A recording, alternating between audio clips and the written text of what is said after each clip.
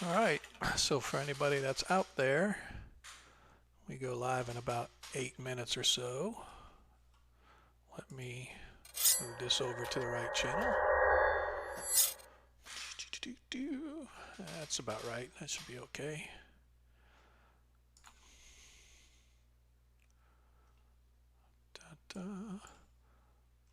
It's interesting. She followed, unfollowed. Now she's followed.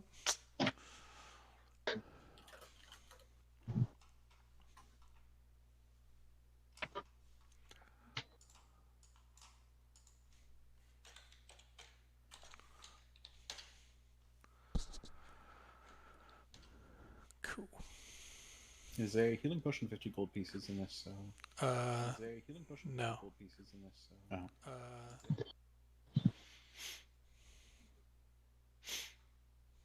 Should I just assume I can't get one right now? That is correct. Okay.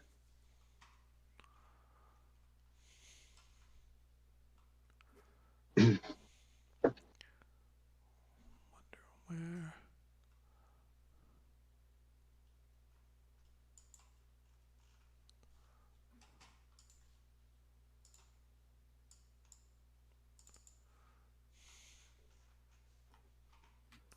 What was the total experience from last week? I don't know. I could tell you if you use your character stats, get the 10% bonus or not. Mine does not, no. Okay.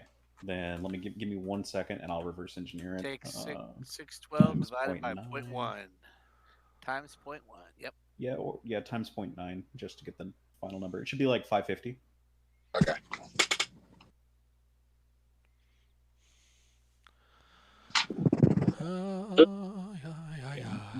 It might have been 551 because I'm getting like a 0.8 on that decimal, and I think it would probably. I don't think he's gonna rounds up 1 experience point. It's gonna be a huge deal.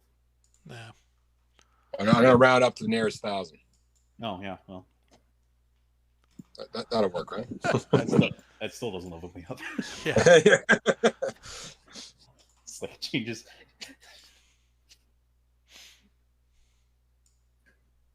Is 490 and 66. Yeah, that's yeah. I think that's 66. Yeah, okay. Thank you.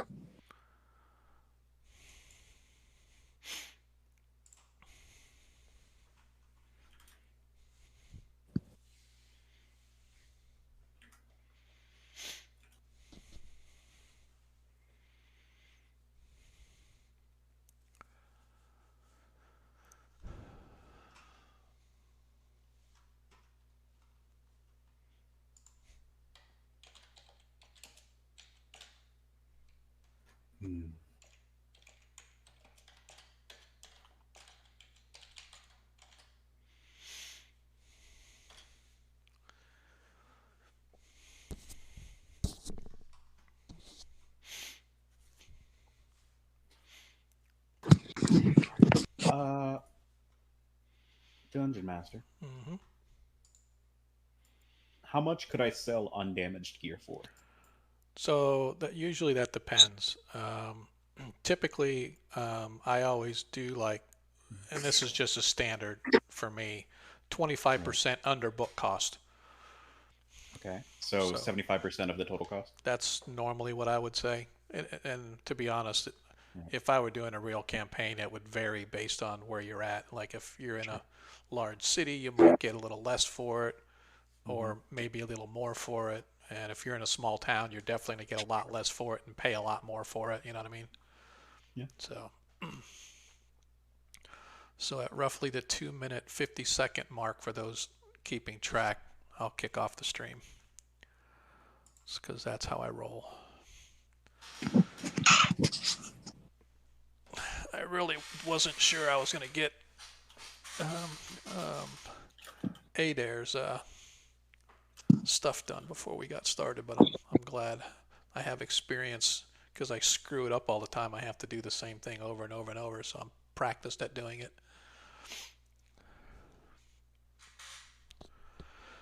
And just as a side note for those that it's their first time here, at the 250 mark when I kick off the stream, if we can avoid talking if possible, I mean we don't have to, but that way that we don't talk over the Yeah, that's totally cool. No problem. talk over the intro music. Yeah, anything you want me to know, just Yep. say. You know, Yep, we will. I'm cool. Yeah, well, we always forget and we end up talking over the music, so I'm just trying to give people a heads up. I'm getting ready to start it. I appreciate it.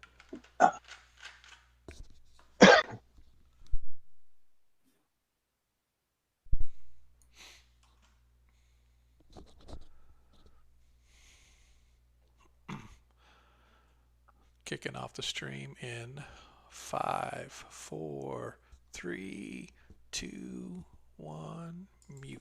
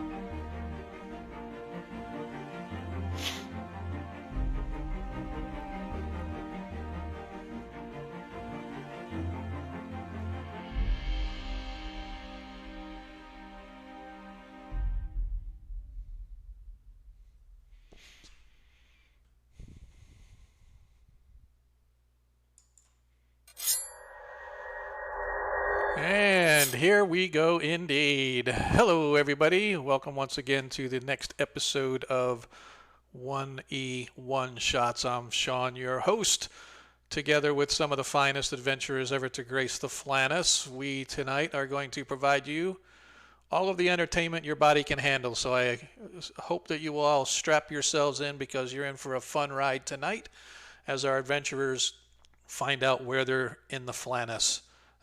Tonight's adventure is a throwback to old school. Some of you may have heard of it. Some of you may have not. But before we get into that, we'd like to welcome our latest and greatest player, Adair. Jonathan, our new player, has decided that he could not resist the call. He could not resist the lure of the 1E1 shot game. And he's elected to throw his lot in with these other scourges as they travel about the Flannis from adventure to adventure. And earn their keep, earn their pay, make a little bit of a name for themselves. As you all recall, last week we were in the free city of Greyhawk, and our party traveled to the Mist Marsh where they encountered a rather sizable alligator. And I have been told under no uncertain terms that I am not allowed to ever bring that beast into the game again because apparently they don't like gators that were infused with troll blood coming back to life and chasing them down. But be that as it may, here we are once again, for your entertainment. So let me think. Where do we want to start? Again, let's kind of do a little recap of last week. So last week, you guys were part of the Greyhawk Adventurers Guild, and you were hired to go investigate a young lad who had died down in the Mist Marsh. And along those same lines, it was with an albino alligator, some 15-foot long, give or take. And that alligator had some magical timepiece that it had stolen off the leg of One-Eye Halloran, who owns the Low Seas Tavern in the Free City of Greyhawk. So you guys were hired to go check it out, see if it was in fact the same gator that took his leg, and by taking his leg also took the mysterious timepiece that he was transporting. Indeed, you did find the gator. It was a little bit bigger than the 15 feet you were told, because it was closer to the size of a dragon, roughly 50 feet long.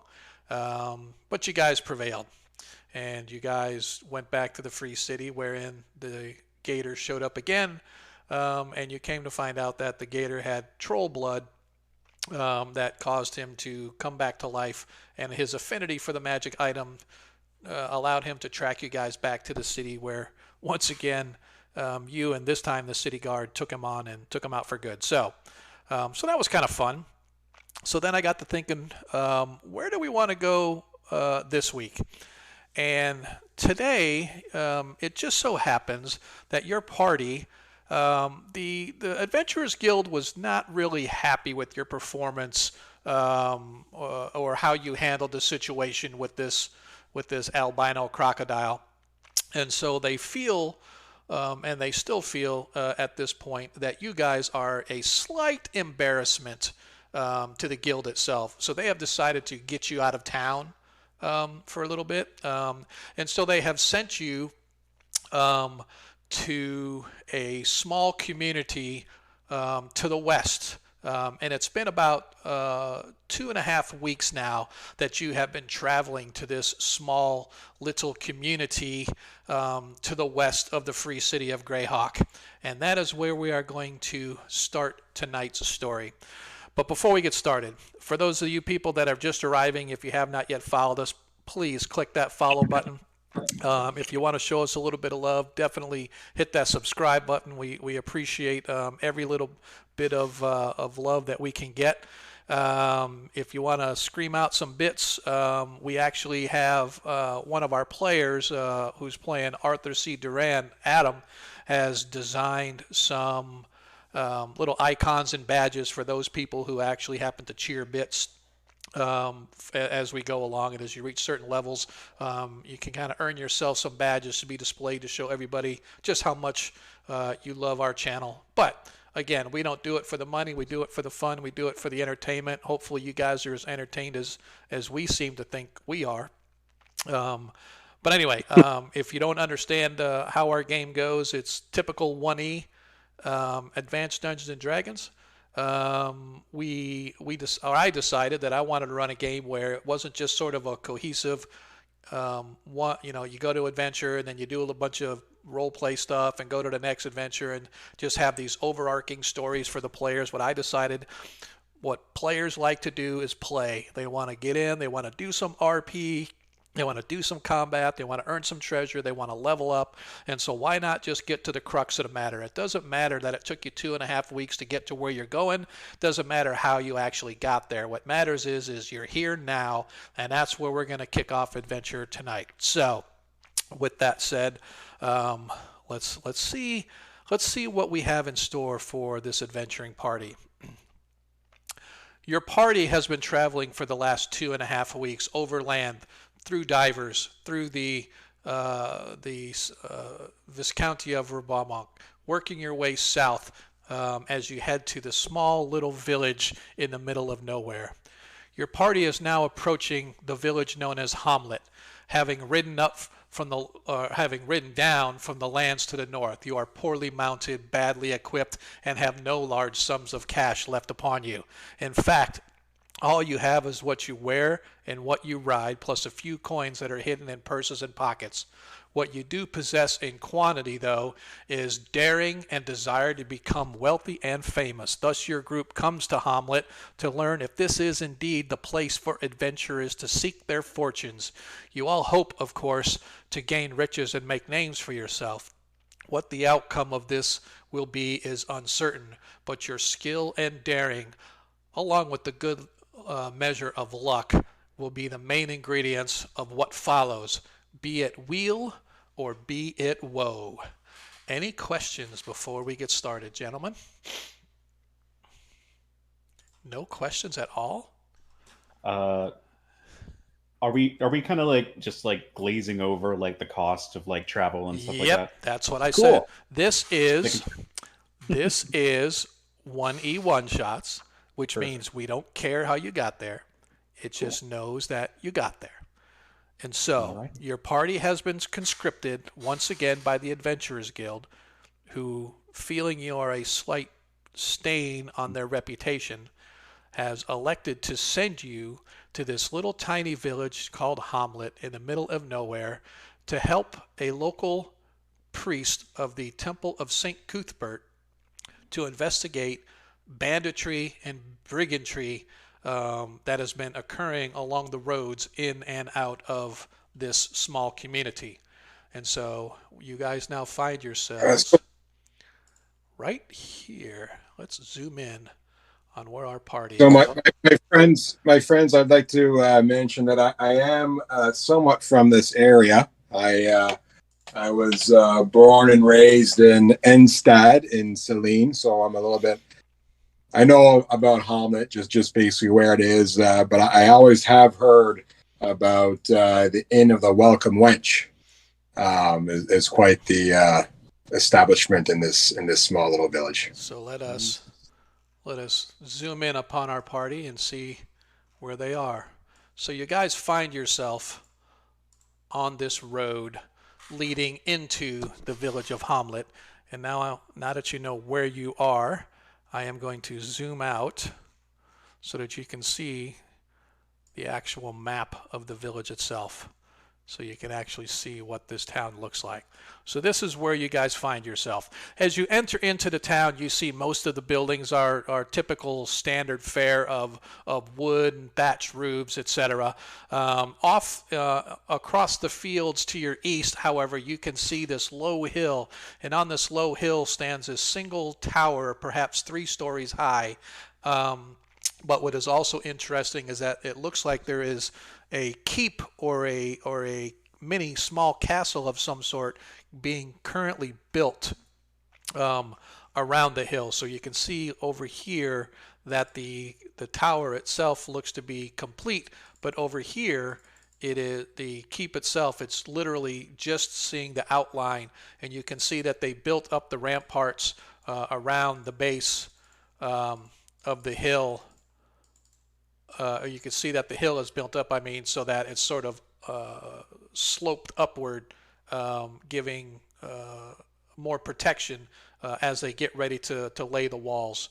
But you guys, your own little cells, let's move you over to the map. There you are. So we move you guys, you find yourselves at the entry road leading into the village itself. What shall we do, or what shall we want to do? That tower make me think that a new lord is in charge of these lands now. You're coming through real quiet, monkey. Yeah, you are a little weak, brother. Methinks the tower is That's a more sign of a half-orcish. new lord. That's definitely more half-orcish in voices. Has been a new lord perhaps been granted these lands? It's a question that can be asked once you find folks to ask. Don't know. Larry, is that you're from around here? Yep, that's correct, but I've never been to Hamlet. Oh, okay. So you don't know anything about the castle. No, I don't. Well, do you know where the church is? I do not. All I've known, I've just heard of the Inn of the Welcome Wench. That's all I know. So, I guess we can enter to town to try to find this inn of the Welcome Wench. Yeah, would serve. Is there anybody around?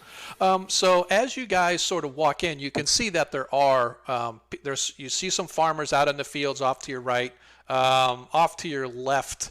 The first sort of building that you guys sort of see, it's just like a little farm cottage. They've got a large barn beside it, and very similar to the one on the right, right? But the one on the left, it looks a little bit larger than the one on the right. So this one over here looks to be a little more, a larger farm with the larger barn sort of up here, and there's a slightly smaller farm over here. But you do see there are kids running around. You hear dogs barking. Off to the left, you can see out front of this house, you see an old woman sort of sweeping her porch off, and as you sort of approach. And by the way, I should have mentioned this before. The guild did give you guys all your own horse, so each of you does have a riding horse for now. Payable or returned to the guild whenever you get back to the city, if you ever make it back to the city. However, she sort of looks up as you guys slowly ride into town, and she sort of gives like a little nod, and just like as if this is no big deal, she sees this every day, and she goes about sweeping her porch. But she's the only adult that you see right off the top of your head. You see, like I said, out in the fields, you can see some farmers working the fields with horse and plow, etc., pulling and stuff. But here, you don't really see a whole bunch of people in town. Although you see several buildings, smoke rising out of chimneys, etc., etc. Perhaps we will find what we need as we approach the center of town. Okay, so that's what we want to do. Yeah, sounds good. Sure. Okay, go ahead. I assume that my mercs weren't given horses by the guild. No, they were not.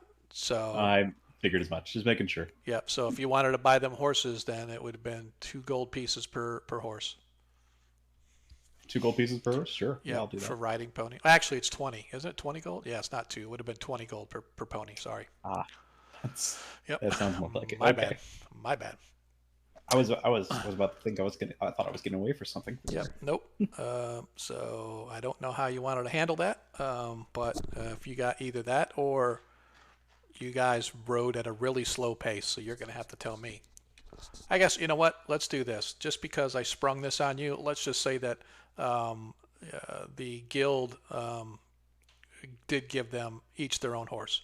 I'm not gonna worry about that right now. It's sort of superfluous. And had this been an actual campaign, you would have worked it out, the logistics end. So I did spring this on you, but that's okay. So you guys begin to move your way into town, and once again, you see that it's mostly all farm communities. So here, farm, you guys move up here. Let me see where I'm showing on the map. I guess I should keep track of what I'm showing you guys. Where is... I'm lost for a second here. Give me just a second.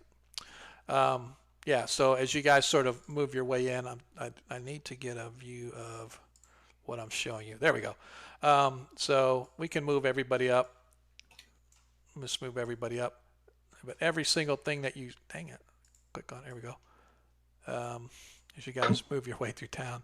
This is fun. I didn't realize how big this map was, to be honest, until I dropped your characters on it. I'm like, holy crap, this is a big map. And by the way, for those that don't know, this is actually a map by an artist by the name of John Pinter. He does a lot of the high quality maps and stuff for classic adventures. And so when I found out that he had these maps, I just had to use them. So you guys approach toward the center of town. Yay, wrong spot. You guys approach toward the center of town, and you come to a large building, which is obviously some kind of an inn. Outside, you can see that first of all, it has a large barn off to the side. It has a fence around the opening. It's got a hitching post out front to hitch horses up. You see that there's a flight of steps leading up onto a low porch that lead into this building. It has several windows all around the sides, etc. And it's hanging out over the top of the steps. You can see this awning. It has a picture of a rather buxom woman with a huge mug of ale in it. No words on the sign or anything like that, but it's obviously the only inn in town, so it's obviously what you would expect to be the Inn of the Welcome Wench. Even though it's early in the day, you can see that smoke's rising from its twin chimneys. You can see that there are people coming in and out as they go to have their midday breakfast, as it is about midday. What do we want to do? Go inside. Okay. We'll hitch up the horses and go inside. Hitch your yeah. Hit your Yeah. horses. Okay. Yes. Are the henchmen going to guard them for us, Arthur? So Absolutely, I was gonna say. Yep, I was going to say also, as you guys go to tie up the horses, you see a small stable boy come running from inside the stables. Welcome to Hommlet, Cyrus. Can I take your horses for you? 2 copper pieces per night. Is he implying like per horse? Yes, Or like 2 copper total? pieces per horse per night. That sounds reasonable. Okay. I don't know if we're staying the night yet, though. Do we, guys? I'm going to assume that we're going to stay at least one night, anyways. At so- least. All right. It is midday. You've been traveling for a couple weeks. And the copper includes feed, I Yes. assume. Yes. Feed, Yeah. walk them in the morning to get them a little bit of exercise, and of course we'll brush them down thoroughly for you, sir. Nothing but the I will- best for everybody that stays here at the Welcome Wench, sir. I'll pay the boy a single silver piece to take care of the What? 3 horses. What? Yeah, it's a little bit more than he expected, but that's okay. You speak my language. As he grabs your coin and the horses and leads them away. So he takes your 3 horses. Is everybody else going to be paying their own? I'm assuming. Yes, no, not a requirement. I just want to know who's got their horses Yeah. out. Okay. Yeah, I'll that's fine. Okay. yeah, I'll have Sounds good. Yeah. No problem. the Toss. two henchmen just follow the boy to wherever the stables are, so we know where they are, and just Sure. keep an eye on the horses for the Yep. time being. So as I showed in the I can, for those that are watching on the stream, you can see that right here is there's a stable right behind it. Mhm. So, but as you guys find yourself as you walk into the inn itself, you can see that there are several customers in here. It's not overly crowded, but it is fairly busy. Across the room, you can see there is a bar. Obviously, sort of an L-shaped. You see several open tables here. You can see that there over on this end, there's actually a flight of stairs. Zoom out just a little bit so I can get a little more in there. You can see that there's a flight of stairs sort of leading out or leading upstairs to the inn portion of the tavern. You see several long tables and benches. There's perhaps there's 2 sort of busboys, if you will. There's a couple of servant girls. There's a matron who seems to be sort of giving out orders to the girls as they're running around feeding clientele and whatnot. Behind the bar, you can see that there's an older fellow, probably late 40s, early 50s, a little bit heavy set, sort of typical bar look and feel as he has his sort of smock tied around his waist and it's hanging down. You can see that he kind of uses it almost as a towel as he's sort of washing and drying glassware and stuff. Hey, Cal staff, appreciate it, man. Definitely appreciate it, man. Every little bit helps, dude. Every little cheer helps, man. The more you cheer, the happier we get. So as you sort of walk in and you sort of get this feel, there's no like entertainment going on, but there's a lot of chatter going on with folks and whatnot as you guys sort of step in. Immediately the bartender sees you and he sort of raises a glass to you and welcome, if you will, and then he goes back to his business serving. There's a couple people sitting on stools around the bar, but the majority of people are spread out amongst the different tables. Well, gentlemen, should we get a table? Sounds like a good idea. Yeah. So the one table Right. that you guys find that actually has any that is empty is over here in the bottom right-hand corner. The rest of them have 2 or 3 people here and there, and obviously people like to be close to the fire and stuff. So you see a couple of people sitting over here, and there's a couple of lounge chairs that are on this big, huge bearskin rug in front of the fireplace. Before you even get a chance to sit down, one of the servant girls sort of dances by, and she's like, "I'll be with you in a moment, gentlemen," and goes Oh, about her business. Marcus is going to go right to the bar Okay. and order drinks and food.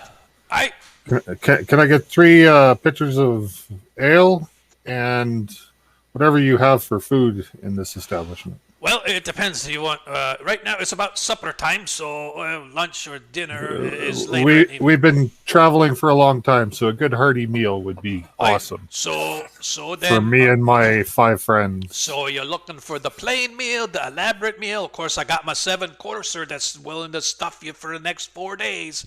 How much is that? Oh, the 7 courser is 2 gold pieces per meal, sir. Otherwise, you're talking about 5 silver coin for the normal meal. And how much for the drinks?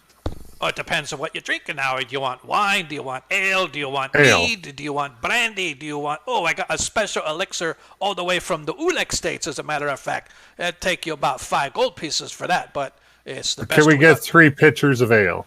3 pitchers of ale, that would be, he's sort of counting. Normally I go by the pint, so the quarter, 4 quarter, 4 pint, 8, 16 silver for two, that'll give you 8 pints. Sounds good. So I'll buy the food and the Okay. ale. All right. So the dinner is 5 silver, right? But that's for one person. Okay. Just so I'm saying, it's 5 silver per person, right? You can buy basically you would. I thought you said two gold per person. No. So here's how it would work. If you want the 7-course meal, right? The 7-course meal is 2 gold pieces per person. If that's what you want. Okay. That's what I'm getting. Okay, Yeah. so that's 10 gold for that, and then it would be, like I said, for the pint of ale, it'd be 8 silver pieces. 16 silver for the 2 pitchers. So 8 silver pieces per pitcher, and each pitcher will give you basically 4 full mugs of ale. So I don't know how you want to split that up. No, I got it. It's Okay. all good. Okay, all right. They'll bring it to the table, Yep, absolutely. and I'll go join the rest of the group. All right. So you guys find yourselves sitting.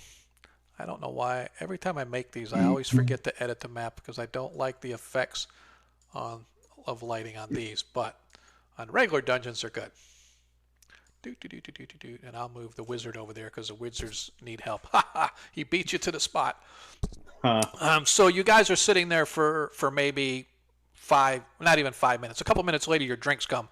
As the servant girl sort of dances by, young girl, typical sort of, a little older than a teenager, dark hair, looks like she's sort of one of the local farmer's daughters probably, as she sort of brings your drinks over, sort of dancing around the crowd with her hand holding up on the big platter. She comes by and she takes the 2 large pitchers of ale and drops on her and tosses 5 mugs to you guys, and she does a little curtsy, and then without a word she sort of dances away. Probably about 5-10 minutes later, your food starts to come out. It takes a little while for it all to come out, but it begins with sort of like breads and cheeses and nuts and stuff to sort of munch on, and then the next course comes around where there's sort of a soupy sort of a concoction with that's over some more bread and whatnot, sort of stuffing you guys up, and the meal just sort of progresses from there.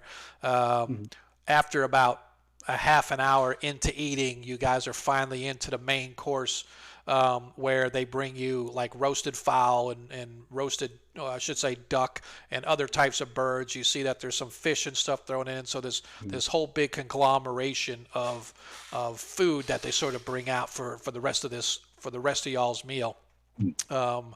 And after, like I said, after about an hour of sort of eating and scarfing down on the food, the last of the courses come with some very finely made pastries with some very nice creamed filling in it, and you guys just sort of lay back and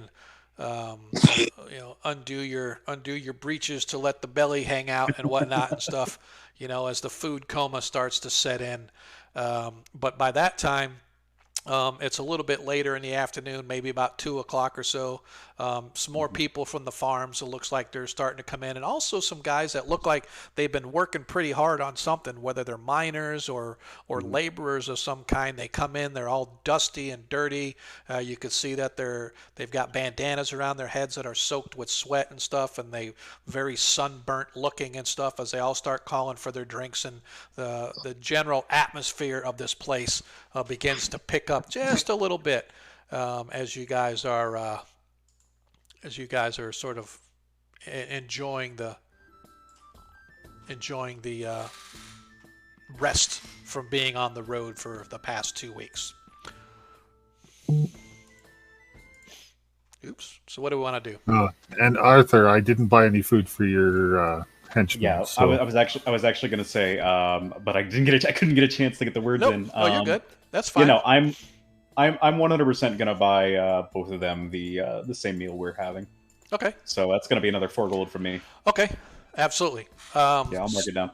All right, cool. So, so you guys find yourselves sort of enjoying this atmosphere as people start to come in and the bar starts to fill, and all of a sudden the singing starts as some of the workers that are sitting at the bar are beginning to sort of sing and kick off the festivities of the night, even though it's only 2 or 3 o'clock in the afternoon.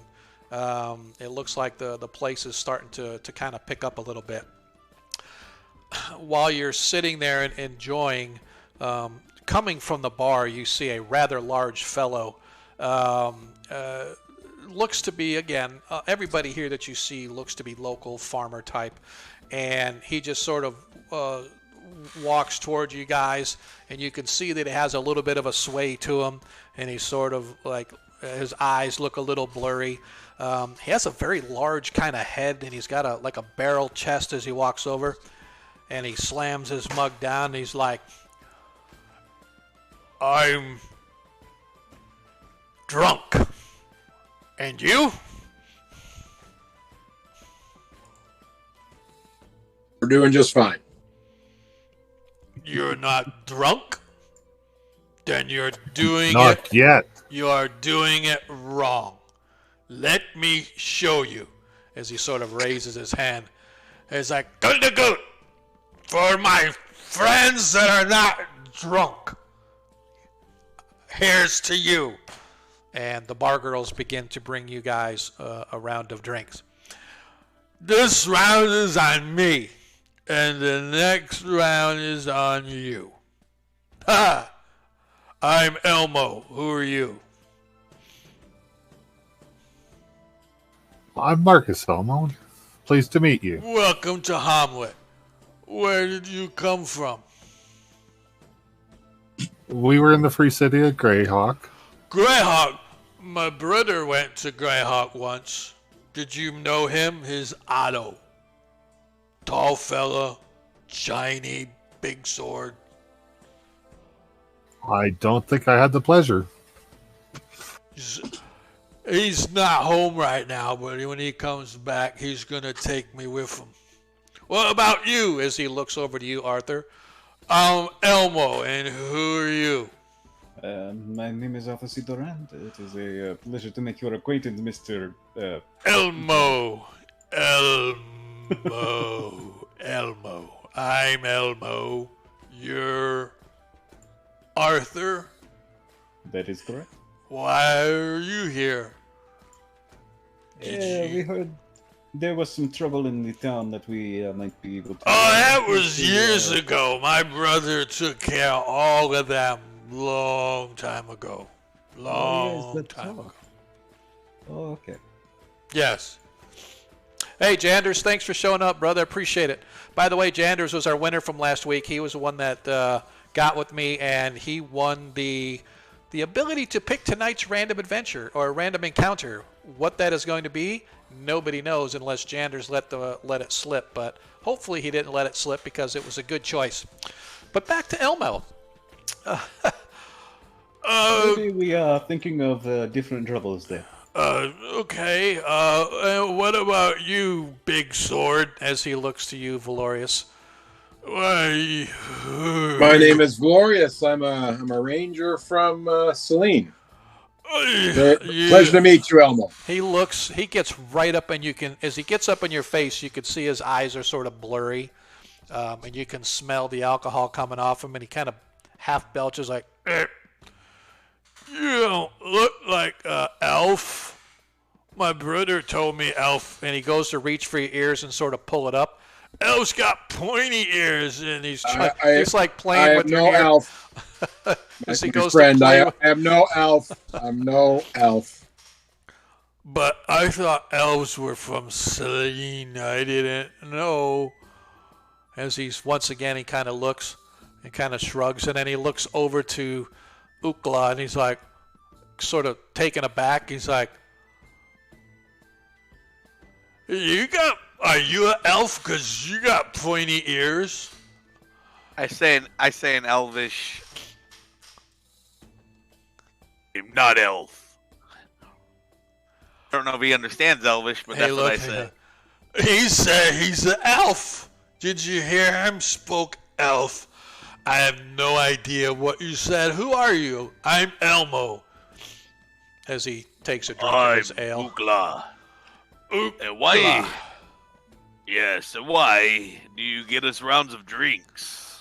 As my brother taught me, if you buy the first round, then it's their turn to buy the other, and there's 1, 2, 3, 4, 5 more rounds I don't gotta pay for.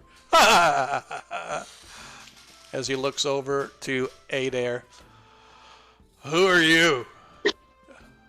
Do you not recognize the symbol of Bokob, young man? He looks and says, no, Bokob the god? You're Bokob? You don't look like a Bokob. You look more like a Bob. No, I don't. I serve the rune staff, young man. I'm a priest of a god you don't know about, you don't need to worry about. Oh, is he with you? As he looks to the rest of you. We're all together. Of course, he's sitting with us. Okay. As he sort of takes a chair and pulls it over to kind of join you guys, as he sort of once again takes the ale down, and about then another round of drinks comes. He's like, who's paying for this one? And the round would be, well, you guys actually have your own round for this one, but this one coming around, he paid for, so that's 2. If anybody wants to buy this round, it would be another 8 copper pieces. Well, actually, no, there's 6. It used to be 12 copper pieces, 2 copper pieces a mug, basically. So, I'm sorry, not copper pieces, silver pieces. 8 silver pieces for the next round, if you want to pay. But he sort of sits down, sort of, once again, sort of bobbing and weaving. It's like, so, are you going to stay a while, or are you just passing through? You We'll stay till our work is done. You working for Rufus? No, No. You working for Byrne? no, we'll be working for the church. Oh, you're with Terron? Y'all working for Terron? He sort of looks. I didn't even know Terron knew how to hire anybody. I thought it was for the castle they're building. Huh. That's good to know. As he sort of. Is Teron the priest in town? It's the priest of Cuthbert. Since Ede left, he took over when she left, like a month ago, or whenever she left. Yeah, go out and the other way out of town, right on the hill. You can't miss it. It's the big church with the big shiny dome. Yep, that's the. Would you show me? Sure. as he takes you back outside. Oops, every time I come back onto the map, it gets away with my music. I want to blow your ears off. So yeah, so he takes you back outside. Let me go on my map and to Hommlet. Can you guys, I know you guys don't see it on Astral, but do you see it out on Twitch? Can you see the... Yep. So Yeah. the church is right here. So you guys are here. Church is up here. So if you come out, hang a left, follow it around, cross over the little river stream here, go up, and this is actually a hillside. You can see this whole area here is all a hill, and the road runs out the hill and back up there. So Northwest quarter of town's where the church is. that is correct. About how long will it take you to get there? I don't know, not even 5-10 minutes max. Depends on Okay, how I'll fast- start walking. Oh, so as you guys watch, Marcus, was that who was leaving, or was it Yep, Valorius? No, it was Marcus. Okay. As you guys watch as Marcus departs with Elmo out the front, and like 2 minutes later, Elmo comes back in and joins you guys, but Marcus has left. So, anybody? Hey Elmo, what happened to Marcus? He went to the church to see Tehran. Should we go follow him? I don't care. Yes. I think we should go. We should go catch up with them. Okay. All right, I suppose so. Okay. So Very well. very well as you head to the church. Well, you guys are everywhere today.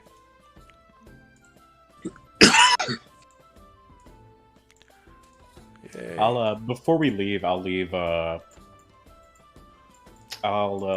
silver piece for Elmo to buy drinks with, because Okay. yeah, he bought us around. Okay. Let me put you guys where. It takes you guys maybe 5 minutes or so. Not really that long, but it takes you guys a few minutes, and eventually you find yourself outside the church. You can see that it's sort of a T-shaped building. On the left-hand side, it actually has a rather domed top, which is typical that you've seen in churches for St. Cuthbert. All around the outside, you can see iconography dedicated to the cudgel, if you will. And the large set of double doors that you see right here stand closed. But when you go to pull on them, they do open up to allow entry should you guys want to go into the church itself. No, I'm going. Okay. We're all going anyways. All right. As they catch up to me, I say to them, you guys didn't need to come. Oh, we all went together. I have Oh, been on okay. the road for so long. I am looking for something to do. Okay. And the faster we get this job done, the sooner we can go back to the city.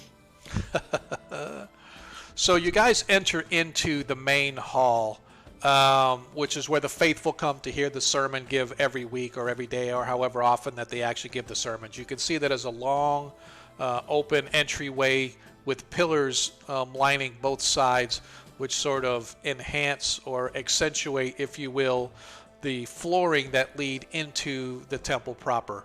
As you come into the temple itself, you can see just as you get to the turning point where you reach what they call the processional being this area here that leads into the inner altar in the sanctuary.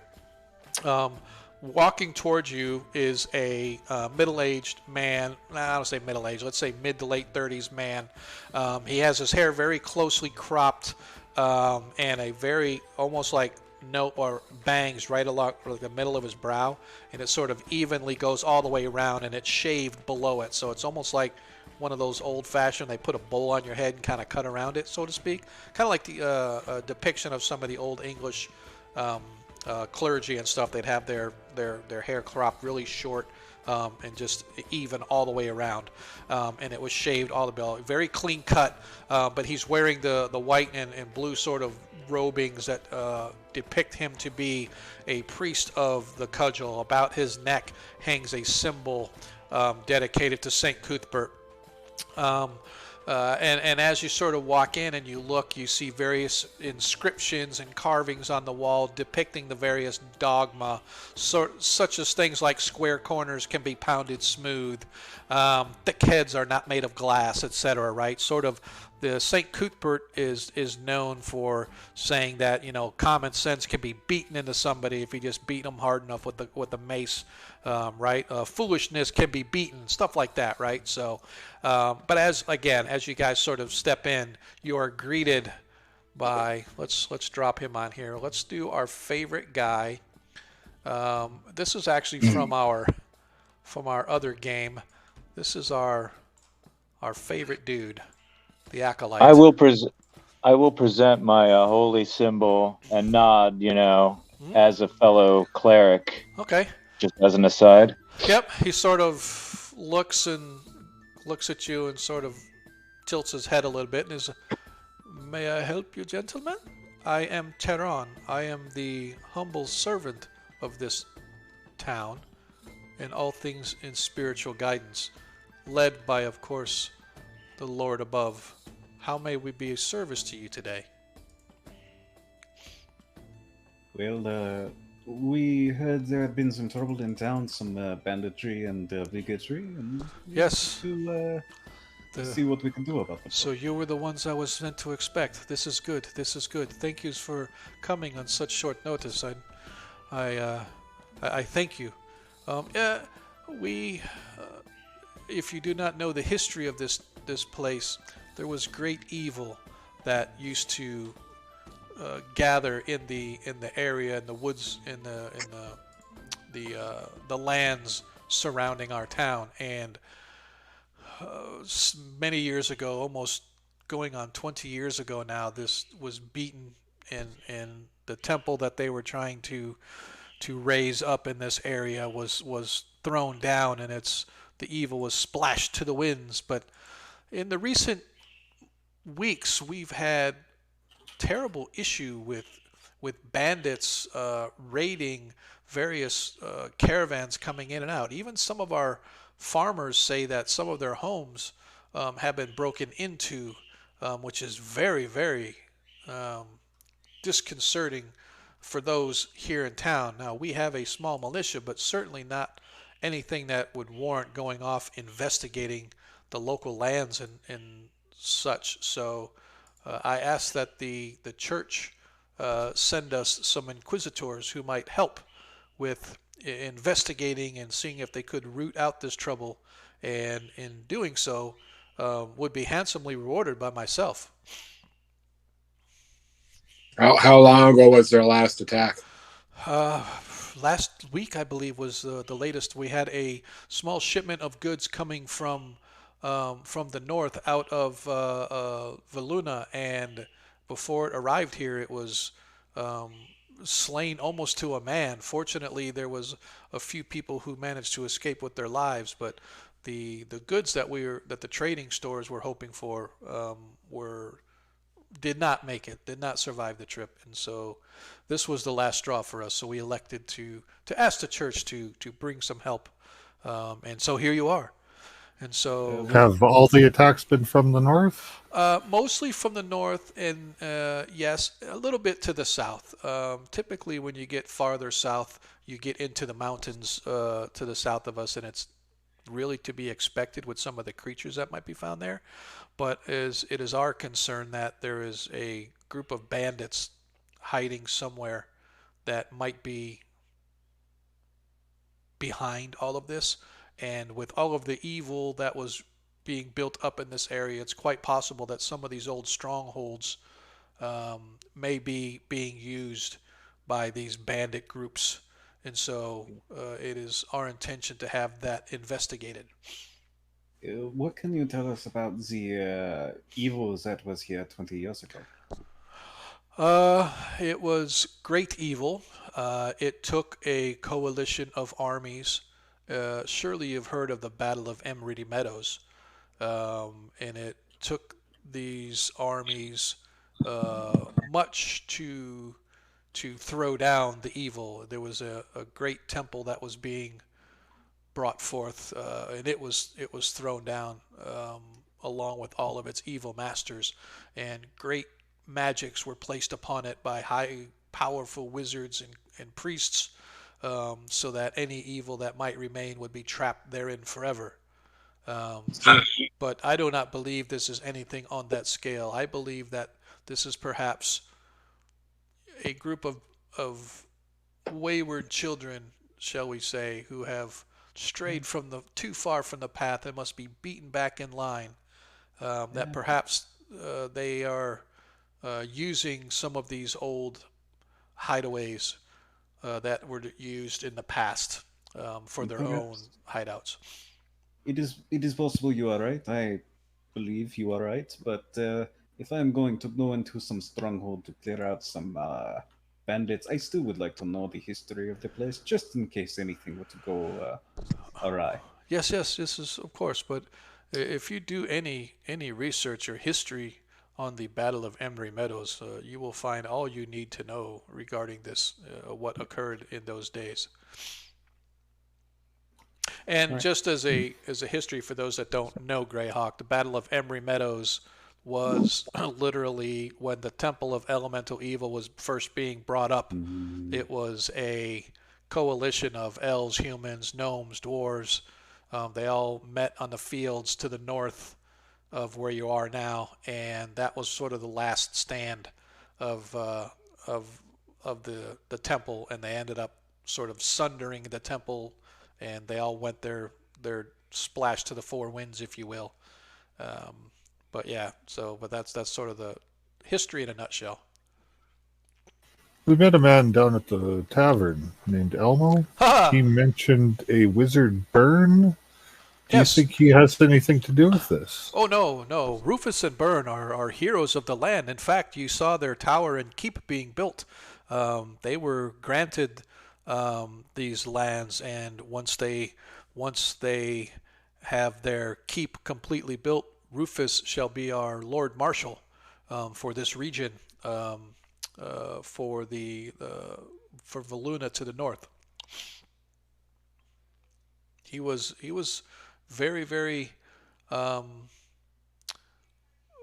very much part of helping to throw down the temple those many years ago, and because of his long and faithful service to the crown, he has been granted these lands, and thus this keep is being built so that we may have a small garrison to help watch over these areas, so that this sort of thing does not happen again. But until that happens, we have no one but our small militia to help protect us. Do you think that we should go talk to these men? Oh, it's if you wish, but I don't know what other information other than what I've given you they would be able to provide. But perhaps, maybe I do not know. I just know that. Do you think that they would have a plan of their own to deal with the bandits? It may be possible, but I know that right now they don't have the men.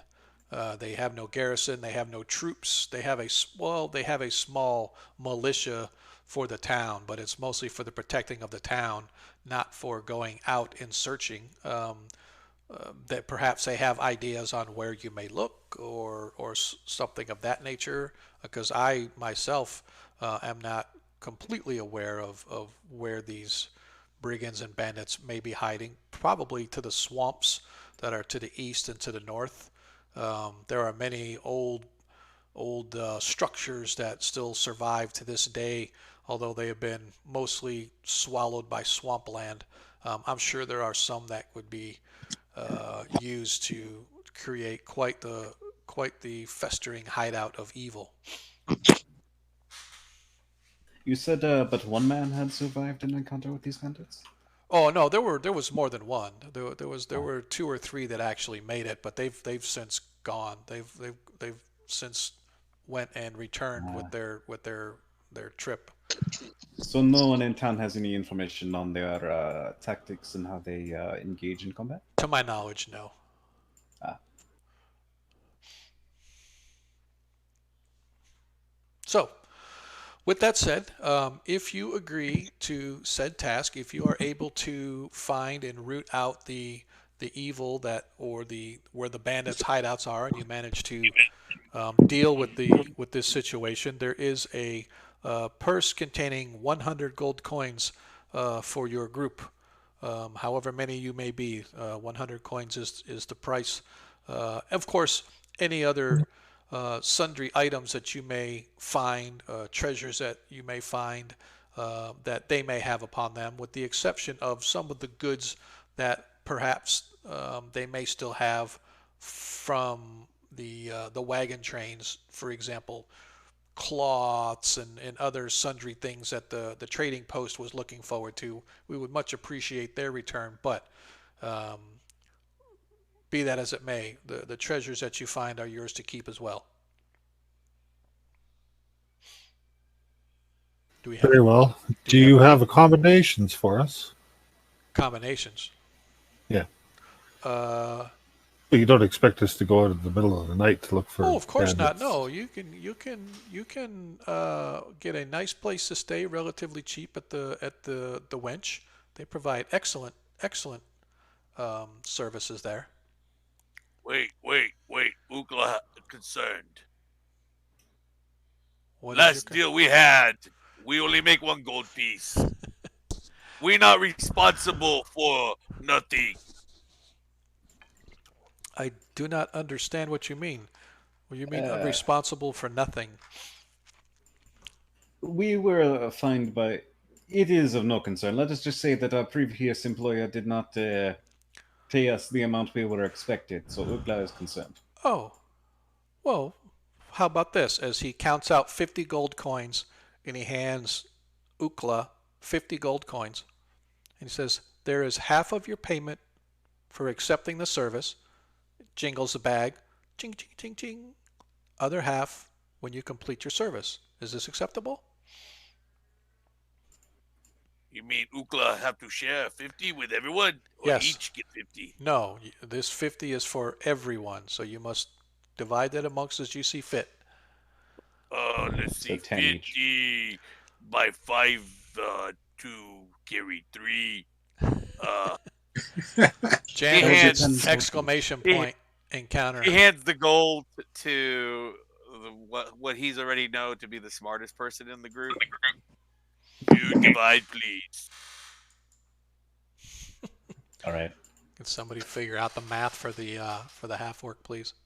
Yeah, it would be 10 gold apiece. As And if it I was going to say, as That's Arthur, good. Arthur counts out and gives everybody 10 gold. That is good. Ukla trust you now.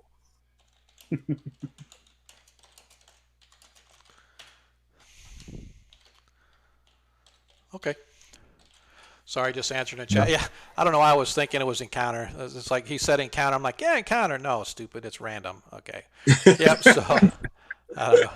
Trying to do 2 things at once. See, I need a producer already on this thing. People are talking in chat. I want to keep up and engage with chat, but I can't because I'm trying to keep up and engage with the half orc. So, That's engaging. yeah, this definitely is going to win, especially if you're the only one that enters. So yeah, if you haven't already seen it, hit the exclamation random. It allows you to be entered into the random encounter for next session. So if you at the end of tonight, before we leave, we'll choose a winner, and that winner will be able to pick the random encounter for the party next week. And nope, sorry, Aethernalis, you are not allowed to win. Oh, The party members cannot win. Party members cannot win their own. Yeah, cannot win that, right? So maybe someday, if we actually have real giveaways, I'll allow that. But no. That would be such a cool encounter. 10 bags of 50 gold each. yeah, exactly. Yep. All right. I can see where we're going with this group tonight. So, agreements made. He is not going to give you any any accommodations. However, he does recommend that you guys go down to the inn of the Welcome Wench, which has great rooms with which to stay. And as you sort of handing out the gold, he goes, I would appreciate you be able to report to me whenever possible. I do not expect a daily report, but perhaps every 2 days, or at least every 2 days, you can at least, if you have not found anything, at least let me know. If you've decided, We will try to keep you informed. thank you very much. All right. So do you guys want to go talk to Rufus and Burns, or go get a room? Shame on you, Elternars. Yeah, shame on me indeed. Always trying to scam the DM, man. I don't know what it is. You can't blame me for trying. Hey, you know what? Hey, I do not blame you at all. And if you win, what I'm going to do is I'm going to pick a second winner, and that person is going to pick the encounter that only Aether Nollis has to Great. encounter. So We just hired like 4 more guys real quick. okay. White crocodile. All right. So what do you guys want to do after this? So he sort of bids you good evening. It's probably about 3 o'clock, going on 4 o'clock now. Sun is beginning to make its trek toward the west, but you still have a couple hours of daylight to decide if you just want to go back to the inn or if there's anything else that you want to do. Just to reiterate, Trehan, he does not feel that Rufus and Byrne would be able to provide you anything other than maybe some information about where you can look. But other than that, he doesn't really know if they would have a plan to deal with them. Although, like I said, Rufus was a warrior leader during the time of the Battle of Emery Meadows, and his service to the crown earned him this land, and he and Byrne apparently are building this keep and tower together, and he's eventually going to be the Lord Marshal over this area. So obviously he's somebody that's knowledgeable in warfare and stuff like that, but he doesn't know if he would know directly anything in detail. So that's sort of what you get from him. Yeah.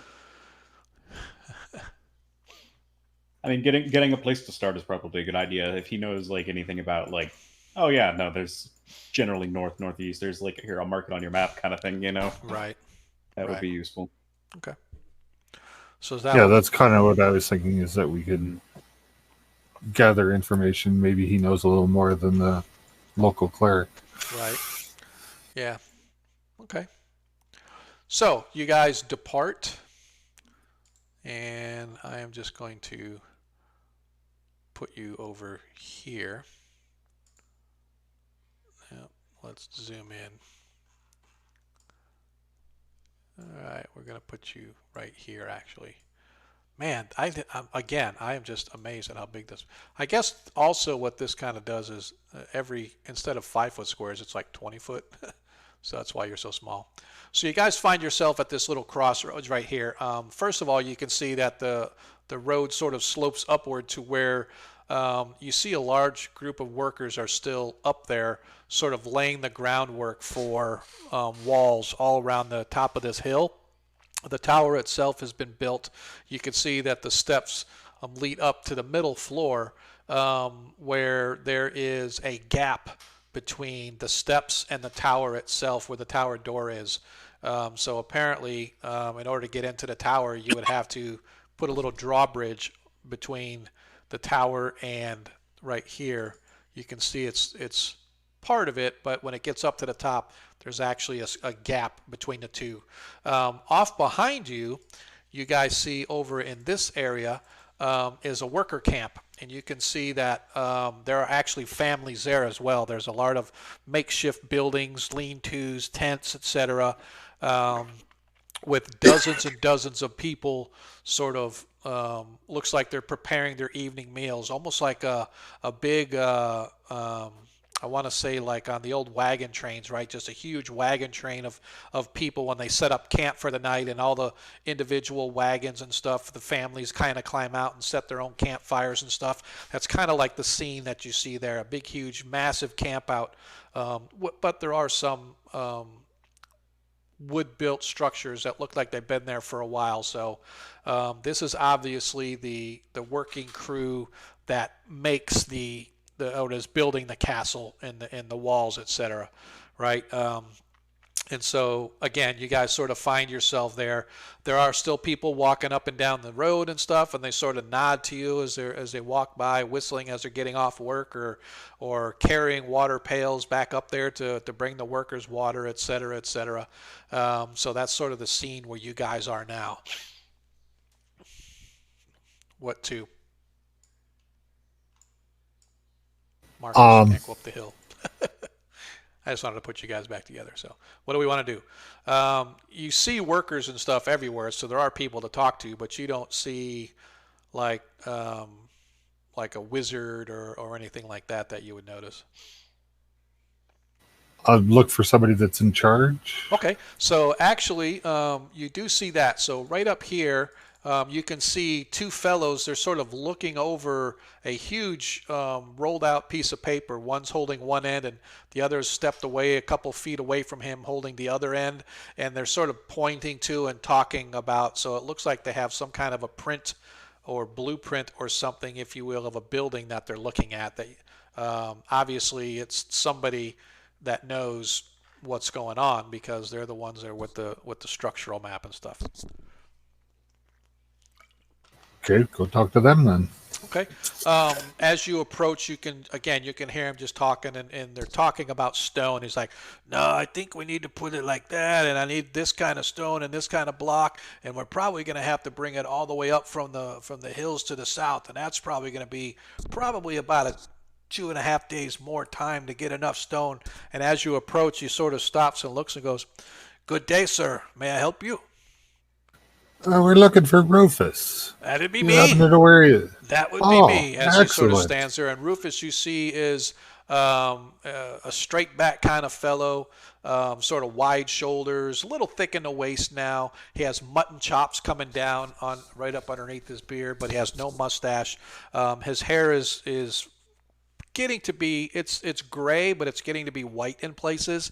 As he sort of looks down, he's got these sort of deep, or not deep, but sort of these light blue eyes with a very piercing look. As he looks down, he goes, what may I do for you? We've been sent to investigate the recent attacks on your Oi, you have, supplier and runs. sent by whom? Guild in Greyhawk. You came all the way from the Free City here. We were asked to. That's a bit of travel for you Gistians. Good on you. Did you come with a wagon train or armed guards, or did you just come by your lonesomes? Just by ourselves. I could use a good few men like you if you wish to stay. I'm putting together my militia. Once this here place is built, I'm going to need folk to help me run it if you're interested. Are you good with your sword? Can you prove it? How would I do that? By fighting, I guess. I'll tell you what, you're here to find what? You said bandits and brigands. Yes. Bring me some bandits and brigands and show your worth. Sure, we could do that. So have you got a plan? We were told that maybe you would know where they were located. Well, if I knew where they was located, I probably would have sent men to take them. But no, I don't know where they're located, but I could probably give you some good ideas. If you have some ideas, your insight would be much appreciated.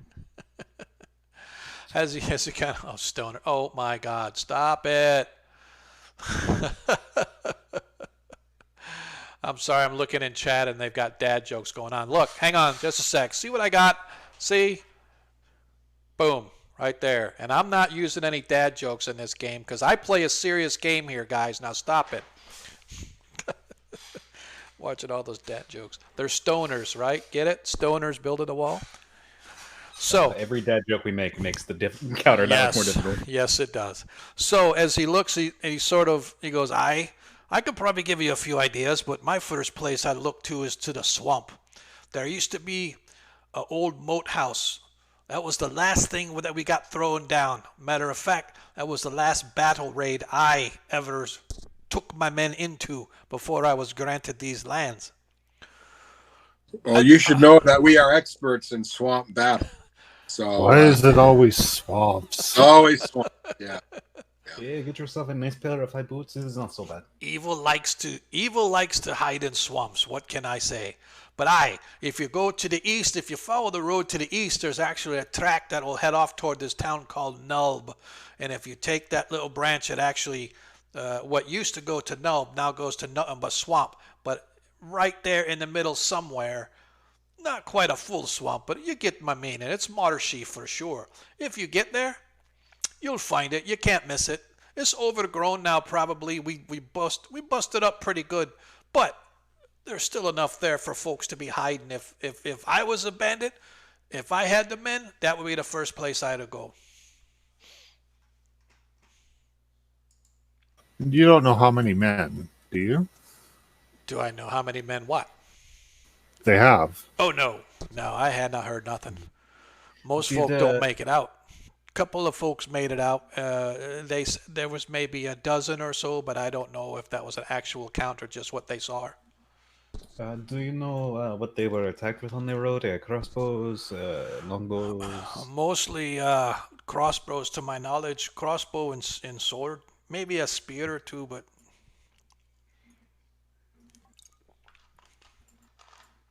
Was there any magic use that you know of? no magic that I'm aware of. Were they attacked during the day or by night? Most of the time, I think they was on the road, so I would imagine it was during night, maybe getting close to night. But that I don't know. I don't know all the details for sure. Can you spare a cart? Can I spare? No, I have no cart to spare. Yeah, I think it's much better playing online because, we're playing online. So I'm going to have to go with the playing online is so much better than playing in person.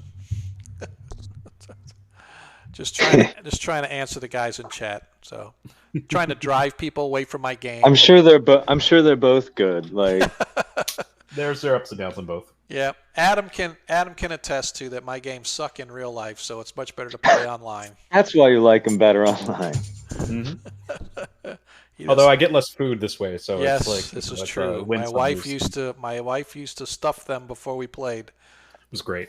It was nice. Then you want to go to sleep. Yeah, that's crazy. That's exactly what it was for. So I got them off their game, kind of got them a little. They weren't really thinking right, and the DM got. But I'll now, just nap when it's not my turn, exactly. So, yep, exactly. We didn't even do potlucks, Janders. My wife she liked the kids coming over, and I say kids because they're all like they're younger than my kids, and my kids are like 30. So, but she used to feed them all. They'd show up, we'd feed them. Start of the campaign, I'd give them all their new dice and their little journal that they can write down in and stuff. So, it was fun. Yeah, I had a good time. So anyway, back to the game. Trying to get you guys through this one shot. We're going to do the whole Temple of Elemental Evil in a one shot. Is that okay? Good luck. That's like a year-long campaign in itself. So, Yeah, That's a huge one. yep. So, but no, he tells you that he has no cart. However, you might be able to find one over at the trade store, perhaps, or maybe old Gundagoot's got one that you can buy. Well, what do you guys think? Should we get a cart and pretend that we're just some merchants? Might be hard to kind of bring that to the swamp, though. Oh no, we'd go along the road. I'm not too keen on intentionally being ambushed. Perhaps I would much rather get the drop on them. Very well. I think I like that approach a little better. Yeah. Okay. So are we going to go like tonight? You guys been traveling all night. You just ate, feeling good. Now we're going to get on the road and go after them? Or are we just going to wait till like tomorrow morning or early or whatever? Or? How far is the Moat house from town? Oh, maybe 5 miles. It's not so far. What time is it now? So probably closer to 4 o'clock, 4:30, give or take. 5 miles on a horse. isn't really too bad until you start talking about getting into the marshlands and the swamplands, and it's a little more difficult movement. Yeah, I don't know if we want to take horses into the it would- marshland. Yeah, no, we should leave the horses in town. Less things to worry about, less things to defend. Okay. So what are we gonna do? If it's 5 miles, how long will it take us to walk there? About an hour and a half? So the average is what about? Yeah, well, typically, so when you talk about movement here, I've always said that it's 12 miles a day or something like that, or 15 miles a day tops or something like that. It's about half a day in real life anyway. Yeah, I mean, I don't know if it's that. Because you can walk a pretty good distance, but you got to remember now you're carrying all of your armor, you've got all your stuff on you, so it's a little bit longer. So I would say not a half a day, but probably a good 4 hours, maybe. I know that's technically not going to be a half a day, but I would say maybe 4 hours to walk. I think generally we've been traveling for 2 weeks. We should get a good night's rest and then go in the morning. Okay. Agree. Probably go before the sun comes up, so that we get to the marshlands as it's coming up. That way we have the most amount of daylight. Well, that's going to cut into the drinking time, but all right. Exactly. There will be plenty of drinking to do after we clear out the bandits. Okay. And we'll have more money to do it with. Okay. Let's see. How much do we? I'm trying to look here, trying to see how much he charged for the rooms. I think it was a few silver per. It depends on the room. So they actually have a couple of different rooms available. They have a private room where you can. Oops, let me go to the upside. Yep. 1 or 2 person bedrooms, etc. Right. So. I want to give you guys put you guys on the map of the Welcome Wench upstairs so you can see. I'm just going to put you on the upstairs just because I want to show you what some of the map looks like. So upstairs, let's see. Let me get I should have given the map key to see. Once again, the DM is not totally unprepared, but it's a little unprepared. So room. All right. So starting, this is room. This is 6. So the first room right there on the bottom right is a private room. Has extra table and chairs and stuff, so it's a little bit more. It's 2 gold pieces a night. This room over here. Yeah, this room over here is like a gold piece per night. So depending upon the room, it's going to be between 1 and 2 gold. Now, this is a common room here, room 15, and it is a. I take it back. Is that now? Why does that have upper floor, room 15? Yeah, they've got it described wrong here. So this one is actually for a family and stuff. So that one's actually not going to be available. But everything else is, 1 and 2 bedroom, 2 beds, a couple beds. If you want your own private room, so let's put it this way: it's a gold piece for the room, or 2 gold pieces because it's a gold piece per person, right? I can't talk tonight. So since it has 2 beds, it's a gold piece per person, but it's still going to end up being 2 gold, right? Or you can get your own private room if you want, with like a big bed or extra writing table and stuff like that, which would be 2 gold by yourself. So up top here, 2 bedroom ones. On the below, room slightly smaller, but it's a private room. So you just have to decide what kind of room you want. And there's room for everybody, depending upon what you want, right? So either a shareable or by yourself. So it's either going to be 1 or 2 gold pieces per night, depending upon what you want. Who wants to bunk? I'll share a room with somebody. It's fine. I need to. I don't have enough for. All right. idea. Well, don't forget, you guys have 10 gold apiece now. Mm-hmm. Oh yes. Well, I'd still like to bunk up with someone. Okay. Yeah. Is that a dare speaking? Is that? Yeah, this is Adair. Yeah. Well, we can split a room, Adair. Great. It's Adair. A dare. Yes. Adair. Yes. Get his name right. Maybe Adair, you can explain or enlighten me on the virtues of Bokob. What? Do you know? Are you Thanks, dude. interested in magic at all? I am a ranger, but I am disenchanted with my my deity of birth. So Bokhub doesn't care about rangers, but he is interested in them. We should talk. I'd like that. Ukla thinks this place too fancy. I want to sleep with horses in stable. Oops. I'm looking in Discord chat and I forgot to post a link to the thing. But you should have me bookmarked. Why am I having to tell you guys where to go? You should have me bookmarked. And by the way, AZ11, definitely appreciate the sub, man. I appreciate no problem. it. Adair, you rock, man. I'm going to have to keep you on the game now, right? I have to treat you differently. So I've got to... No, can't kill him off, damn it. He's a I already sub. got a nat 20 in my back pocket. Hey, speaking of, if you guys did not already see, I think, isn't it? Yeah, they're actually there. So you can see the tier 1 subs, or for the bits, I mean, certain number of bits that you cheer. You can actually kind of see tier 1, tier 2, tier 3. So we got all of our new stuff sort of starting to show up there.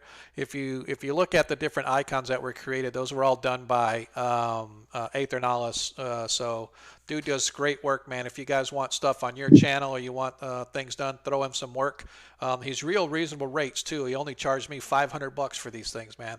So I think it was awesome. Hey dude, I'm just trying to get you some money, dude. I know you're not an old college Yeah, if anyone guy. wants to pay me $500 and pay my rent for the month to make some Twitch icons, yeah, hit me up. I'll have it done in a day. Yep. Nah, dude does good work. I'll work man. overnight for it. Dude does good work, man. I definitely appreciated it, and I definitely appreciate him contributing to the channel as well. But like I said, I can't say it enough. I definitely appreciate the love you guys are throwing our way. I hope you guys get out there and spread the word on people. You know, tell them to come check us out because we want to start enhancing our subscription list, our followers list. I mean, the more the merrier, right? We're trying to get to 100. We're trying to get to 100. I got 26 to go, but we'll see how it goes. Anyway. Where were we? So you guys elect to pay. So go ahead and just deduct from your coinage either 1 or 2 gold. So who's going to be sharing a room? Move your character into the room. The only room you can't stay in is the top right one here because this is a family room. Every other one, I should say the first 2, right? So this one and this one. You can't stay, but the rest of them you can stay in because they got the double beds or the single beds. So just put yourself in the room where you guys want to stay, and we'll see how it goes from there. If it's possible, I'll rent these 2 rooms right here for my hirelings. Okay. And this one for myself, so we all have about like equal quarters. Okay, that's fine. So that'd be 3 gold pieces then. Sure thing. So who's sharing? Now, if you're going to share a room, you're going to have to be in one of the north rooms because the 2 south ones only have 1 bed apiece. So, so if Valorius, you, and Adair are sharing a room, you'll have to go up where Adair's at, where there's double beds. This one doesn't have 2 beds? Which one? No, that's a single bed. Oh, I guess it's just. I just want to be Bert and Ernie together. That's all. I thought that room down there had 2 beds in it. That way. No, it did not. I apologize. So it's just a weirdness of the map. Ernie. Ook was gonna go out and stay in the stables with the horses Okay.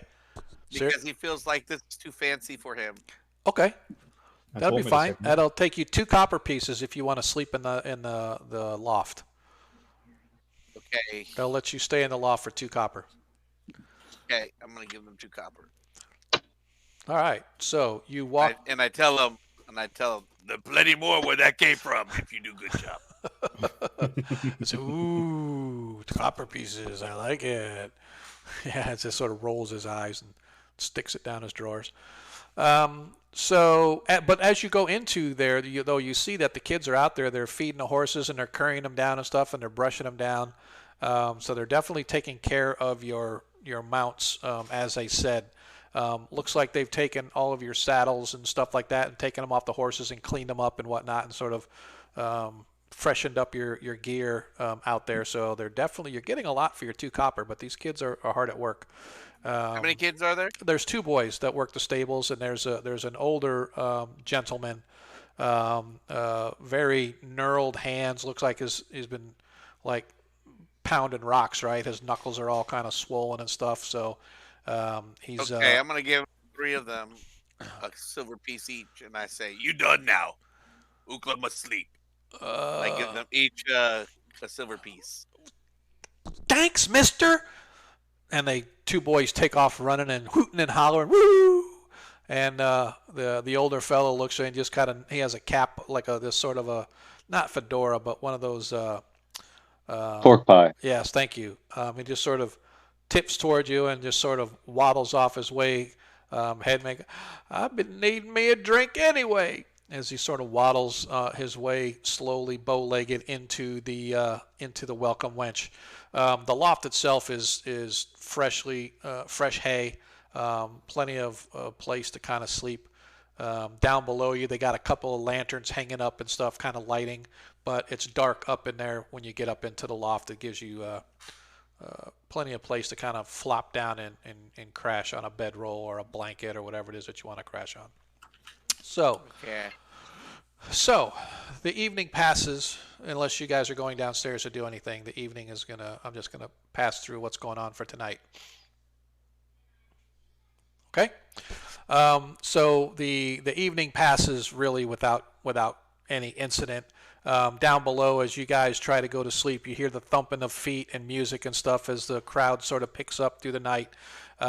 You can hear the laughing and singing and the dancing and stuff and the slamming of chairs around as people sort of get their drink on. But it doesn't really affect you guys too much, other than those that may have a little trouble going to sleep when there's bunch of loudness going on below them. But your nightly duties done, studying, praying, cleaning of gear, making a bed. You finally sink your pillows into the soft silkiness of these fluffed down pillows and these nice cotton, well not cotton, but these nice sheets with wool blankets to kind of keep you warm. What's that? And in the morning, you guys get up. You hear were you getting up before, or were you getting up at dawn? Were we getting up before the sun, or I know you had mentioned.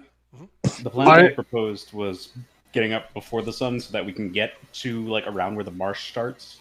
Yeah, I think we all went to bed fairly early so that we can get up before the dawn. All right, get ready. Now you're walking, not taking your horses and stuff, right? That's my plan. Just as a clarification, you guys said you're not bringing your horses to the marsh. I just want to make sure, right, just to see who's going. I think we all said that. Yeah. No, that's fine. No, totally fine. I would either leave a note, or if any of them are awake, mention to that the whoever's taking care of our horses, that whatever it costs if we're gone for multiple days, we'll cover when we return. Okay. All right. Cool. So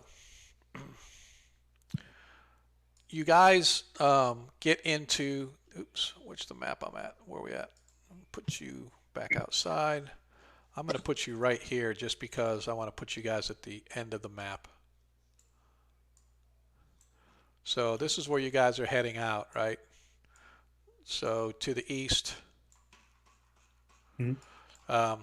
So you guys find yourself on the trail heading east out of Hommlet as you guys head toward the marshlands that were pointed out to you by Rufus, the guy who's building the keep here in the village of Hommlet.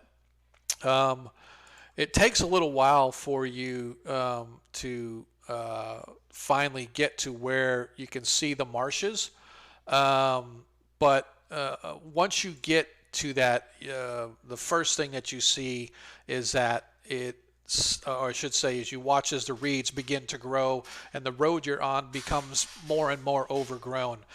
You see animal trails begin to sort of take off in different directions, and it becomes increasingly difficult to determine, are you on the main road or are you on an animal track. So I am going to need the first roll of the night to come from our ranger to determine if he can do any kind of a tracking that will allow you guys to stay on the track that you think you're supposed to be on.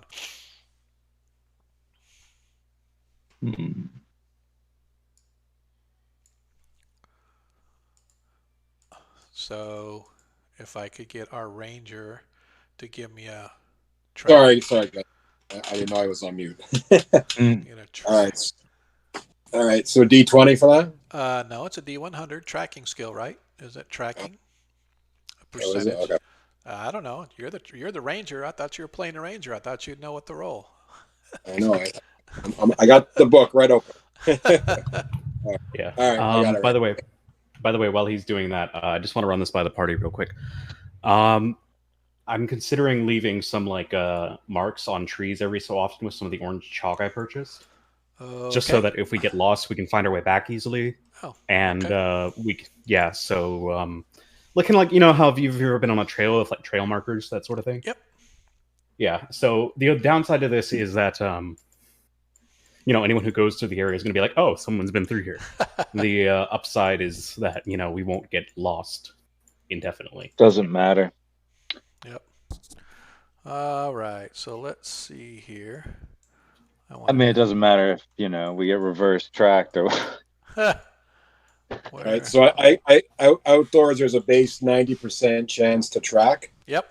And so for each creature that's in the party I'm trying to track, I get plus 2%. Yeah, but there's no pluses on this one because you're not trying to track a party or anything like that. You're just trying to stay on with the. Yeah. Oh, we got rated. So every who rated 24 hours. I didn't even see who rated Oh no, us. Raiders. Oh no, I wasn't even Phantom. looking. To arms, to arms. Do what? Phantom rated us. Oh, hey, Phantom with a 14. Hey, guys, definitely appreciate you guys checking us out, Phantom. I didn't even know you were streaming, man. So now that I know. Ow. Ow, ow, ow. To arms, to arms. Everybody, gather your pikes and your spears. We have to take on the Raiders. That's it. That's it. The bandits caught us off guard. That's it. That's it, exactly. Nice, dude. Appreciate it. Awesome. What campaign you running?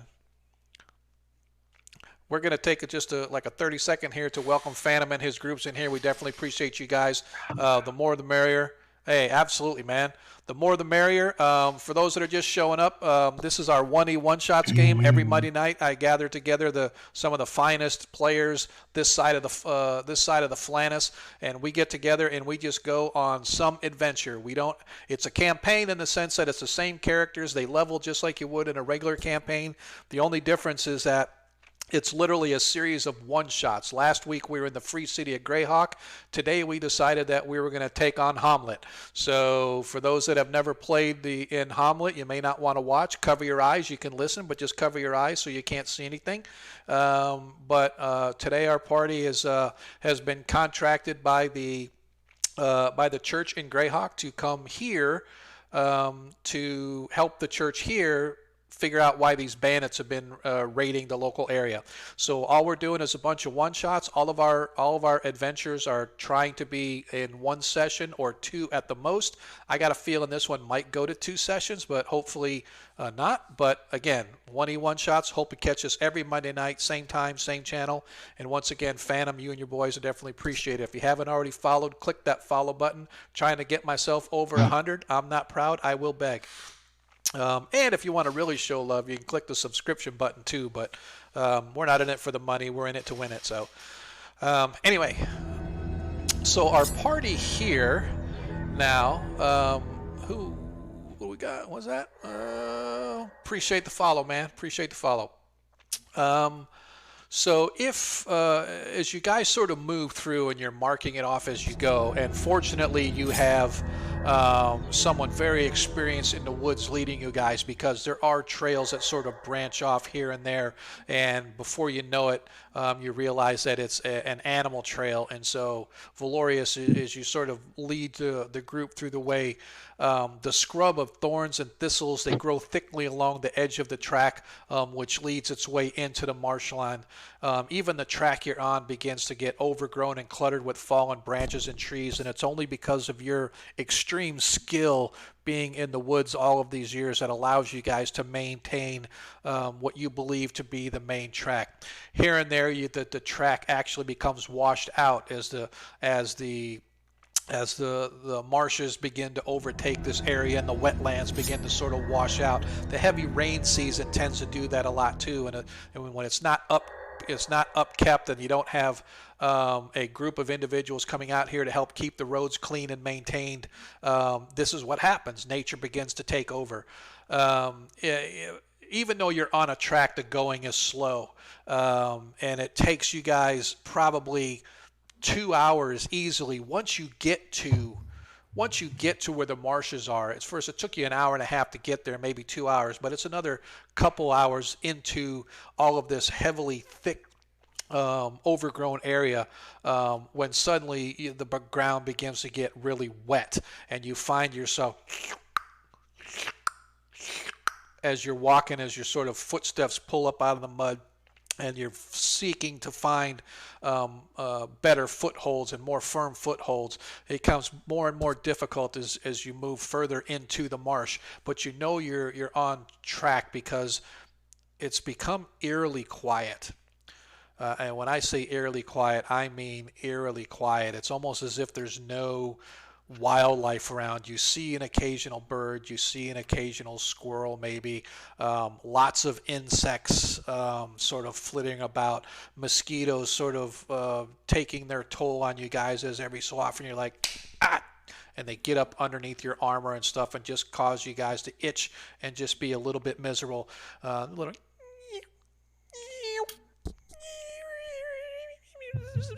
Around your ears and stuff as you're like swatting it, trying to get away, and it just becomes annoying. The bogs themselves really begin to stink because the mud has just been festering there for so long. Eventually, you can see where vegetation is overgrown, dead vegetation. That's how sort of sickly and gangly all of this becomes. When suddenly, just ahead in the distance, poking its way through the trees, you can see the top of a tower and maybe a wall of some sort. And as you guys begin to get closer, you can see the unhealthy vines and creepers sort of parting way, giving way to this whole open area where this ancient old ruin of what they call the Moat house is. Do I see any sort of humanoid tracks in the swamp, in the mud, or anything like that? So any cleared brush or something? Not that you can see anywhere from this side, from this vantage point of the. I'm going to move you guys onto the map here. Put you guys right at the edges.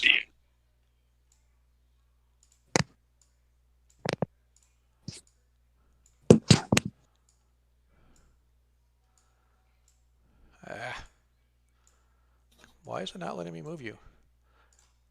It's not. Why is it? There. No. Orc only get moved and orc want to get moved. Exactly. That's where I'm putting you guys. So stay. Don't move.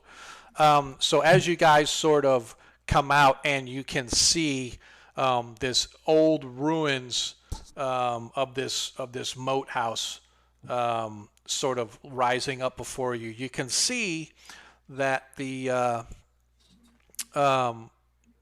where the gate is, the gate itself has been blasted open. It looks like some siege engine of some kind just slammed into it, and it's actually two solid gates stuck together, but one of them has been burst open, and they're both sort of just hanging there on their hinges. And there's this old rickety sort of wood drawbridge that has various rotted holes in it and stuff like that. It doesn't look or appear to you as if there was any like movement or clearance or anything like that, Valorius, when you sort of give it the once over with your eye. But this is sort of the view that you guys have right now, looking at the outside of the moat house. The trees themselves sort of block off sunlight coming from other directions because they're growing up so high. As the sun is just rising up, it's probably about 8 o'clock by now by the time you guys got here. But again, it's very quiet here. There's not a lot of breeze. The ground stinks with the fetid. You could see around the moat house itself, there is literally a deep, mucky, muddy water all around it. A high, steep embankment at the base of the walls, so it's literally sort of a fortification. If you were to have to go down into the water and then try to scramble up and climb the other side, it would be extremely difficult anyway. But you guys can see that again. There is a means of egress into the house, or ingress into the house, and that is across this sort of bridge, this rickety bridge, if you will, that lays before you. Nice of them to leave the gate open for us. Is each square 10 feet? Each square is 5 feet. Each 5 square is feet. 5 foot. Yep.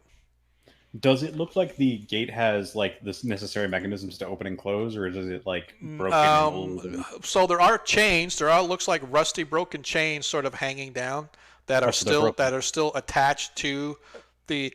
Still attached to the drawbridge itself. What working condition they're in, though, can't be told or can't be seen. Understood.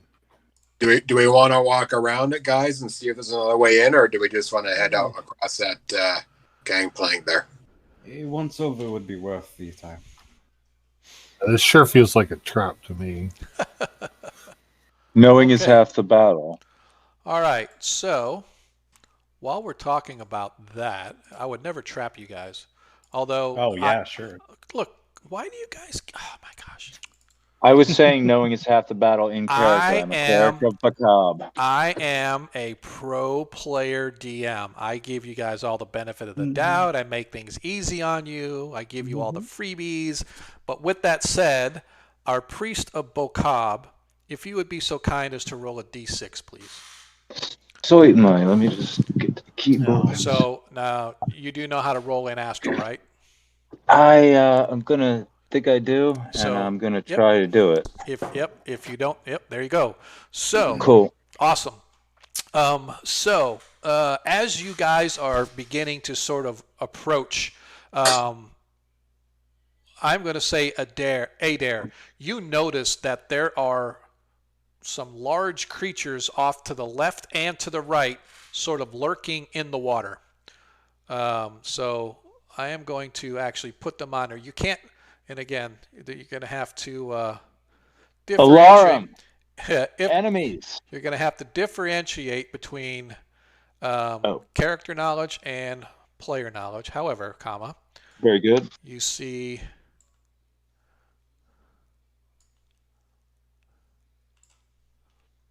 Ooh, I can talk to them.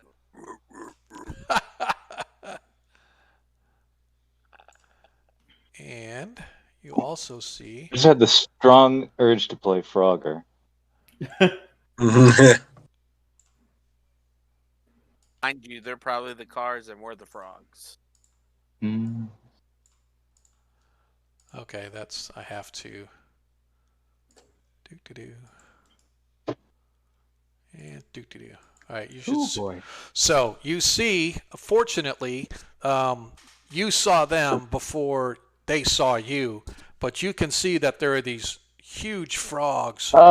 4 of them look to be a little bit smaller, but 2 of them look to be massively huge, and they're sort of lurking underneath the water, sort of wallowing in the mud. The marsh reeds have sort of floated over the top of them. The weeds and stuff that sort of lay across the top of the water are sort of half burying them in the muck and mucks. But fortunately, you guys manage to see them, and it's more surprise on them than surprise on you. So I'm going to give you guys a chance to act before they do. All right. So this is party-wide now. So what do you guys want to do? Do they seem hostile, or are they just going about their business? Right now, they're going about their business. We need to take these things out. They're too dangerous. Perhaps we can tame them. If you I'm want, try, gonna, you're welcome like- to it. Jesus, I'm getting my I'm getting my sling like spinning, Okay. and I'm gonna fire a bullet, and like unless someone else like gets a missile Well, weapon, if no one else gets a missile we weapon. have to do initiative first. We would have to do initiative Okay. first. So, I but thought that's first, what you guys this said. is. But I might not do that. I might am not going to do call that. this the surprise round, but the surprise round is you're not surprised, they are surprised. So you guys all get sort of a free action before we go into combat. So let's just put it that way. So we can shoot a crossbow at it. So you can do whatever you want. You can actually leave. I'm sorry. Can I ask about like switching weapons? Is that like? So normally, Will I be able to? I'm sorry. yeah. Go ahead. Go ahead. Can I take my like melee weapon out after I like throw a sling bullet type thing? Yeah, I would allow that. Would be an action to draw your weapon and attack, right? So if you're changing weapons, that's the same as drawing your weapon and attacking. I would allow that. So one round. I just you didn't want to attack. get killed by an enemy. Like, yeah, okay, good. Thanks. Yeah. Or Okay. do you guys want to go around? Wow. I am giving you guys the option. So they have not attacked yet.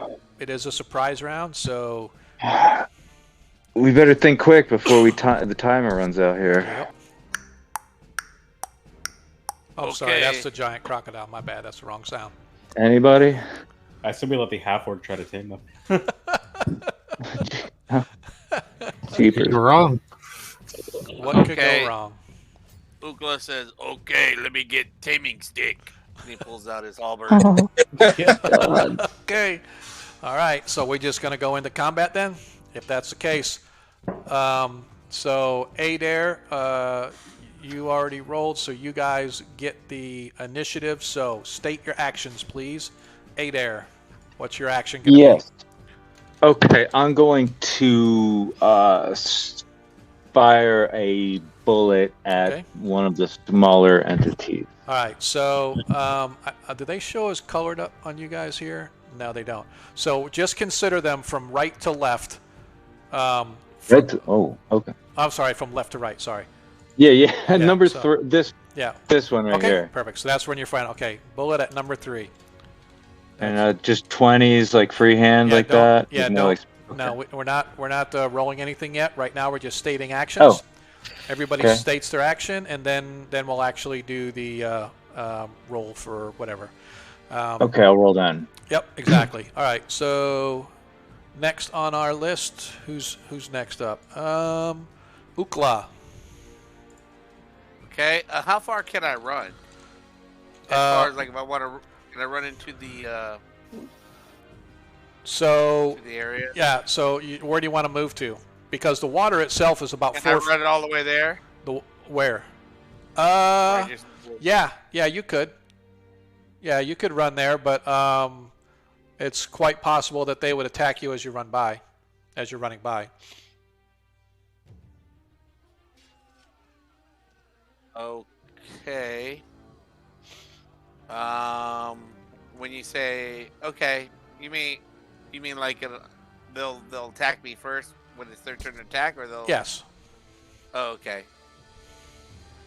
Okay, that's what I'll do. All right. So I'll run with my sword and my shield, and I will you're gonna run to the gate. run to the gate right there, Okay. and I'm gonna ready my action for melee combat with my shield Okay. if they approach me. All right. I'll be in. All right. Marcus. I'm going to shoot the one that's closest to me. All right. So the 1, It's a 2, 3, or crossbow. 4. So this is 1, 2, 3, 4, and this is 4. 1 and 2 is the big one. You're gonna shoot at 4. Okay. You're shooting a crossbow. Yep. All right, and then Valorius. I am going to take out my short bow. Yep. And I'm going to attack number 2, big guy. Okay. Boom. Okay, cool. Oh, number 2, big guy. So you're gonna shoot at this one right here. Yeah. Okay.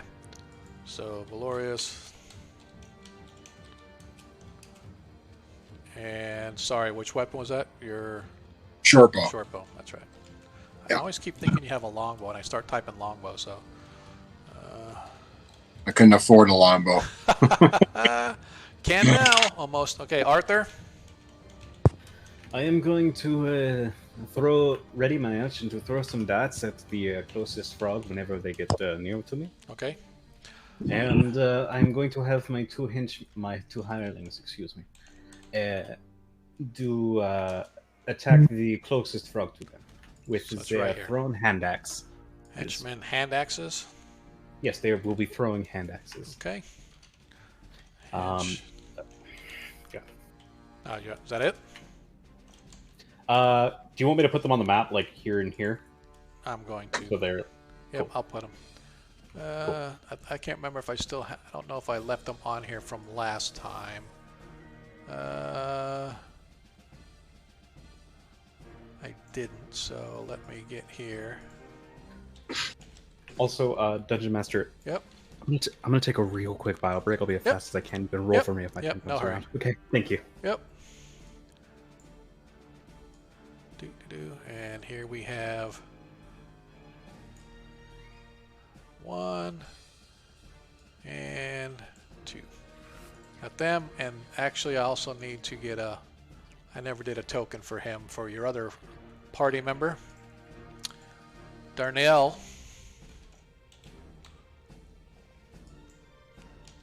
Okay, guys, I'm trying to bottleneck them.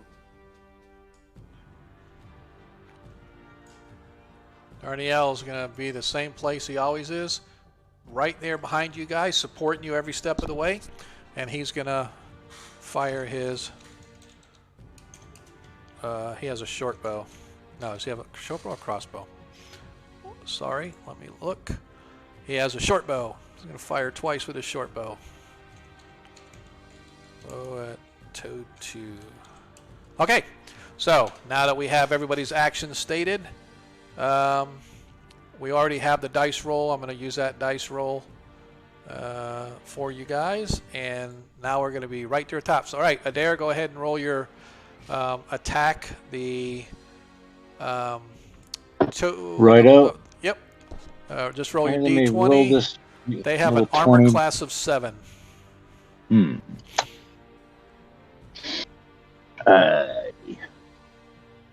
Get my. All right, you rolled a 12. Yeah. So. So I'm gonna. That would hit like an 8 on the best of days. Well, let's see. Maybe there's Do an you have a armor dex class bonus on your? Actually, I do. It's +1. So you should get a. That's Jeez, a 13. that's lucky. Oh yeah. 13. Awesome. You need a 14 Alright. to hit armor class 7. Oh. Yep, unless I don't know if your sheet gives you. Let's go to him. Where's that? Oh no. Well, I'm looking right now, so I've got your character sheet out here. So your Where's sling, the your sling gets a +0 against armor class 7. So the +1 with your dexterity gives you a 13. You missed by 1. You need a 14. So you fire your sling off, boom, and it sort of bounces off its thick rubbery hide as the thing just goes as it notices you are there now. Nuts. And they sort of turn your direction. All right. Anything else that you want to do? Ooh, 'Cause you can't attack, but you can like do still. I still allow like movement and stuff like that. can I like start casting a? No. Okay. No spells can be cast or anything like that. Those have to be stated at the top of the action. That's what you're going to do. So top of your next round, you'll be able to say, I want to cast a spell. Because, of course, if you're in the middle of casting a spell and you lose initiative and they hit you while you're casting your spell, you lose your spell. So, all right. Next up on the order is Ukala. Ukala ran to the gate and he spun around, and that's what you've done. Anything else? Just preparing for them to attack, right? Yeah, can I back up one more spot?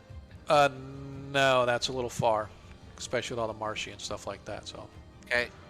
5, 10, 15, 20, 25, 30. Yeah, it'd be pretty close. All right. DM, I'm sorry. The DMG says cleric first level needs a 13 to hit a 7. Oh, why was I? You're right. I was looking at the wrong matrix. For some reason, I was looking at thief instead of cleric.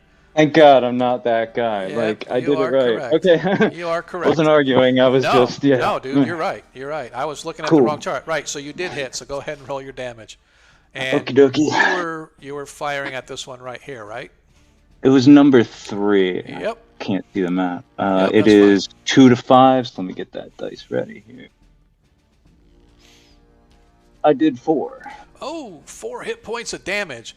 You guys watch as your newfound comrade whips his sling around and he lets that bullet go just as the frog's just sort of turning as a big loud croak. It pierces it right in the eye, literally in the eye, going into its brain, and you watch the frog just let out this wailing, and it drops. From the from the depths of, like, defeat to, like, yes. Meat's back on the menu, boys. Yep. So you watch as that thing drops and it literally sinks right into the water. The other frogs around him start going, as obviously they are not happy that you killed one of their offspring. Nice shot, sir. Nice shot. All right, Marcus, crossbow. You're firing. Well, that was just mean. Why would you kill it? Frog legs on the meal tonight. How big are the big frog legs? So the So small how small big are ones, the big ones? The big ones are probably about maybe 9 feet long. Yes, dude. Yeah, the smaller ones are probably about 3 or 4 feet long. Not too bad. All right, so Marcus, you are up. Crossbow firing at number 4. Yeah, I rolled 11. I believe that hits. need to hit armor class 7.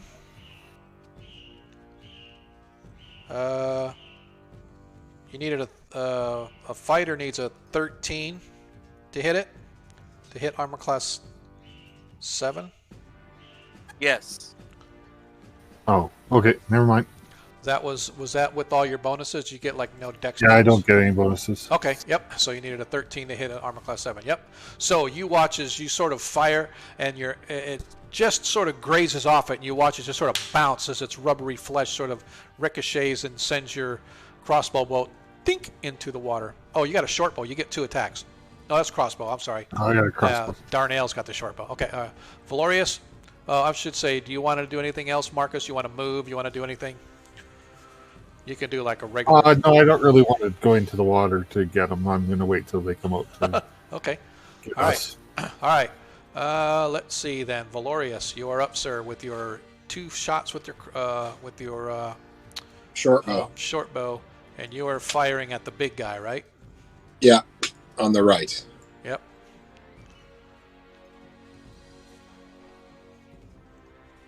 All right, 16. That's a hit. 16 hits.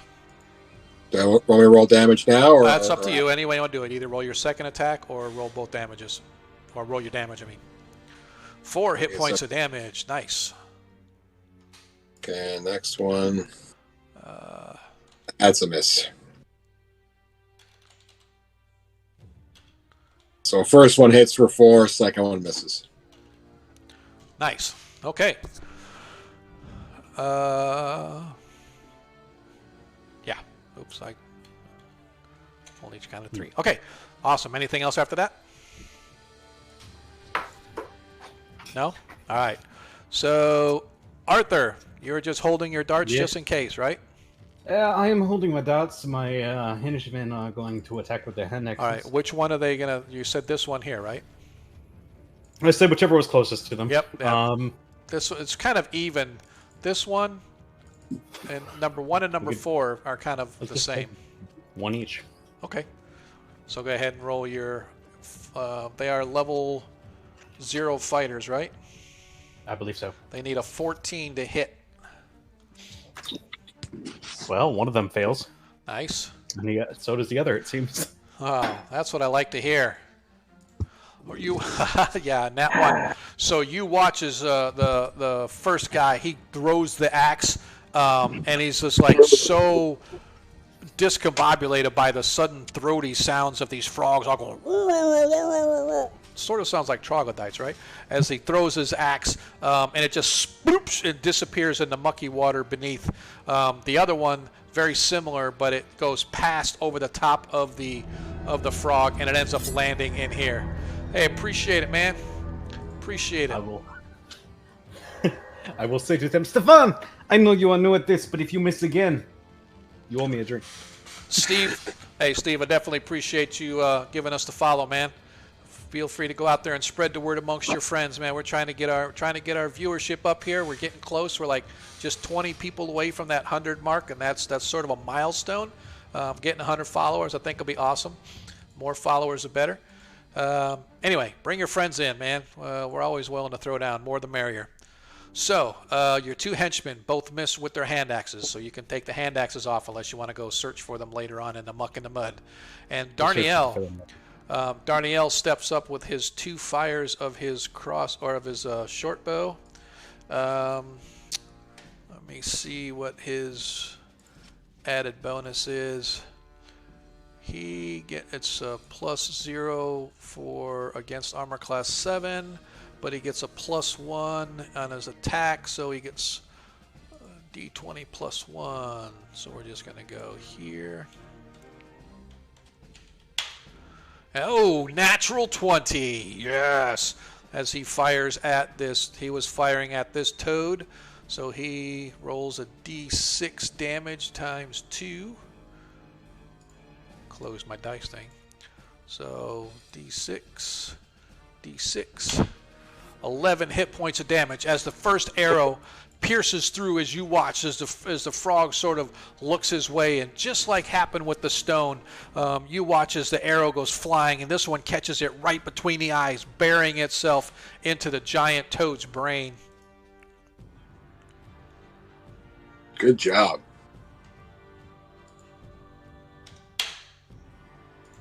And who was that shot that? Darnielle, that's y'all's rogue. Yeah. He's the NPC. All right. As he does not, or he actually doesn't fire his second arrow because his action was to attack the toad. He already killed the toad, so I'm not going to have him be able to redirect his weapon. But that first toad is down. All right. That brings us to the toads, as the toads are all extremely unhappy now, as they completely forget about, these 3 forget about Ukla, but this one doesn't, as this one goes right to Ukla as it leaps out of the water, fully in the air, lands, slams right on the bridge, and right where the bridge is, you just watch it just shatter underneath his weight as he sort of half buried into the wood itself, as the wood splinters apart and stuff, leaving just 2 small little tracks along the side as he opens his mouth to attack Ukla. Does a surprise round not work how I think it works? What's that? I thought we got a surprise round on them. Did they get? Oh, you're right. You're right. I forgot it was a surprise round. See, I'm glad I have players to remind me, man. I forget stuff all the time. See, this is why I have players. So now we can call our actions. So we are back to the top of the round. You're right. Back to the top of the round. And let's call our actions. So, Adair, what is your action going to be this round? Adair will, is this a surprise round with multiple firings, or just like no, one? That was it. We are in normal combat now, so we're stating our actions, and then we'll figure out what's after that. I'll fire on on the baby frog 3. Right here? There's little frog for 3, yeah. Yeah, this one over here. He's number 4, but technically, yeah. He's 3 now, but he's technically number 4. All right, Ukla. I'm gonna throw a javelin at a frog. Okay, which one are you gonna throw at? Mr. Hoppy Pants over here. All right, so number 2. So you are going to javelin. Number 2. Marcus. I'm going to move up to the left so that I'm not the water, and I guess I can only move 2 squares, right? No, each square is 5 feet. So your movement is like 60, right? So you can Okay. move up. To, and pull out my sword and shield. all right, go ahead and move yourself to where you want to move to, just so we know where you're going to go to. Okay, perfect. All right, Valorius. So am I able to move towards that big guy and use my sword, or is You won't be able to reach him. 5, 10, 10, 15, 20? Well, you can definitely move there. Your movement's 60, but it's Correct. Wait, is your movement 60 or 90? It is 60, but it is swamp, right? Yeah, so it's half movement, so you can technically move 30. So. Okay, so I'll use my bow. Okay. I'll go for. Yeah, just move yourself to where you want to move to, and then we'll say you're moving your bow from there. Okay. And by the way, if you guys didn't already know, if you hit the shift button, right, and then wherever your mouse is, and you start dragging it, it'll tell you how far it is from where you're at, right? So. Yeah, so I'll go about right there and shoot it. So I'm saying you could go here, you could go there. I don't know if you see the map or not. You can go there and it'd be 25. You could go there to be 30 feet. So you could move that far if you wanted to. You just would not be able to reach them with your blade. You could reach them with your crossbow, obviously, or your short bow, I mean. So if you want to move that far. So I just need you to tell me where you want to move to and then what you're going to do. Okay, so I'll move to about over here then. All right, go ahead and move yourself. Or are you? Yeah, you're not on mobile, right? Okay, gotcha. Oh, I was on the wrong guy. Okay, you're right. All right, cool. Yeah. All right. Yeah, so I'll go right there and I'll use my bow against the big guy. All right, short bow on toad number 2 or number 1. I mean. Okay, Arthur, same what you're doing, sort of hanging back. So, yeah, I'm gonna have my 2 henchmen throw hand axes at whatever toad's left alive by their turn. Okay. And how many hand axes did you buy? I bought 2. Okay. So each of them has 2. Okay. So this will be their last ranged attack. Yeah, I just want to make sure because I know it's difficult sometimes to keep track of stuff. No, I'm. But I'm one doing thing I it. don't like about Astral is they don't have first edition character sheets yet. They're in works, so that you can't edit the sheet while it's here. You have to keep track on your own and then re-upload the sheet with an updated version later. But I just want to make sure we're keeping track of your projectiles. For sure, I'm definitely keeping track of it. I'm doing it in my Discord channel though, so if you want to check that. No, dude, I don't. You know, if you guys want to cheat to keep that, then that's on you. I'm not worried. I don't think you'd ever cheat, so we're good. Yeah, no. I trust my players. I'm gonna ready my darts again for first same as the first. So are your hand axe guys gonna stay where they're at, or are they gonna move any closer, or are they just what? I mean, I don't know if they get any advantage for getting closer. They don't because it's still within the actually what's the isn't it 15 feet? What's the range? I thought daggers were like 15 or something like that was short range. I don't know about daggers, but hand axes I have I'm new to first edition, I don't really know. Yeah, so if we go if we look at let me look really quick here. See, always have your first edition stuff handy. And yeah, it's 10, 20, 30. So if they're more than 20 feet, yeah, they should have actually had a -4 bonus on them last time. So yeah, they still missed. Yeah, within 10 feet, it's normal. 20 feet at a -2, 30 feet at a -4. Well, let's just say they ready their actions then to throw any hand axes at frogs approaching us, and we'll move closer to stay right behind the group here. So this one, I don't know if you can see me clicking. Yep, I can. We'll move here, and this one will move here. Okay. And again, we'll throw at anyone who gets close to us. Yep. Ready. Axe. Okay. All right, and Darnielle is once again going to, fire his short bow. So, you won the initiative last time. Therefore, Adair, you get to roll initiative again. Give me a roll. Roll a die 6, please, for initiative. I rolled a 5. You rolled a... You suck. Yes. Damn it. Damn it! All right, Adair, you are up, sir. Go ahead and fire All your right. bullet at whichever Here we go. at the frog. Now, really quick, let me look. Well, what's- I tried. hang on, I was going to say, what was the range on a? It is. sling? It is 50. Okay, I just want to make sure. Short range is 50 feet for the bullet. Okay, Mhm. cool. You're good. And that's zero. That's zero modifier, correct? That is correct. Okay. You don't get anything for your dexterity, though, right? Your Yeah, dexterity- +2 actually. Okay, so that would be an 8 though that you rolled. No, you rolled. I'm I sorry. got like a 9 total. Yep. That's so fine. yeah. A for 9. effort. Yep. And absolutely. A for Adair. Absolutely. I will eventually remember your character name. Trust me. I ask Aethernalis Arthur here. I used to butcher our players' names or character names until I will be happy Until I because finally- like the last DM I had, we couldn't. He never got it right. I Not will. through the whole game. I will. It'll take me 6 months, but damn it, I will get it. I promise. I appreciate that. No worries.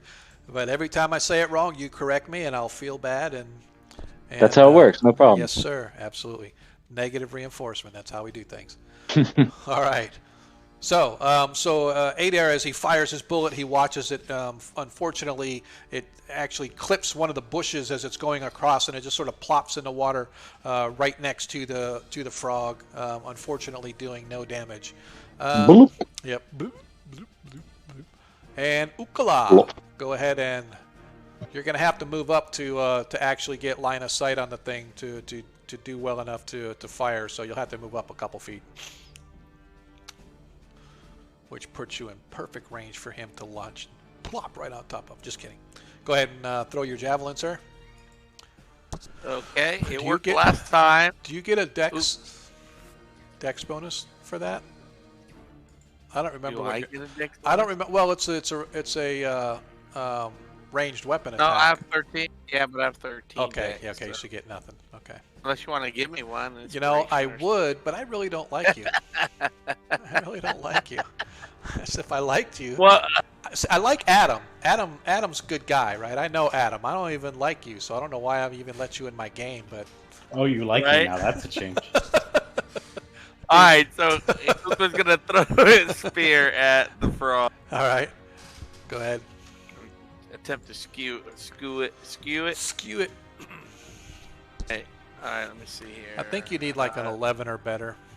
Or a 13. 13? Yeah. Okay. Okay, I hit javelin. Nothing rolled, so I'll hit it again. Is your action might not be working right. Okay, I'll just grab a dice. That'll and roll it. Yeah, I need to check all y'all's once we get the character sheets updated and reset up there, and I'll go through and check all the actions. Right, I just sent the dice roll in, and it's. Are not you doing showing. it? You're not doing it from D&D Beyond, right? No, I'm doing it Yeah, right that's here what I on the. The dice isn't playing nice. What you want me to roll for you? I'll do it again. Okay. 1d20. Here it goes. It's not responding. Let me refresh. Okay. Yep. We'll wait. We're no hurry. Meanwhile, grab yourself a nice fresh Coke while we wait for the half-orc to go make his rounds. All not right. Once the We can half-orc do comes that. back, we can. No. All right, there we go. We now rejoin this. How do they say it? We now rejoin the program already in session. Go ahead, dude. This Nice. combat is one Oh, There you go. so close, but so far. You guys watch as the half-orc screams, "Ugh! Oogla! Ugh!" And he chucks a javelin and goes right past the frog, disappearing into the water. Boom! You can hear it thunk as it hits the bottom of the water, and the tail end of the javelin just sort of wobbles as it misses it and buries it into the muck in the bottom. And then I scoot back. Okay, Valorius. All right, I'm gonna launch my bow. Launch your bow. It is. Oh, Oh no! That's a wild miss. I won't. And unfortunately, there's nobody around that you can accidentally hit. And I'm not going to be something silly like you accidentally shot yourself. So we're just going to call that some reason you go to launch your arrow, and for some reason you let go and it just doesn't go anywhere, or it wasn't knocked correctly, and as you're pulling it back, the string as you pull it back just sort of scrapes right along your face, just giving you like a razor burn. It's almost taking skin as it takes some facial hair along with it and scrapes, and the arrow just sort of bloop, just like some kid first learning how to shoot a bow does it, and it just drops on the ground before him. As you look around, I would like to point out he could shoot Ukla. Yeah, he could, but he's shooting he's here, and he's shooting here. It'd be real impressive to miss that happen. Yeah, to go flying there. I would just rather it just sort of scrape himself. But Okay. But yeah, again, unlike Jay and the mysterious Tim, I don't have all these awesome critical fail charts and stuff like that. Which are kind of fun, but at the same time, I'd just rather keep it a little. This is more likely what could have happened, that suddenly your arrow shaft snaps before you release it, or something stupid like that, right? But in this case, the twine just comes flying back and it catches you right along the face as it sort of rips skin and hair as it scrapes along the edge of your face, giving you a razor burn like effect as the arrow just sort of goes plopping into the ground, does a little tumble and splashes and just floats there in the water. Second shot. It could have gone worse. It could have gone worse. Could have gone worse. He could have kept the arrow, and the bow could have flown off. This is true. See? Thanks for giving me ideas, guys. The more ideas you give me, the happier I am. So, all right, go ahead and roll your second attack. All right, I'm going to take a deep breath here. I'm going to focus. Focus. I'm gonna forget about the pain on my side of my cheek, and I'm gonna roll, and I'm gonna shoot. And a 17 hits. There we This go. time your arrow flies true, bearing deeply into the giant toad, its blubbery flesh unable to repel the piercing projectile, as you do a full 6 hit points of damage, slamming into it as the toad's like, roar, as it obviously is in serious pain from that arrow shot. Nice shot. Arthur, you and your henchmen are just sort of holding action, so I'm going to go to Darnielle, who is firing his short bow at this frog over here.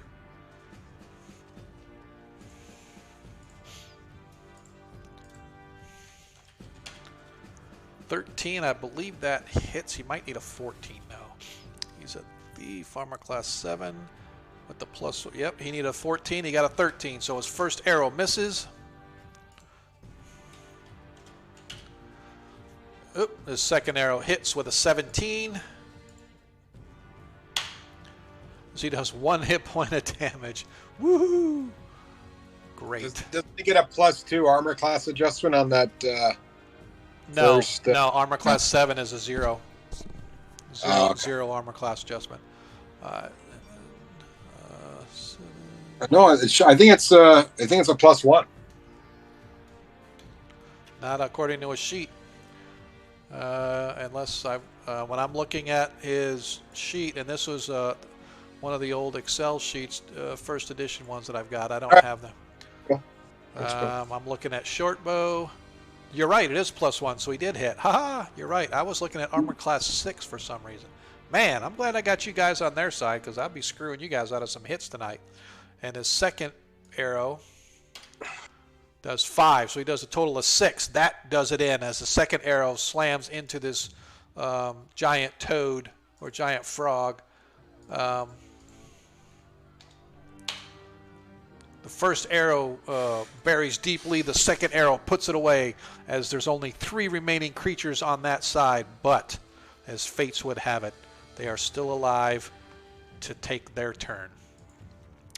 As this first toad leaps out of the water, lands over here, shattering, like I said, the edge, and he hops up and he attacks Ukla. Okay, what kind of attacks do they get? Oh gosh, they could swallow you. Let's see that. I try to reason with it. Okay, so yeah. I have an armor class of 3. Armor class 3? Okay. So these creatures need a 13 or better to hit you. Wait, sorry. My Wait, equal. armor class 3, right? Yeah. Armor class 3. Yeah, they need a 13 or better to hit you. So they only get one attack though. That's their bite attack. So as he opens his mouth and his tongue goes like flipping out to you, trying to lash you and pull you into his mouth.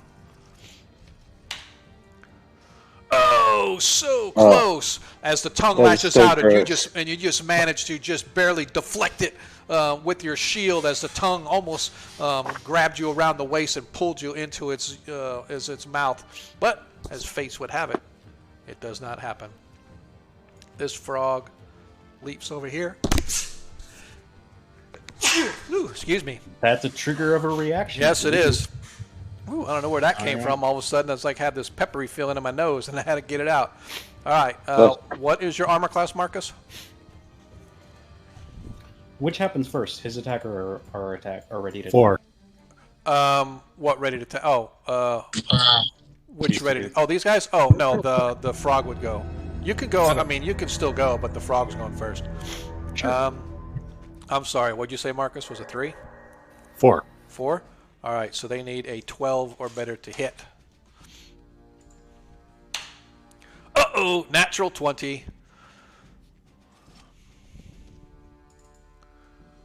I'm not sure how to do on this one, but we're going to just go ahead and do this. Let me see what that is.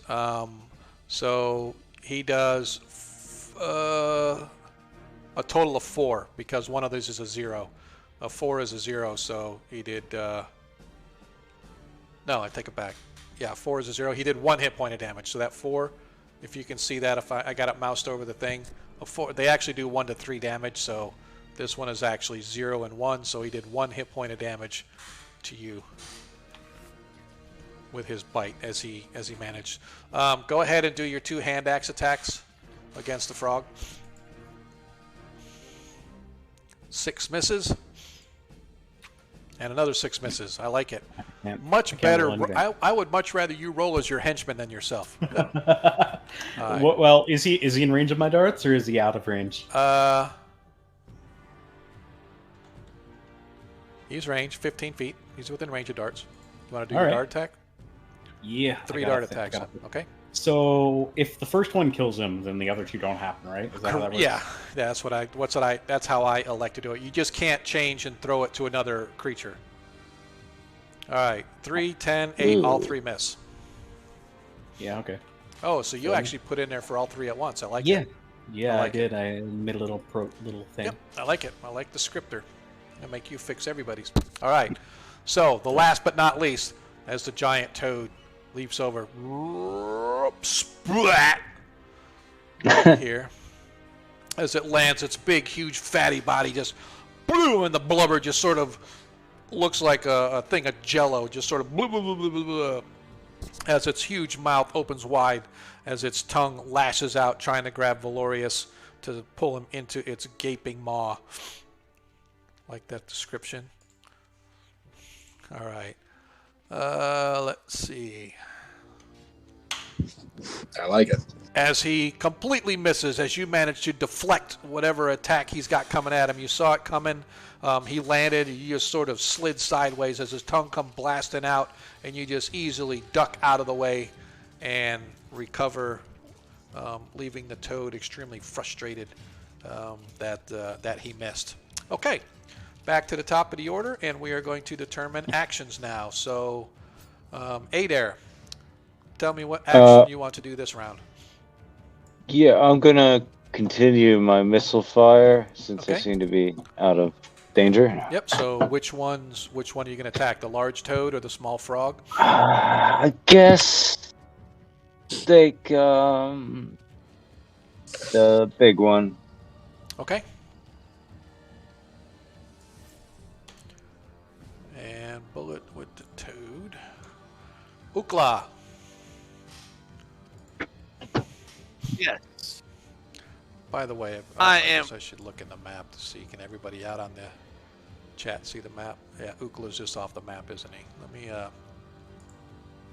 bring you down just a little bit. I'm gonna move him a little, I'm going to move a map down just a little so hopefully everybody in the chat can now see. I'm not really looking at the Parentland chat, which I should be. That's okay. All right. Dude, man, I just noticed that, Monkey. I didn't even hear it come up. Monkey, I appreciate it, man. Gift subs always help, man. Gift subs help. All right. Sorry. Back to where we were. So, Monkey, actions? Yes, I'm going to attack the frog.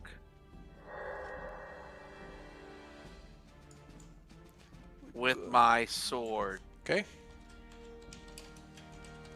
Hey, we definitely appreciate the subs, man. I don't know how many you gave, Monkey, man, but you guys are making my day. I definitely appreciate all the love.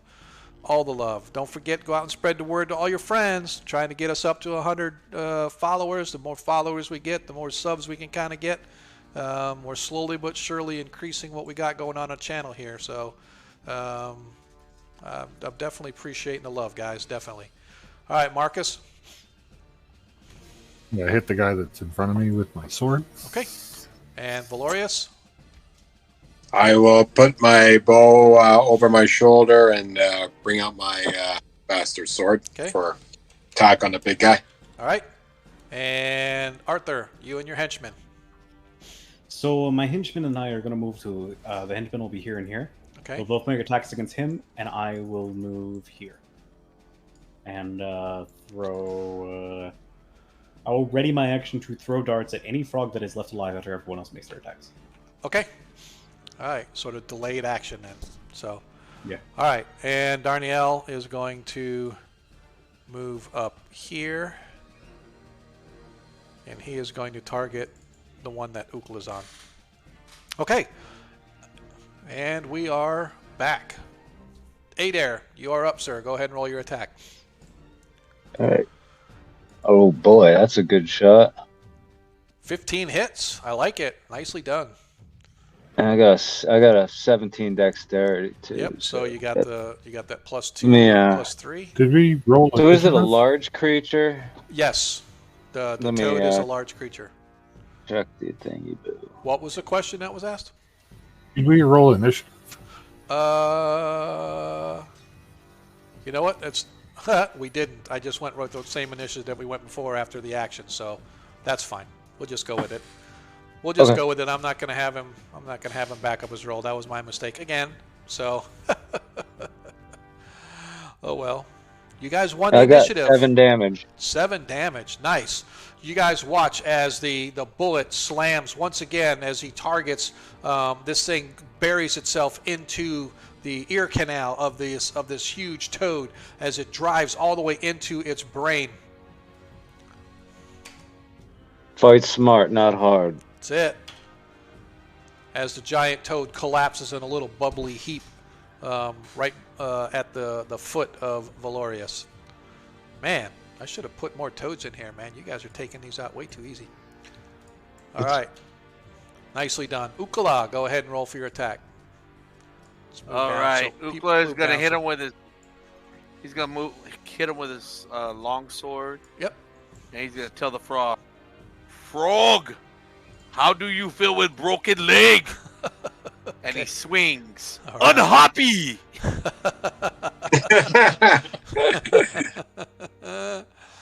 Oh my God! Why do I put up with him? As you swing, and the frog hops, as the frog hops up and lands at you, and it shakes his head at you. No, no, no! As you obviously miss. And move these guys back up so everybody can see a little farther. How are we doing there? A little farther. And a little bit more. I just want to make sure that I can keep everybody on. Hey, wait. Can I use my 20 to give him a natural 20? I was thinking about it, but yeah, no. Oh, shit. Nope. Sorry, my bad. I know it's family. It's okay. All right. It's all right. One time. Yep. We have that in our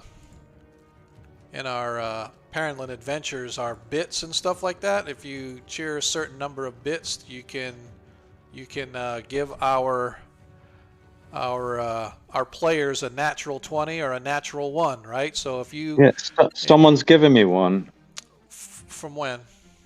from earlier in this session. Let me go over to my old iPad and look at. Yeah, there Someone was wanna- someone gave a coin for 20 nat. Yeah, Yeah, I it's wanna not give it- 1 coin. You can't. No, they used. They purchased. I must have missed it because I did not see it. Yeah, it was at the very Yeah. beginning before we started. Wait, how many? I was going to say how many? Because it's like 1,500 bits you have to cheer in order to. Did somebody cheer Yeah. that? No, Of the no, they gross paid ones. with the coins or the Paraland. That's what I meant. That's what I meant. Oh, okay, yeah. So he gave 1,500 for the natural 20. I am sorry, I did not see that. So yes, if they gave you a natural 20, then yes, you are. I want to give it to my party member. Okay, so Ukla, you now got instead of the miss, you got a natural 20. So go ahead and roll your double damage. Oh, no unhappy. Yeah, I do All right. apologize. I should keep track of that more often, and I really do apologize for missing that. No, we're all friends. Yeah, no, Except, because yeah. When you're attacking us with monsters, but except for that. Yeah, I did not see All that, right. and I apologize. So whomever gave it to him, I definitely appreciate that, and that's what I was saying. You can trade in your coins. 1,500 coins gives them a natural 1 or a natural 20. I think I'm going to have to up that because you get 1,500 pretty quick, but that's fine. We'll go for it for now. That's good though, man. So you're able to swap that in. We up that. All right, go ahead and roll your damage for your longsword, double damage. Now, there. just say, is it a small or a large creature? These are considered large creatures. All right, great. Here we go.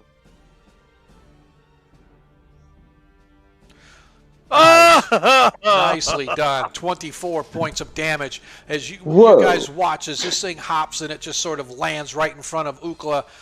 Ukla dodges its massive tongue, and as he yells at it, "You're not happy!" and he brings his longsword up, catching it right in the belly and splitting it all the way up through its jaw. As you watch as the internals of this whole thing just spill out on the ground as the frog gives its dying croak, its innards sort of splattering over the feet of the half-orc warrior in front of him, leaving the creature dead. Nicely done, sir. That was well played. Thanks for the nat. That was well played. Yeah, thanks. See? Teamwork makes the dream work. Yes, sir. Absolutely. Absolutely. All right. There is but one left. And after Ukla, Marcus, I believe that was the one you said you were targeting anyway. So go ahead and roll your attack. And a miss. And a miss. Swing! Better. So as you swing with your blade, unfortunately, you just can't get quite the angle as the two stumbling henchmen come up and sort of bump into you, throwing you off a little bit. Your blade just bounces harmlessly off the thick, rubbery hide of this large junior frog, if you will. Don't blame his low roll on my people. I'm going to blame it. It's my story, and I'm sticking to it. Oh, Dad jokes are always -4. This is, see, a DM, you've got the right idea. So, but even with that, the nat 20, it still would have just given him a 16. Just wouldn't have double damage. He still would have killed it, so it wouldn't have mattered one way or the other. So, all right. So, where are we? Up next are our two, Valorius.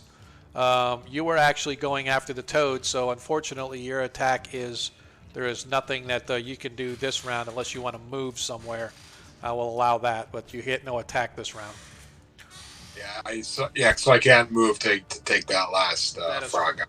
That is correct, yeah. We won't be able to attack because once you state your action on an attack, that's where the attack goes. However, I will allow you to alter and move since the toad in front of you has died. I think I'll just hold here. I think we got Okay. a lot of firepower there that'll take out that thing. All right. So Arthur, you and your henchmen, what are we doing? so as I said, they're going to attack this guy right here. All right. They have short swords, right? Yes, they do. All right. Go ahead and roll your attack. 18 hits, 3 misses. So go ahead and roll for your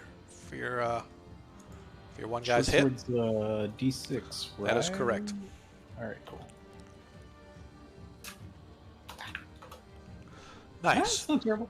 Nice. With a yell at the toadies, he's like, "Die, you beast!" He slashes down on it, and you watch as his blade cuts across the giant frog, actually cleaving a gap or a gouge all the way down its side as he severely wounds it, although he does not kill the creature. The All right. second one, Well, of that course, means- misses, and that leaves you, Arthur.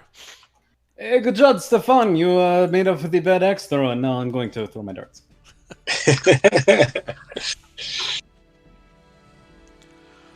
Any of those hit? Let's see. No, I think to hit armor class 7, a magic user has to get like a 30. Okay. No, you need a 14 or better to hit, so you missed. I did not roll any of those. All right. So close. As once again, your 3 darts go bouncing off the creature and do absolutely no damage whatsoever. As Darnielle draws his blade, firing at the last toad, or frog, whatever you want to call it, as his first shot misses. As his second shot misses as well. As the frog sort of slithers sideways due to the pain inflicted by the blade of the henchman, unfortunately, it causes Darnielle's shot to go wide, and his 2 arrows go into the water, disappearing in the murky depths below. All right, we are back to declaring actions. Adair, do you have an action you would like to declare, or are you just going to wait, or what? Because it's I'm not... going. So can I do something at the end of the turn if like just for future reference if I do wait? Can I Yes. like still like okay, great. Yep, Then I'll just do that. Yeah, so you can delay your action till after Mhm. something, but once again, once you declare your action, it can't be changed. So, Right. am I assuming you're going to continue to use your or not your bullets, or what are you going to do? No, I'm just going to delay my action. Like... No. You have to declare the action. Oh, okay, then I'll Yeah. I guess I'm like I mean, do we got enough fighters on that thing, I think. Yeah. What do you guys think? All right, then I'll just, stand. Okay. All right. Yeah. Yeah. So Clean off my Okay, yeah, gotcha. That's Clean all. up the mace. Yeah, or clean off your stuff. But yeah, basically, Yep. you always have to declare an action, but you can delay that action till like the end of the turn. But that action still has to be carried out, right? So you can't wait. Understood. To say, yeah, can't wait till some at I the will end put say, my "Oh, sling away, and Yep. I will look out into the swamp to make sure we don't get ambushed by anything right now. okay." Or you can throw your staff, and you can always retrieve it if you miss. Throw the mace at him. Just kidding. Yeah, if no one else kills it, I'll just be ready with my sling, okay? All right, cool. All right, cool. That's awesome. All right, Ukla. All right, Ukla's gonna throw his spear at the last frog.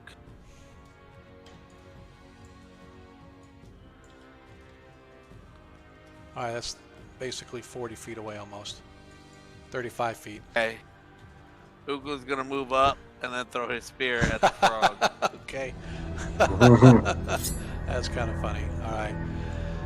All right. What do we got coming in? Somebody's coming in here. Definitely Dungeon Positive. Definitely appreciate the follow, man. More love, the better. Spread the word to your friends. Come on in. Hit that follow button.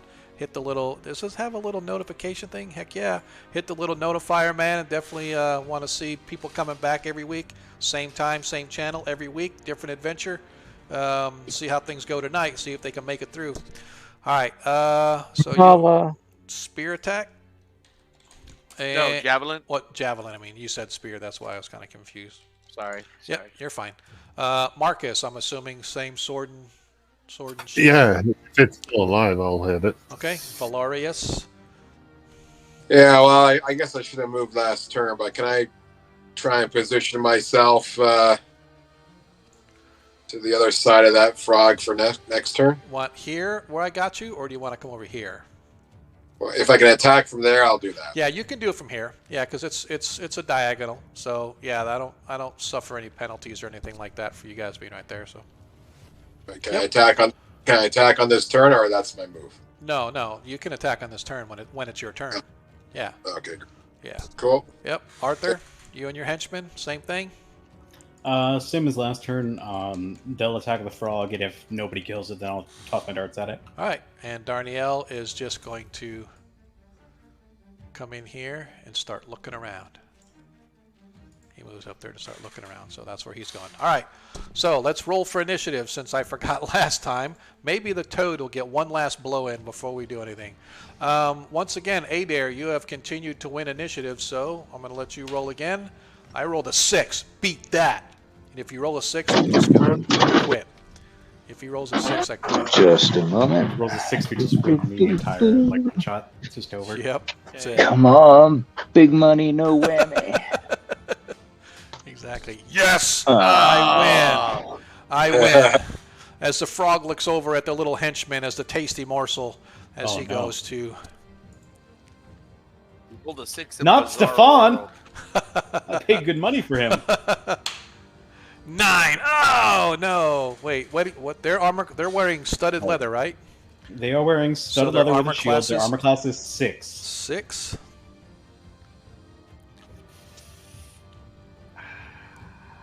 Don't they Damn have it. an I 18 needed a dexterity? 10. I needed a 10 to hit. And Oh, man. Lives That to fight another day. blows. That blows. I needed a 10. I got a 9. All right. Adair, you are up, sir. You were holding your action with this thing. Ukla, Yes. Ukla, go ahead and throw your javelin. Hopefully you don't hit Okay. Stefan. Nope. Don't say that. It worked. It worked last time. So Ukla's gonna kiss his spear, Okay. and he's gonna throw it at the frog. And goes, "This is like Ukla's favorite game, croquet, Oh, croquet." god damn it. As he hits. As he hits. Oh, roll your damage. Oh, my God. I'm gonna start kissing my javelin. Dude, more. you're the dad joke javelin thrower, man. That's all we're going to say. That's classic. Yeah, I think it's for the 6. I think. Yeah. Yeah, it's a die 6. Oh, it's against large creature? Is it die 6? Yes. It's the same in all. Oh, okay. So your javelin manages to go pierce right through the rear leg of this giant frog as it lets out this massive croak in pain, but it's not. It's still moving. It's still moving. Valorius. Wow, this is a tough little guy, eh? Yes, he is. All right. Bastard sword, here we go. Hey, Janders, I apologize, man. I'm trying to get to the encounters and stuff, but yeah, this is the first encounter so far, so. Oh, missed. swing and a miss. No. Okay. Arthur, you and your henchmen are up. All right, time to finish the job. Let's see what we can do. Hang on a second. Did I skip Marcus? Yeah, you seem to do that a lot. Why do I do that? I went from Ukla to Valorius. Okay, that's let's do Marcus first since you guys were just waiting on anyway. So Marcus, go ahead.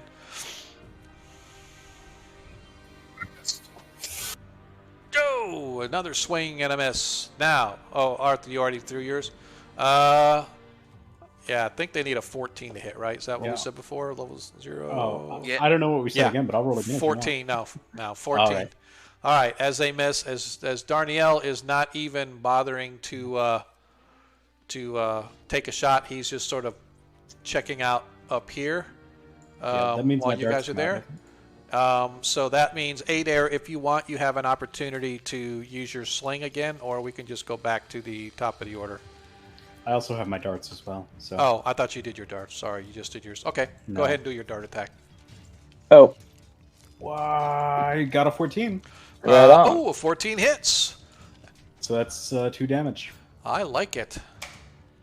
Plus whatever I did previously, which was 3. As finally, you guys watch as the last of the toads are ended. Yes.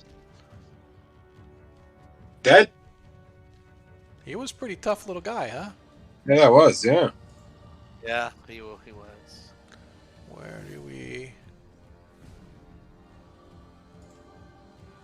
There we are. I want to get that going. So,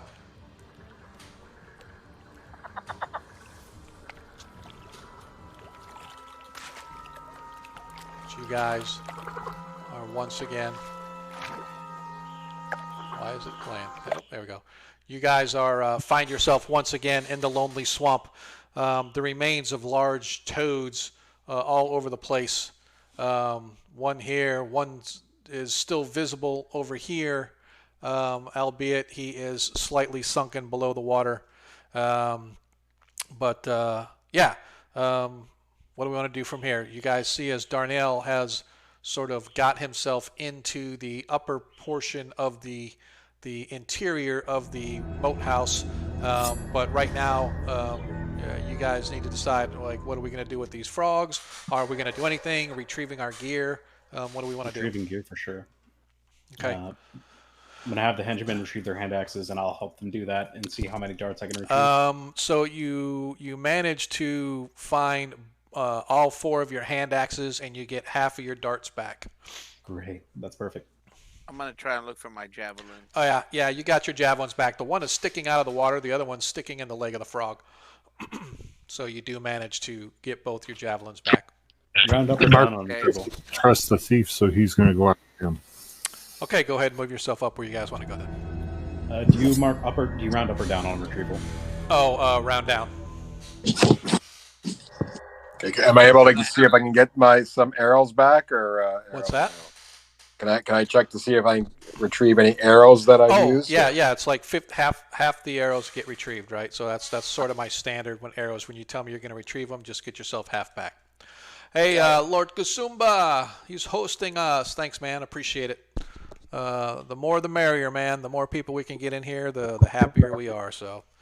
Hey, Ukla's gonna ask either Jeremiah or the other guy to borrow his axe, so I can cut off some frog legs from the smaller frogs. Okay, the smaller frog legs are still probably about 3 feet long, so it's not like they're small. It's like carrying 2. Okay, I want to cut one off though. Okay, that's fine. So as you take one of Stefan or whatever the other guy's name is, I forget what Arthur named him. Oh, sweet. I don't mind lurking. I lurk your channel a lot too, because I never get a chance to hear everything that goes on during your shows and stuff. But I really wanted to catch everything from Anna when she did her show the other night. So, all right. So you managed to take off the small frog leg, albeit it's still about a 3 foot long frog leg. Probably weighs a good 20 pounds or so easily. But definitely makes a good slugging weapon if you manage to slug something. Yeah. As you guys... Sorry, go ahead. I was just gonna carry it like a club. Okay. I want to see if there's gonna be a use for it later here, maybe.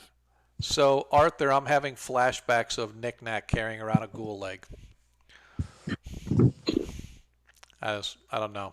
It's for those that have ever listened to us talk. Knick Knack was a goblin character in one of our campaigns, played by my son, and he used to fathom himself a weapons specialist, I guess, but he would take anything he could as an improvised weapon, and they killed a ghoul one time. He took the ghoul leg and was using it as a club to beat people with as they went through the adventure. So I don't know, maybe it was just me, but flashbacks. So all right, let me He just wants to make sure that frog doesn't regenerate back. But if just by chopping it off doesn't mean it can't regenerate. Yeah, I'm waiting for you guys to start pouring oil on stuff. Yeah, I'm having flashbacks too, to be honest. Didn't the guy kill someone with a door once? I don't know if it was a door, but it was a part of a door for sure. Definitely. All right. So as you guys move your way across into the moat house proper, I'm just going to move the people's stuff up there. You guys can start moving your own selves, but I'm just doing it for now. You guys look in the interior of the moat house. Let me move this down a little bit so people in the channel can see a little bit. Move you down a little farther even. All right. So you guys can look on the interior of the moat house. There's a couple of things you see. First of all, there's a lot of broken out windows and stuff all over the place. You also see the main steps of the of the moat house themselves, leading up onto a long porch to a door that so you can see the door itself is sort of burst open, leading into the interior. Also, I apologize, it's not showing it, but if you guys can see, right next to where Marcus is standing, there's actually a door leading into the tower. So the tower over here in the corner, you guys can see it's partially collapsed from the upstairs. Looks like the roof maybe has partially collapsed in, but the door itself appears to be in semi-working order in the sense that it's battered and bashed and stuff, but it's still semi-standing. So you can actually pull it open to get into the tower itself. And like I said, over here you can see the steps leading up. You can also see windows lining the interior of the facility. And you can also see there's a couple places where there's an arrow slit that allows sort of people to peer out to look on over the drawbridge itself. So like if you were to come over here, you can see there's like an arrow slit right here and stuff. So yeah, we need to get in the door quickly, fellas. So I'm not sure how we want to go. There's a few different places you can go. Like I said, the most of the place, the wall itself around the outside of the keep is partially collapsed in places. It doesn't really depict it much on this particular map, but about the middle of the courtyard, it's partially collapsed, so you could actually climb over the wall here. It'd take you back out to the moat on the outside. Again, there is a steep embankment running around the entirety of the moat house. But interior-wise, you can see that it's very overgrown, a lot of rocks and rubble and stuff like that. There's still, though, this, you can kind of see, Valorius, your sharp eyes depict that it's well worn comparative to the rest of the, courtyard. There's this sort of brownish track of deadened plant life, as if there's been heavy traffic in and out here over a certain path. Doesn't look like a lot of people have come down over this way or up on the top up here, but you can see this brownish sort of area that looks like it made it like a well-worn track.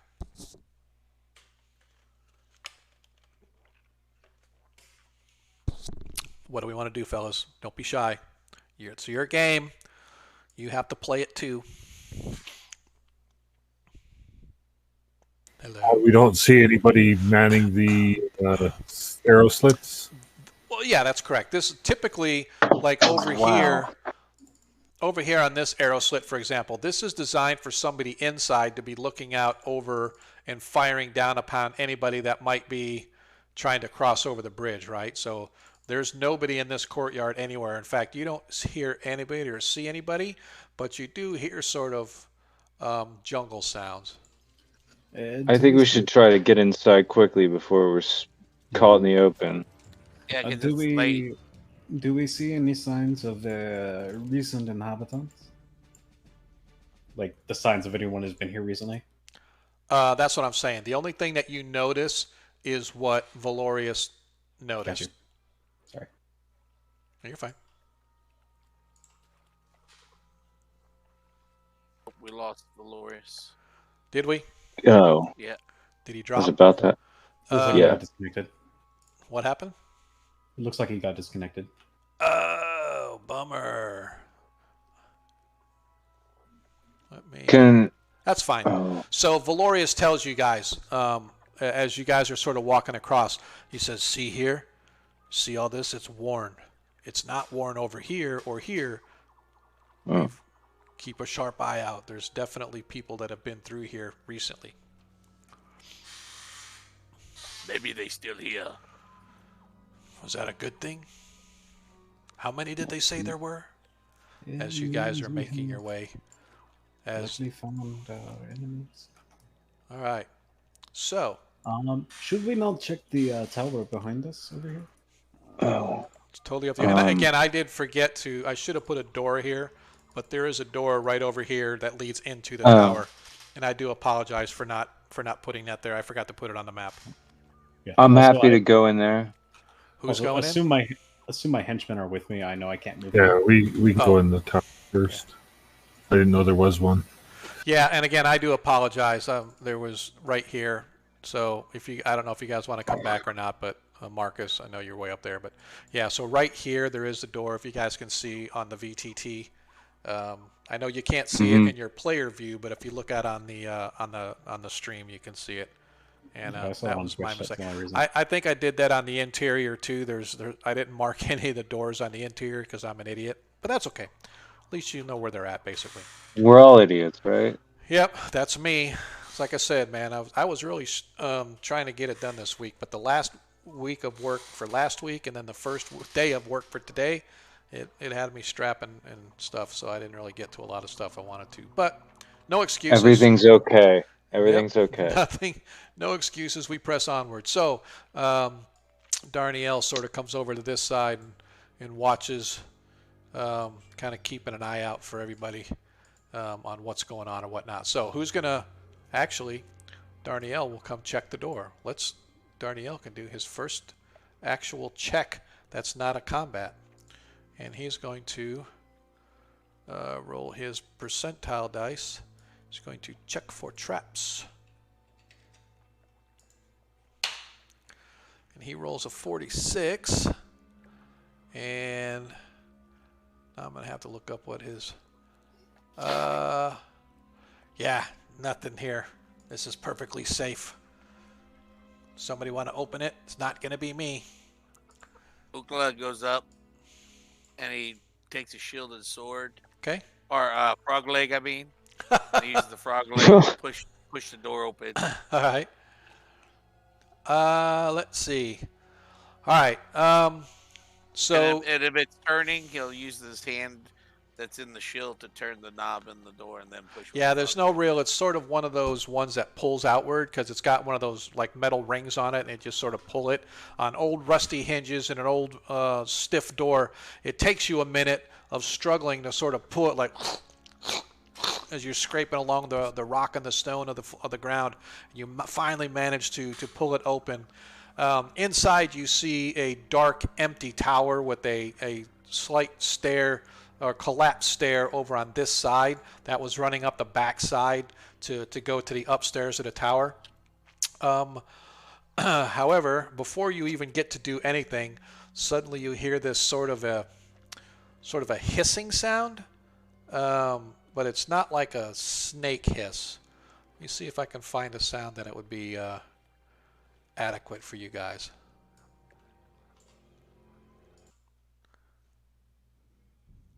I need to roll initiative, please. Hell. Some Medusa. I rolled a 2. So once again, we're going to continue with the hot hand. If Adair, would you mind rolling initiative for the party, please? You rolled a 5. So nobody is surprised. And the party is gains the initiative. So what are our actions as you guys watch as this massive spider drops down on the ground right in front of Ukla?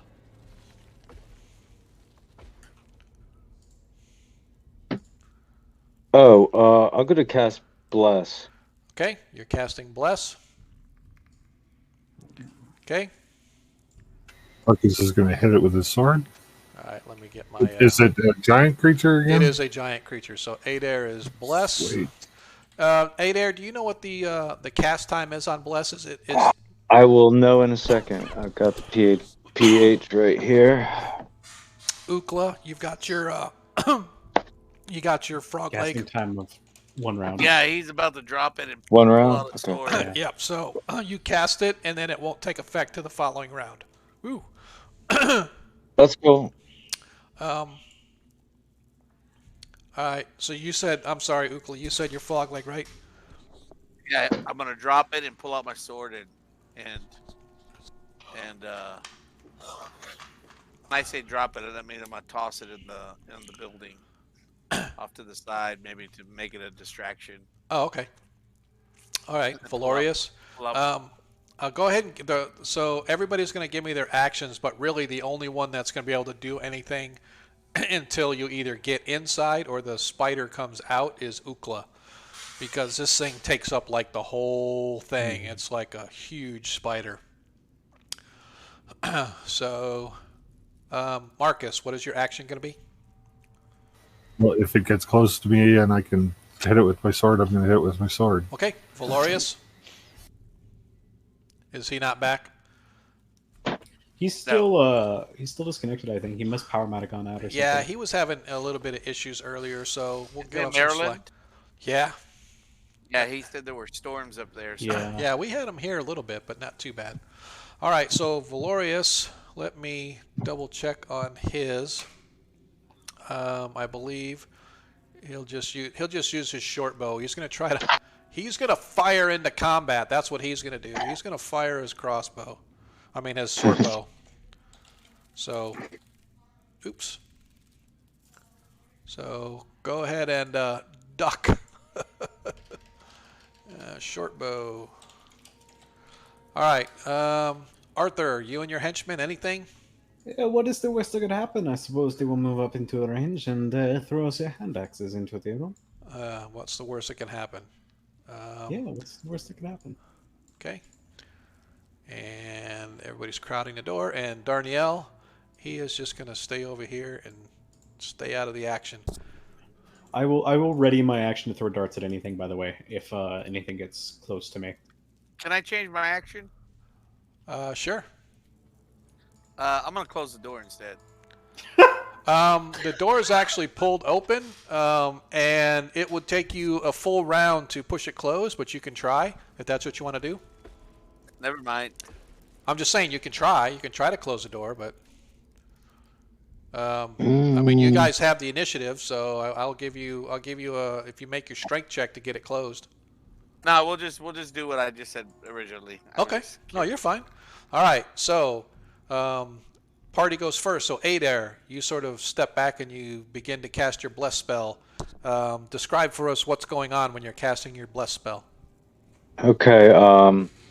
He closes his eyes and he's tapping the middle of his forehead on his third eye, making an arcane gesture with his of a pentagon with his holy symbol with his other hand. Okay. Which is on a long lanyard chain. Real quick, since I had to do that, like the bless, will it affect people who are not engaged in combat when I start casting it, or when it gets cast? When it gets cast. Okay. Yeah, whenever the spell goes off, that's when the effect goes. So you just need, how many people does bless Right affect? on. It's a something rated 50 foot radius or something like that. Yeah, see. so just go ahead and double check. Yep, no problem. Go ahead and double check on that. So, Ukla, go ahead and execute your action, sir. So you're gonna let me attack? Yeah, that you said you're going to attack with the leg, right? Oh, I was throwing the leg. You're throwing the leg down and dropping your...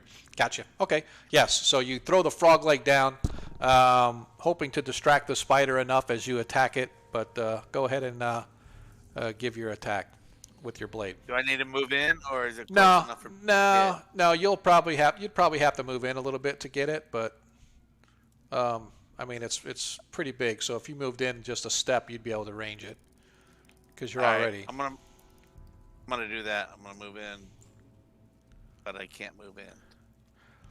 I got you. Let me move you in. Never mind. I move out. If you can knock it into melee, then probably Yeah, that's what I'm gonna do, and I gotta stay in range if I'm gonna. Okay, I see what you're doing. Yep, that's fine. Try to keep it from going out the door if I can. But... Yeah. Okay. All right, here we go. All right. Longsword. Give me some love, longsword. Its armor class is 6 as you hit with a 16. Nicely done.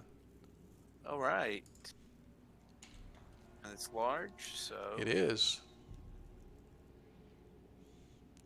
Nice. 7 points of damage. 7 points of damage as you cleave into it, and you literally almost cleave off one of its massive spindly legs as they sort of as it comes at you and stuff, its little, its mandibles sort of clamping together, eagerly wanting to sort of bite into you.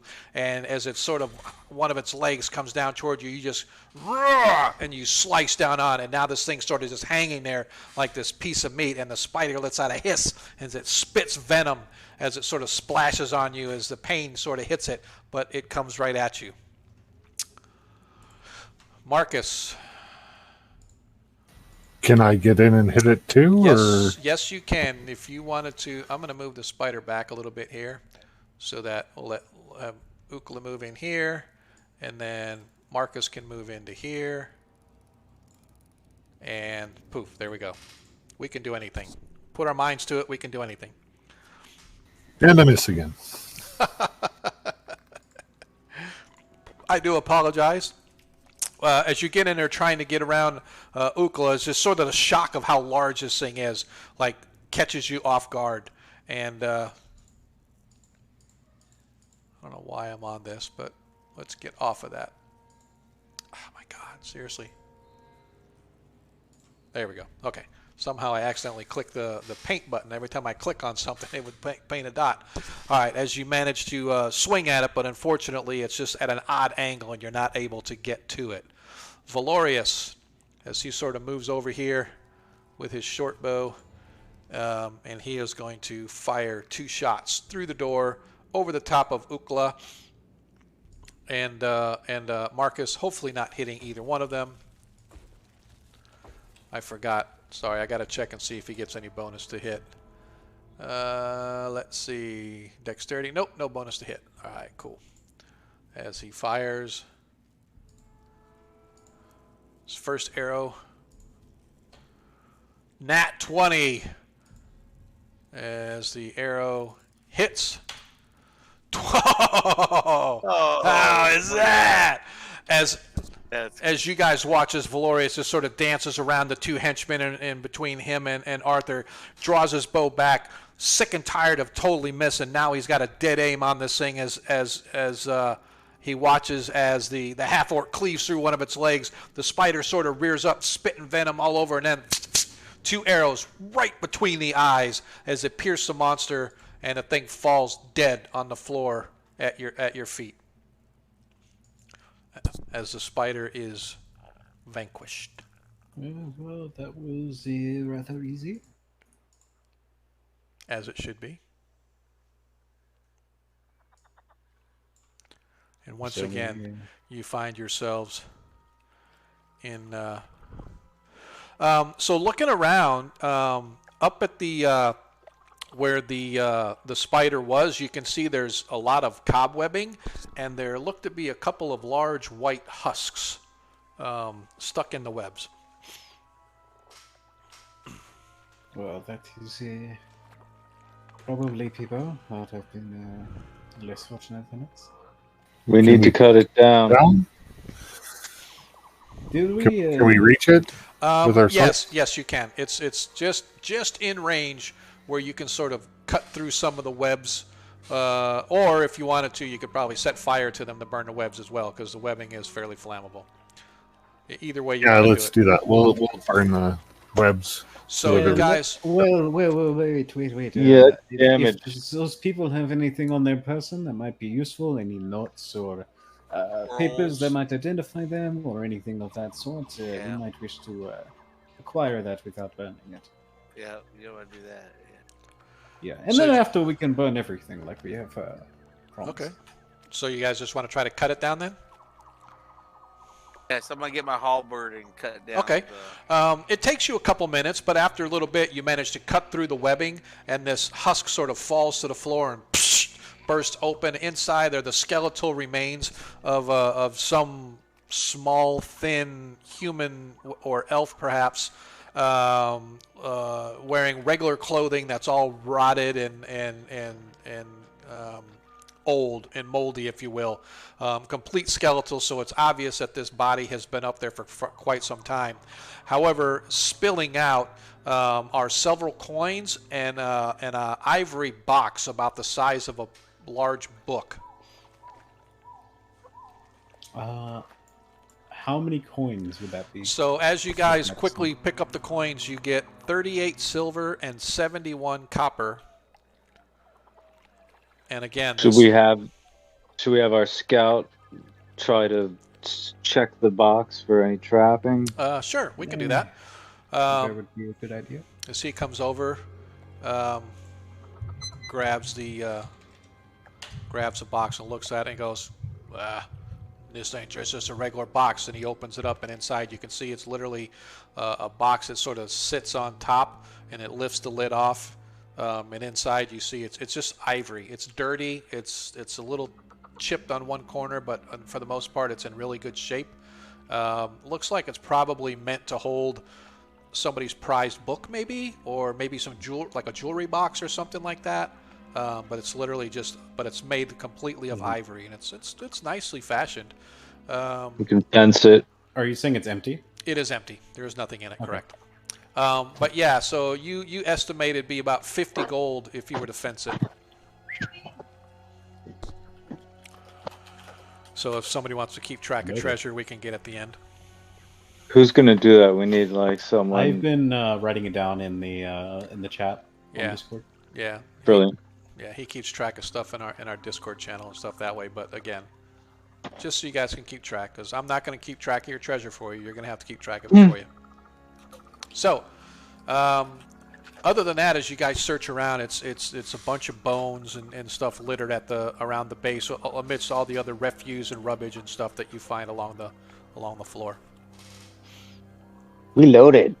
So I'll be going to burn the spider and the corpses, and the frogs outside as well. Cool. Are we? Is what I'm asking the party. I don't know. Yeah, I think we should. Oh. Safety Sure. first, right? We Yeah. don't want the same thing to happen again. Exactly. Yeah.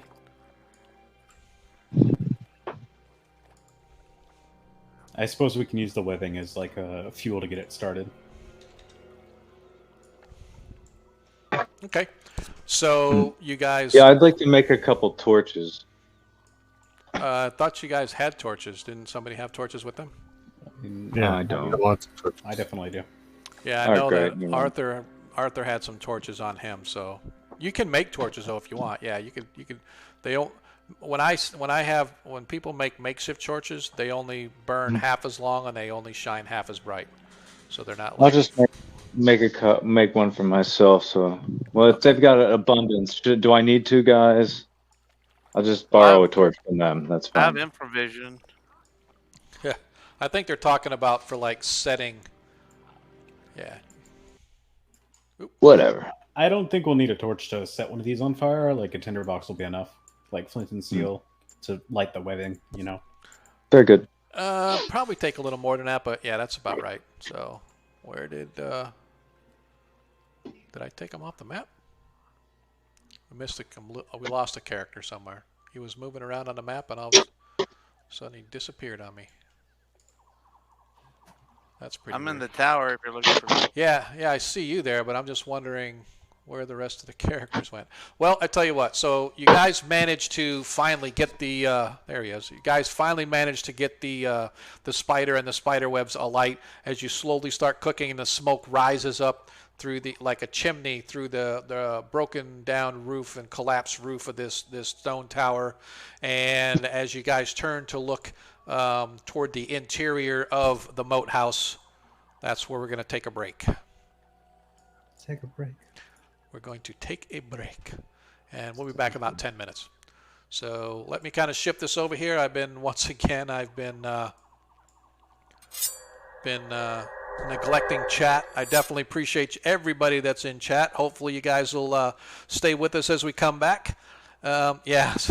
DM, you're thinking the same thing I am, so yeah. We're loaded. We got 50 gold piece little thing, but so we'll be back in about 10 minutes. Hopefully you guys will hang around with us. Hope you're enjoying at least what's been going on here. A couple little combats going on. Maybe we can up the ante a little bit here as they move their way into the Moat house. Don't forget, we still have our random encounter that's supposed to be going on for tonight. That brought to you by John. Hopefully John's still around and kind of check it out to see how things turn out with the encounter that he is bringing upon the party tonight. If not, the rest of y'all, hopefully you'll join in and try to get that opportunity yourself. It looks like we have a few people that have entered already. If you haven't yet heard, you get an opportunity to pick the random encounter for next session. So at the end of our game tonight, those people that are entered, just exclamation point random, and get yourself entered. And like I said, at the end of tonight, I'll pick a winner, and then you and I will get together to determine what kind of a random encounter you would like to throw at the party next week, because that random encounter may also help me determine where the next adventure is going to be if they make it out of this one. I really don't think they're going to finish the Moat House tonight. It is, even though it's just a small part of the whole campaign area here, this whole Temple of Elemental Evil adventure series. The Moat House itself usually can take a couple sessions, so I was expecting it to be probably 2 sessions at most, so hopefully we'll be able to finish it, a lot of it tonight, if not all of it, then at least by next week, and we'll be able to move into something after that. So anyway, we'll be back in 7 minutes and 45 seconds. Get yourself something to drink, catch a bio break, do whatever it is you need to do. But please come right back here. If you haven't already hit the subscribe button, hit that subscribe button, or the follow button at least. But if you do want to show us some love, hit the subscribe button. Can appreciate all the love that you guys are willing to show us, and I ain't gonna be proud. I'll beg. I'm looking to expand the brand and get us at least on par with some of the other streamers that are out there kind of doing the same thing. So we aren't the best, but I think we're the funnest. So come by and see us again if you have to leave. If not, just kind of hang out. And I am going to get myself something to drink. I'll be back shortly.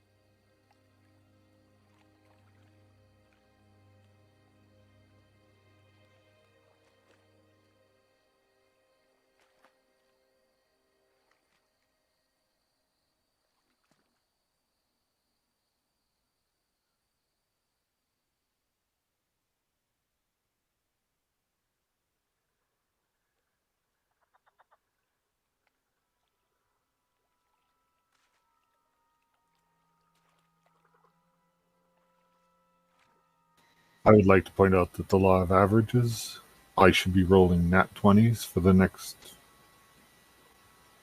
30 years. Yeah. I had a similar experience on a game in a cave with a giant octopus a couple weeks ago. It was really depressing. No, it's fine. We're killing stuff, so whatever. Oh, yeah. Nobody died or That- anything because of it. This is fine, but it was depressing. It was horrible. It was one of those nights when nothing could go right. Everybody else was screwing up too. Because the chat is worried that we just started a fire.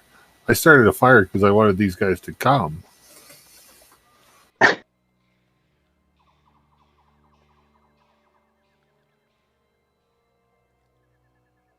That's what Billy Joel said.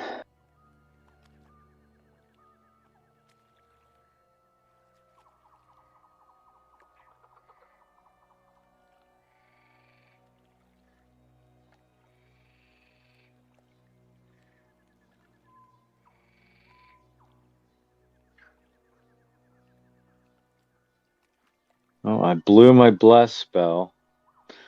Oh, wow.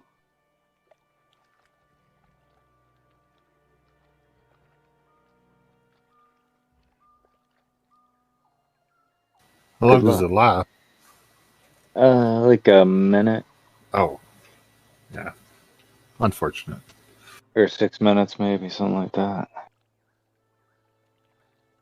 It's only one spider. I'm not sure why you blew a bless spell for that, but I whatever. don't know. Live and learn.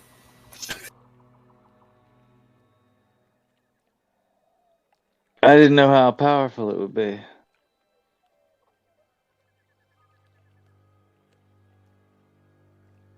Oh, we could have used it like last week when we were fighting the super crocodile. Wow.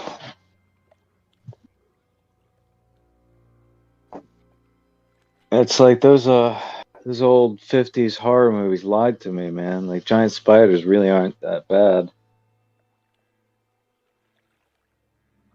They did do 24 points of damage.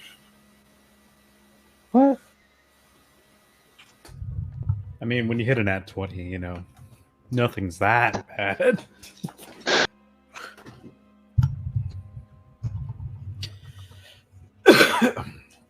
We are level 1, so it's not like we're fighting level 14 creatures. I mean, except for last night. Yeah, except for last night. I mean, bless spells come, bless spells go. I just gotta keep you guys in suspense on how many like cure light wounds I got in my pocket. I truly hope you have enough to keep us alive. Me too. Yeah. How many do you have? Well, my character doesn't. Oh. Bacchab the uncaring, get it? Yeah. Uh, It was one of the 2 gods I was considering for Arthur here. He's not a cleric. You can still take follow him. a god, yeah. what you went the other direction? I was going more of like maybe a Ouija's kind of thing. Maybe I still need to do more research into the god and make sure I understand it properly. That's cool. Yeah, I chose to be a cleric. I mean, because healing for a party, and then B, learn about the deities. Hmm.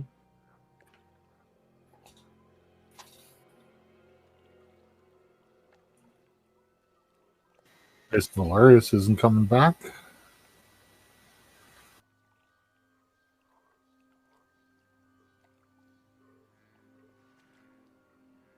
I don't know.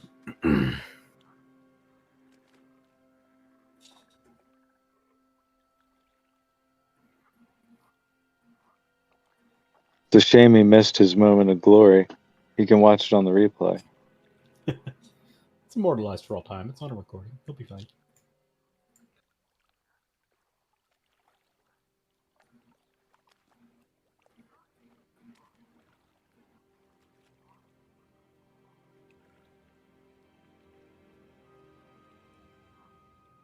I've had that happen before. It's kind of a piss off.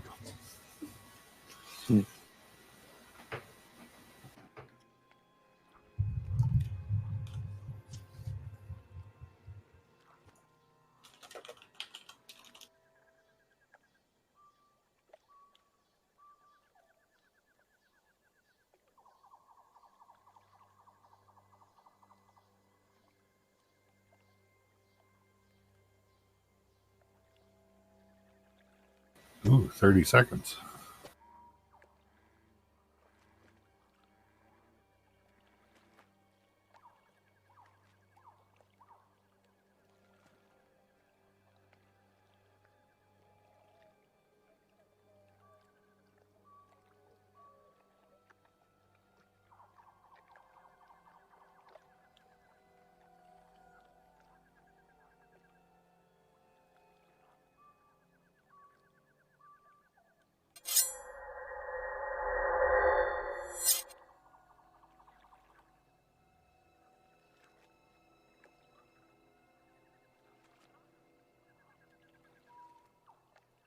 Are you with us, DM? Because we can't hear you.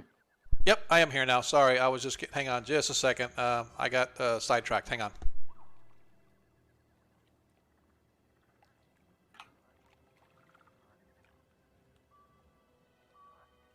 Yes, I have a wife that's picking on me while you guys are talking to me. So, looks like we've probably lost Valorius for tonight. Unfortunately, hopefully he'll be able to come back in. I haven't seen him on Discord either. I went to check just to kind of see if he if he showed up, but apparently not. Well, that's all right. This is what we are going to do.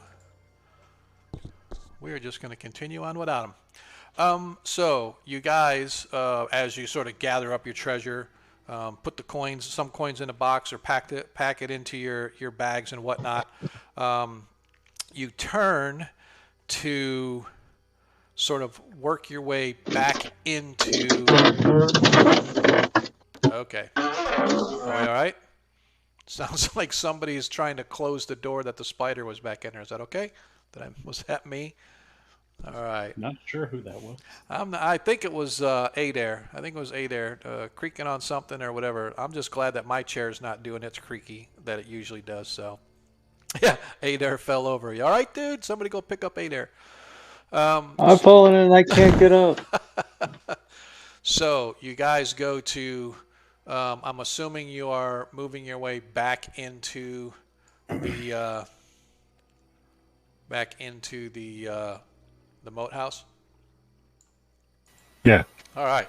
So as you guys get right about there, right about here, you hear something like a rustling snarl. Oh, look. All right, Ukla, you cannot walk in the walls. All right, dude, you need to get yourself out in the courtyard where everybody else is. There. Now you are. Yeah. Okay, I think it was locked. It wasn't let me out. Yeah. See, that's the one thing. As I said, I forgot to do the doors. So if you get in there, you can't get out. I have to take you out. So as you guys move your way back into the courtyard, coming from behind you, you sort of hear something. You're not sure what it is. It's almost like a snarl or a hissing kind of a sound, and suddenly bursting, coming racing right across here, you see four. Dang it! Where is it? So it wasn't letting me move them.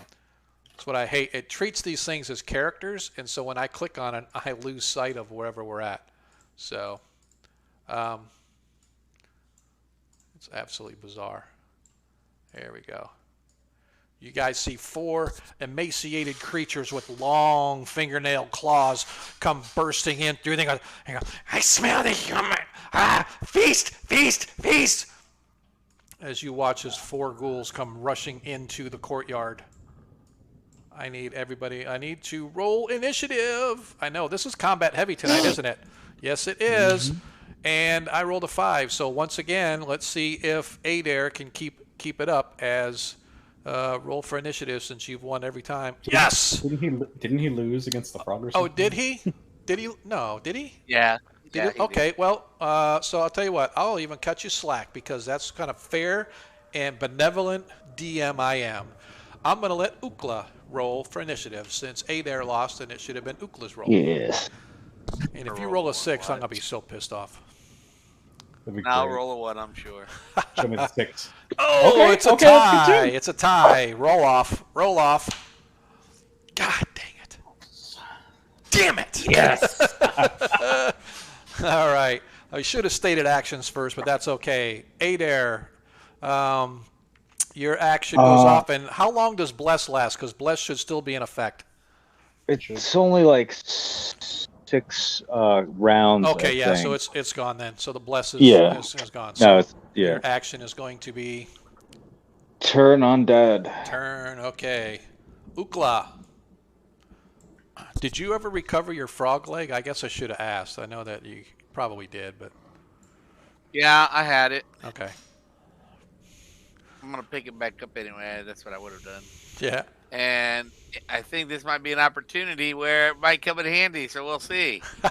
I'm going to throw the frog leg in front of them and go, here, free feast.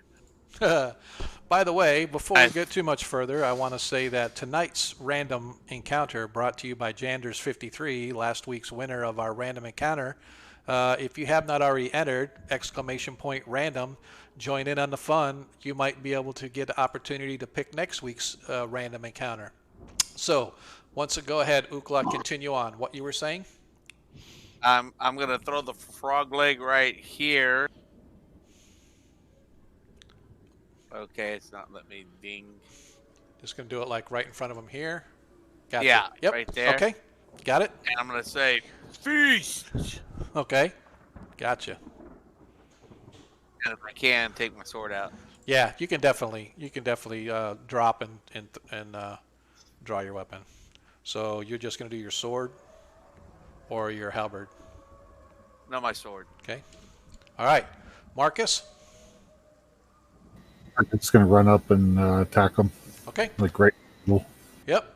Valorius is going to stick with his short bow. He's going to move off to get a better angle off to the right over here, and then he's going to fire his 2 arrows. Arthur, you and your henchman. So out of curiosity, can a ghoul move like through diagonally between these guys? What do you mean? So can you see my ruler? I don't know. No, I can't. Okay. So if a ghoul is standing here, can it move here without being blocked by these two? Yes. Or is it? It can. Yeah. All right. So I'm gonna have one of my henchmen stand here. Okay. And the other will stand. We'll say here. Okay. And I will have them throw hand axes whenever a ghoul is in range, preferably at the same one or Okay. the first one that moves into range if they are not in range. Gotcha. I think this one has one in range immediately. Okay. Cool. All right. So there we got for that, and then you're doing what? Pissing your pants or what? Just kidding. I'm gonna stand back here and hold my darts. Yep. And Darnielle is going to do sort of the same thing. He's going to move off this direction if he can in order to get a better angle at the ghouls as they come in. All right. So as Adair, let's go ahead and if you want to go ahead and attempt your turn.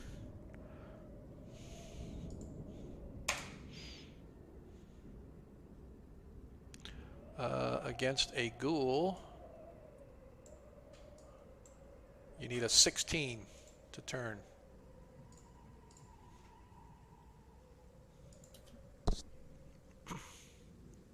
Show me the money. 9. No, as you sort of hold up your holy symbol and command the undead creatures to be gone, they completely ignore you. And now, as a matter of fact, they know that you're there. They are even more hungry because they have nothing they like more than feasting upon the corrupted spirit of a fallen enemy. All right, Ukla. Ukla.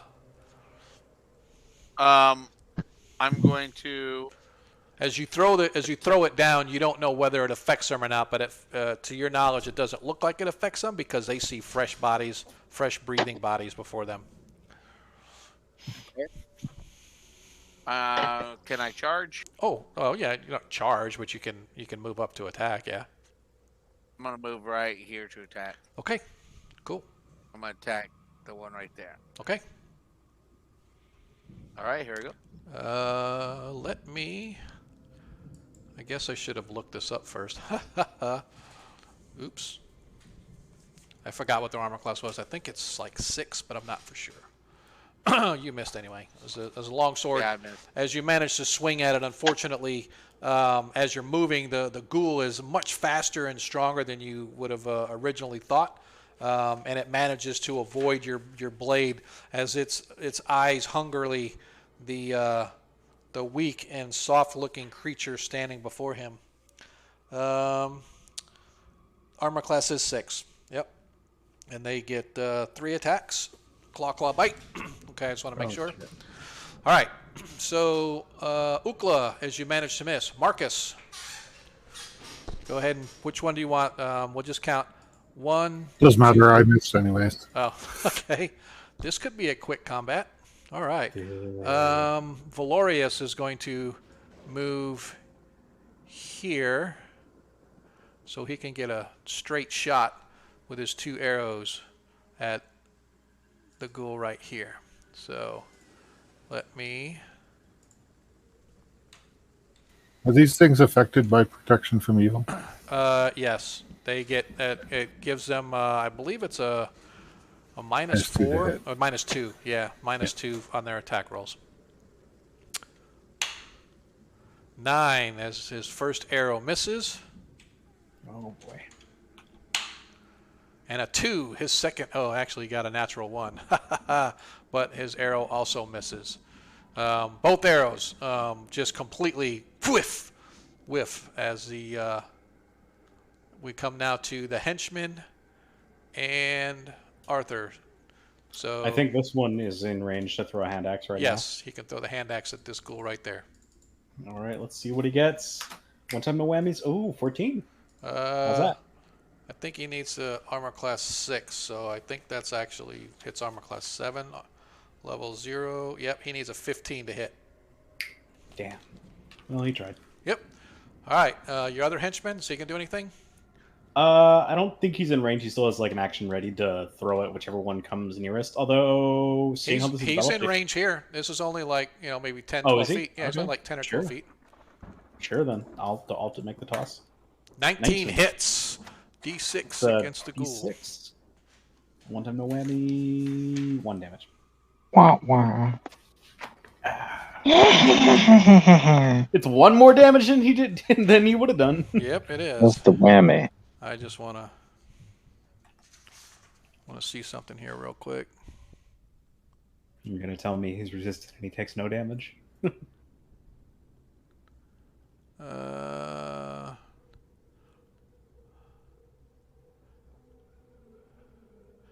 was just looking for any their special defenses to see. I couldn't remember. Oh, I sure hope it's because this would have been really bad if I would have attacked you guys with this, and they could only be hit by magic weapons. That would have been. Oh yeah. It would have been. We would have lost. It would have been kind of funny. but no. It's like I'm just making sure. I said, "Oh, Jander's completely hosed you guys over," but no. All right. So as now Darnielle moves down here and fires his 2 bow. Oops, wrong one. There we go. And he was the one that actually got the +1. 8 misses. Is Valorius attacking with a short bow? Yeah, Would he get 2 shots then? he did. Oh, I thought he only rolled 1. No, he rolled a 9 and he rolled a 1. Actually, he rolled Gotcha. he rolled an 8 and a nat 1. But Got you. For some reason, I thought that was damage. Just making no. sure. Yep. 17 is the second one hits. As he hits this one, oh, I got to get their. What's their? All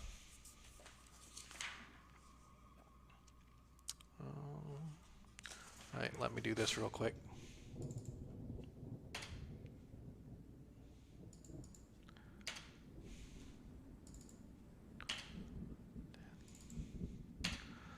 All right, 3, 10. All right, so that's how many hit points each have. 3, 10, 11, and 6. That's how many hit points each one of the different ghouls has.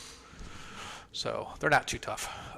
As one of his arrows hits, as he hits number 4, as he does 4 hit points of damage, as this first arrow goes flying past, but the second one buries right in the chest of the ghoul, knocking it off its feet, but it gets right back up and scrambles, charging toward him as he sees the man with the bow that just attacked him, and he sees him as fresh meat. Now it is the ghoul's turn. I am going to clear this so I know where we're at. All right. It is the ghoul's turn. So, ghoul number 1 moves up here to attack the henchman.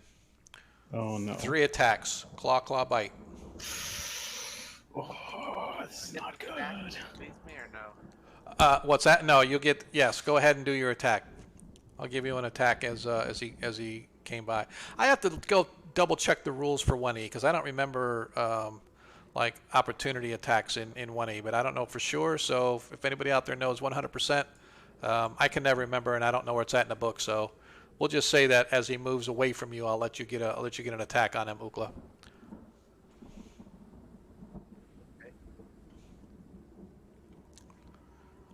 Oh nope, as you miss, so you cut your own finger off. Nice try. You only get 1. I decapitate myself. Dang. What the heck? I'm not rolling all those. I just rolled 1. Uh-oh. You're coming through real quiet, by the way. Yeah. I can barely hear you. Yeah. You. I only rolled once. Yeah, I only rolled why once. is it I'm not still- even rolling. I don't know. Refresh your page. My finger- Refresh your page. Something's stuck. Yeah, it's like throwing more. Yeah. I was gonna say I had a when someone was rolling, I had a yellow thing pop up like a triangle, Right. like with an exclamation mark roll Yeah. up on the message area. Show up DM, on my screen. I don't know. We good? DM, can I? Do I have ability to move at all in a turn in a round that I turned undead, or am I planted? No, you're planted because you're Gotcha. sort of No completely problem. focused on that. Yeah. No All problem. right. So the ghoul attacks one attack. 13. What did you say their armor class was? Six. As the 13 hits. It needs a 10 or better to hit armor class 6. So the first claw hits. Let's see if the footman has more hit points than I do or not. As a squishy Ooh. little wizard. Yeah, as a 0 level fighter, Yeah. I think it's like 6 hit points. So he might be unconscious right now. He could be, let's see, yeah, I needed a 10, yeah, so that 6 misses, and now it's bite. 3 misses. All right, so first thing is he suffers 4 hit points of damage, so this guy right here has 2. Now I need him to make a saving throw versus paralyzation. For a 0 level fighter, he needs to roll a 16 or better to save versus paralyzation. Nat 20. Nice. Nice. So as the ghoul walks up and it slices across him, as it sort of rips open the side of the guy's from his shoulder right to his breastplate, ripping off his armor in the process, screaming for the flesh that he wants to eat. He sort of screams out in pain, and he certainly feels his body become rigid, but fortunately his will is able to overcome it, and he manages to not be paralyzed by the ghoul, fortunately, but he only has 2 hit points left, so I need to make sure that I keep track of that. All right. I can Yeah, you can too, but I just want to make sure I know too. All right, so the second ghoul, seeing Marcus right in front of him, so this ghoul right here, as he claw bite attack at Marcus. Nat 1 misses. A 2 misses. And a 6. All 3 misses. This one, I'm going to give Marcus, go ahead and do an attack on him, Marcus, because this one is moving over to attack Darnielle. So go ahead and roll your attack as it goes past you. It's a 15. That should hit. What do you need to hit armor class 6?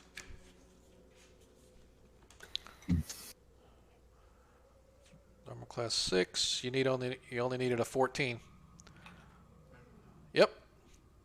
So 14 hits. So go ahead and roll your longsword damage against a regular medium-sized creature. 7 hit points.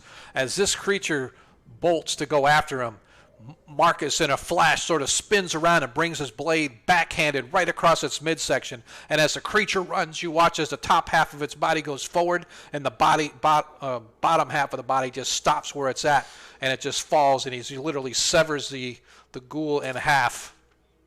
Don't you touch my thief. As it drops, writhing, and suddenly it lies still as it's sort of flopping around on the ground. So that one does not get to attack. However, this other ghoul right here also has 3 attacks on Marcus. Claw, bite. 16, I believe that. What's your armor class? 4. Armor class. Remember, it's mine 2 as well. What's that? Yes, -2 because of. Wait for. Protection of evil. Oh, you cast that? I couldn't remember. I have it cast on me at all times. Oh! Why? I completely forgot. Okay, see, that's why I'm saying I completely forgot you're a paladin.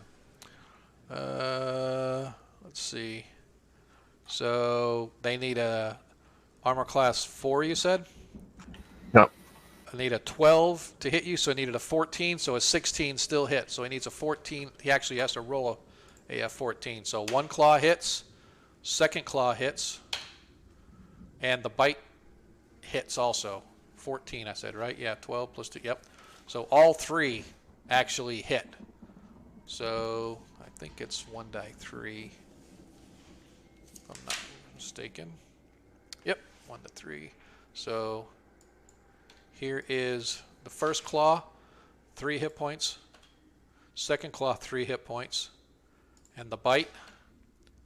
So you suffer a total of 9 hit points of damage from 2 claws that just rake across you. Slam, slam, and then it literally jumps up and bites into your shoulder. I need you to roll 2 saves from for paralyzation, please. As a paladin. I'm unconscious. Oh, you are? Okay, I still need you to roll saves for paralyzation because it can still take effect if you wake up. Nat 20, nice. That'll work. That'll work. I'm not even going to make you roll a second one with a natural 20. That wasn't a natural I'm 20, sorry. It that's was 18 plus 2. Okay, so go ahead and roll your other one with a plus 2 and a 19. Awesome job. So you guys watch as this ghoul sort of pounces itself on top of Marcus, and it just literally rips into him. You watch as his armor sort of almost gets shredded, but then you, in horror, as this thing puts his mouth right against his neck and starts chewing into the neck of the paladin as he falls to the ground, gurgling in blood. So what's your hit points? 0. No. Oh, you're right at 0. You had 9 max. Yeah. Okay. Yeah. So Marcus is at No, 0. I had 10, but I took 1 damage already. So Gotcha. Okay. I was that 9. All right, so I always play it not dead at 0. It's -10, so you start bleeding out at 1 hit point per, unless the creature decides to stay and feast upon you, in which case it is automatic hit. I just need to roll damage each round that it's attacking you. So, all right. So that is all of the attacks. We are back to the declaration of what are we going to do. So Adair, what are you going to try to do? I'm gonna move into this space to protect Okay. Marcus and attack the one that's Gotcha. like on him. Gotcha. Okay, perfect. Ukla. By the way, I was looking on page 70 on the DM's guide. Yep. Breaking off from melee, you get a free attack as if it were a rear attack. Oh, so you get a +4. A rear attack is a +4. Would that mean he would have hit that guy? No, I don't know for sure, but I'm not going to go back and retroactive, but now we know. Yeah, and that's only if they're in melee engagement. Yep, so it has to be melee engagement. Okay. I got you. Okay. All right, I'm going to do the same thing, and I'm going to come over here Okay. and attack this guy. So this one right here is now facing Marcus, so I am going to declare that you are behind him, so you'll get a +4 on that attack. Not Marcus, but Adair. With Adair there, he's facing Adair. The other one's trying to feast on Marcus, so he's sort of oblivious to everything right now. So, all right. So we. All right. So, Marcus, you gonna do anything besides gurgle? Just kidding. I'm sorry. Valorius. Valorius is going to draw his blade, and he's going to move up and help defend young Squire. Guys, I'm sorry that the protection from evil plus the plus bonus to hit and minus to be hit is 1. Okay, that's fine. But it's not. It's a moot point now because with the paladin down, it's no longer there. Just so you guys know, yeah. Yeah, appreciate it.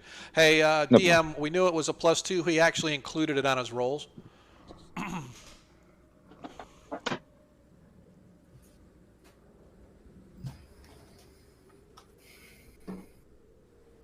No such thing. DM, base that on thin called logic. What do you mean, DM? Must miss something. Must have missed something. Not sure. It could be me. I mean, you know, like I said, man, I haven't played 1E since 1985. I'm still learning some of the rules, and you know, that's why we got people in the chat to kind of help us out and people in the game to help us out. So anyway, Valorius is going to do there with his bow. Arthur, you and your henchman. I Stefan over here is sorry. That's it's Jeremiah. Okay. He's going to move into melee to help his ally out. Okay. And I'm going to move up to here to also help him out. Although I will say that I am readying my darts for if nobody else kills this ghoul. All right. All right, that'll work. All right, so let us... Got everybody's actions, and once again, Darnell's just going to be firing at his bow at this 2 here. I got to keep track. That was like 1, 2...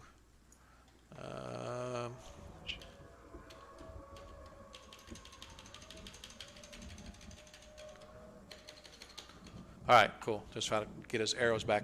All right, let's see. I guess we roll for initiative now. Everybody's got their actions declared. I am going. Why Ukla is still swinging? What? Yeah, I think I don't know what's going on. It might be my talk button. But it wasn't doing it before when we were using it, so I don't understand. I got you. Push to talk. Check your hotbar on the bottom and tell me what the shortcut is for your longsword attack. Yeah. It'll say that's right what corner. it is. That's what it is. If you the shortcut. so if you go to your edit character sheet and you drag it off and then drag it back on. I just moved it to 5. That'll work too. Yeah, that'll work too. That's what it was. It was my caps lock. That's kind of funny. Okay. Hey, Dungeon Positive, I apologize if nobody answered it, but yeah, we definitely play every Monday, 7 o'clock, same bat time, same bat channel. Usually the same crowd. Hopefully we're trying to expand it out a little bit and people will stay, or I should say spread the word, and we'll get a few more people in here hanging out with us all hours of the night. So, all right, so let's roll back, roll an initiative. Ukla, you won the initiative again this time, so you get to roll. Let's try not to roll 60 die 6, right? Just 1. Only need 1. Great. Terrific. There are gods. The gods are smiling upon the dungeon master. I shall win this encounter. Crap. This is pretty funny. Is that a second tie? Yes, it is. All a right, second Ukla. tie. Ukla? Show me the money. You guys won initiative again. All right.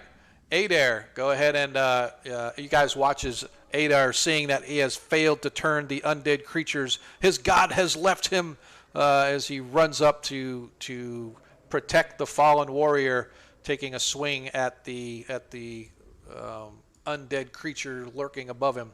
Go ahead and roll your attack, sir. I came into this knowing my god doesn't care. I think that's a hit for you, Adair. Let me double check. What's their AC? AC 6. You need a 14. Yeah, that hits. hits. Nicely done. All right. So you And hit number 3. get, let's see. I think it's D6 plus 1. Yeah, Double D6. check. Yep, 2 to 7. 2 to 7. D6 Okay. plus 1.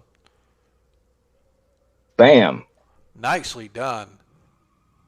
6 damage. D6 plus 1. So it's it should be a plus 1, right? 6 damage. Yeah, 6 damage. Yep. Yeah. Oh, so as the creature sort of falls on top of of Marcus and starts sort of gnawing into him, you go and you slam him, catching it as your mace comes right up underneath, catching it right in the chest, lifting him off the body as Marcus's and probably some of his blood and gore join it. It spits out of its mouth as you knock it backwards off the top of him, and you are now standing over top of the bleeding Marcus. But you did a severe blow as you hear ribs crunch and crack as it lets out this howl of pain. It sort of scrambles back onto its feet, getting ready to launch itself at you. Its eyes sort of blood red as its mouth is slavering with the drool and bile as it's sort of anticipating feasting on you here in the next minute. So nice blow. Why is Yes. Yeah, that one's down. Okay. All right, cool. Nice shot, dude. Up Yeah. next, Ukla. Don't forget you get a +4 on your roll, sir, to attack with your longsword. 4, 8, still misses. As somehow, some way, the ghoul just as as Adair shows up and slams its compadre, knocking it backwards. It sort of turns and twists just enough, just as you're swinging, it turns and you sort of barely shave down its back, causing it to notice you there, but not enough to do any damage. Marcus, I need you to take -1 hit point, please, as you begin to slowly fade away as the blood starts to sort of ooze and seep out of you. Valorius is going to take his he's going to take his sword and swipe down upon this creature. Actually, he'll move here so we can get a +4 because the creature's aimed at the other way. 18 as he slams down on top of this thing with his, I believe he has a, I don't want to guess. Could have swore he had a long sword, but it might be a bastard sword. As his bastard sword does 2d4 +1.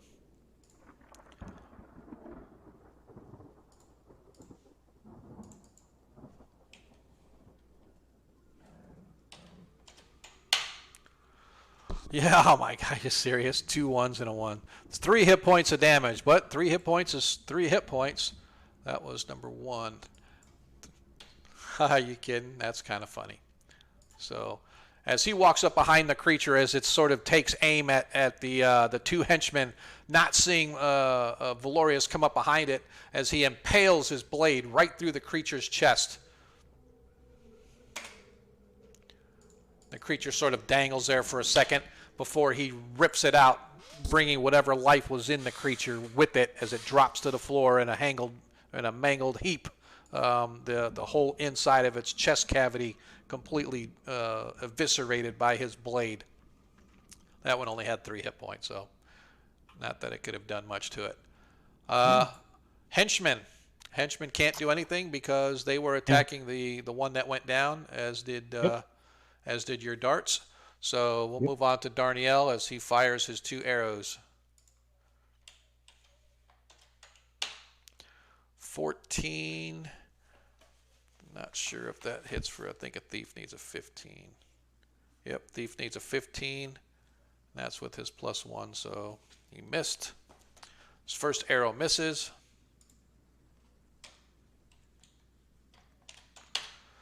Second arrow, critical hit.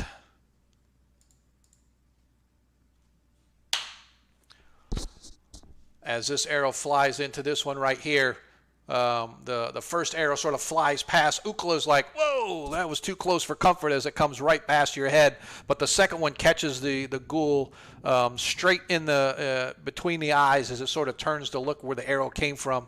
The second one catching it just like Adair when he struck it and knocked it on his feet. This time the creature goes up off his feet, lands on his back, but does not get back up. As the second ghoul falls to you guys, as the third ghoul, or as the fourth ghoul I should say, is the only one remaining, as it sort of howls and hisses, and now that he sees the bleeding out Marcus in front of him, and he's just sort of, the bloodlust takes over him as he now launches himself at Adair, and his 3 attacks go on Adair. So claw, 5 misses, claw, 16 hits, bite, 15 I think hits. What's Adair's armor class? 0. Armor class 0. So the 16 was the only one to hit. So you suffer 2 hit points of damage as you feel this unholy creature sort of strike you, and everything that's unholy about it just blasts into you as you feel the negative energy, its connection to the negative energy plane just hits you like a punch in the chest. I need you to roll a paralyzation saving throw. That's fine. I'm not a good cleric. 4. Ooh. You guys watch as suddenly Adair just sort of cries out, yeah! And before he can do anything, his whole body locks up and he falls to the ground, completely paralyzed by the ghoul. All right, we are back to our actions. So Adair, you are paralyzed. Ukla. Yes, I am going to attack Okay. this Mar- guy. Okay. Marcus. I'm sorry. Go ahead.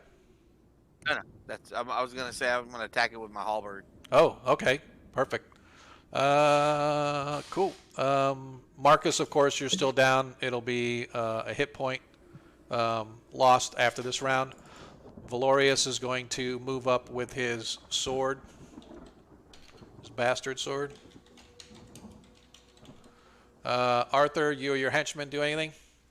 Yeah, I'm assuming Valorius is moving here. My henchman will move here and here respectively. And I will have Arthur move here. Everyone's going to make an attacks against this guy. No, have him staunch wounds. Bind wounds. As soon as they get a chance What? to. Sorry, what? He's saying bind wounds, stop the bleeding, staunch the bleeding, et cetera, et cetera. So he'll be at the end of this round, he'll be at -2. So, all right. So let's roll for initiative since did you guys win last time? Yep. Yeah, you guys won last time. So once again, let's see if we can have a roll off. I rolled a 4. Ghoul goes first. Oh, fuck. Ghoul goes first. Does the move happen on our turn or right away? No, it happens on your turn, basically. Okay, so they're not in melee range yet. Yeah, that's correct. Yep. Cool. So as the ghoul sees that Adair has fallen, and he just, with the bloodlust in his eyes, he just sort of jumps on top of the paralyzed. Now, you're not, you're paralyzed, so, dang it, I always forget on this one. Is paralyzed an automatic hit, or is it just a +4? For immobile is +4. Since you're paralyzed, it's an automatic hit. I just have to do the damage as he jumps down on top and starts rending. I thought it was coup de grace. No, not necessarily. You can. I usually kind of allow, like, players. I mean, isn't he engaged with like the other like 4 dudes? Like, well, they're not. First of all, they're not there yet. I So know. these guys are still up here, right? That's just where they're moving to. So really, the only one is Ukla. Is Ukla, right? But he gets his attack first, and as soon as you fell, his desire is to sort of leap out and try to rend through you, because that's all he's caring about is eating. So 1 hit point, because one of those is a 4, so it's 0. So you take 1 hit point of damage from the claws, and 1 hit point of damage from the bite. So you suffer 2 hit points of damage as this thing tries to start rending into you and ending your life. Good thing I'm wearing banded mail armor. Even though it Yes, doesn't sir. exist in real life. All right. So Ukla, Adair, you're paralyzed. So Ukla, you are up. Okay, Ukla swings at this ghoul with his halberd. He kisses his halberd and tells the ghoul, "Ghoul, time for you to split." And he just Wow. whacks the halberd as hard as he can. Whack. 8, no, as you slam into it, but unfortunately, as it leapt down on top of your partner, it was not able to strike it, and you actually strike the ground next to it. It sort of whips its head around and sees you, and it snarls and spins to face you. However, just in time, Valorius moves up with his bastard sword to engage it as well, as he wildly misses. And our 2 henchmen move up. Go ahead and roll their attacks, please. Sure thing. Show me something good. 4 Those are misses, good. 12 misses. Nope, both of those miss, as the sort of everybody trying to protect to make sure the 2 downed fellows don't suffer any more damage as they miss. And are you going to do your darts? Oh, yeah. Okay. 14, I don't think is going to hit. I think you need like a 16 for a mage to hit armor class 6. All right. Yeah, you need a 15. So the 14 just barely missed. Armor class 6. All right. Now Darnielle is launching his 2 arrows. 11 miss. 17 hits. Oh, my God. 1 hit point of damage to the ghoul. As his, Sorry, not to be like super like rules lawyery, but this is the behind of the ghoul, right? So is this guy behind him with the guy who rolled the 12? I would say no, because in a sense, those are sort of diagonal. There's only like 1 straight behind, I would say. Gotcha. So it's I don't know kind how of, one works. yeah, it's kind of an iffy kind of a thing. I guess you could consider it sort of to the rear as a flanking kind of a thing, but I usually just figure there's whoever's straight behind him. So Sure. All right, so that's it for this round. We are back to the declared action stage. So Adair is still paralyzed. Marcus is still down. Ukla. I'm gonna continue attacking the same way with the halberd. Okay. And Valorius with his sword. Same thing with you guys, Arthur. Mm-hmm. All right. And Darnell is going to move up here, and he's going to try to drag away the cleric. He's going to try to drag away Adair, and then after that, try to get to Marcus because they're sort of like heaped on each other right there where he fell. So, all right, cool. So let us roll for initiative. I believe you lost last round. So, yes, I lost. Yep. So finally, Marcus, I know you haven't been able to do combat, but you can roll initiative for the party. Ooh. Yep. As the ghoul spins around, and he actually faces Valorius as he tries to do. He's going to do claw here against the henchman. Claw against henchman and bite against, just so I can spread it out, just so I can like take more than one person down at a time. All right, so this is the claw attack against the henchman. A 10, I believe that actually. What'd you say their armor class was? 6, right? Their armor class is 6. I can never remember that. Yep. Nope. I need. No, I did. I need a 10. A 10 hits. Damn. So, as this one was the one that was not hit before, which is fine. So he suffers 3 hit points of slashing damage. So he's down to 3, I think. Mm-hmm. And I need Here you comes the to dice. roll. I need you to roll as he fails, as he is now paralyzed as well. Wow, these rolls are killing us. Yep. And the second attack against the other, 4 misses. Yes. And as he attacks Valorius, 11 misses Valorius as well. So the ghoul's attack partially succeeded as he manages to take one down as he's snarling, just going wild, trying to like feast on anything that he possibly can. We need to give Ukla his.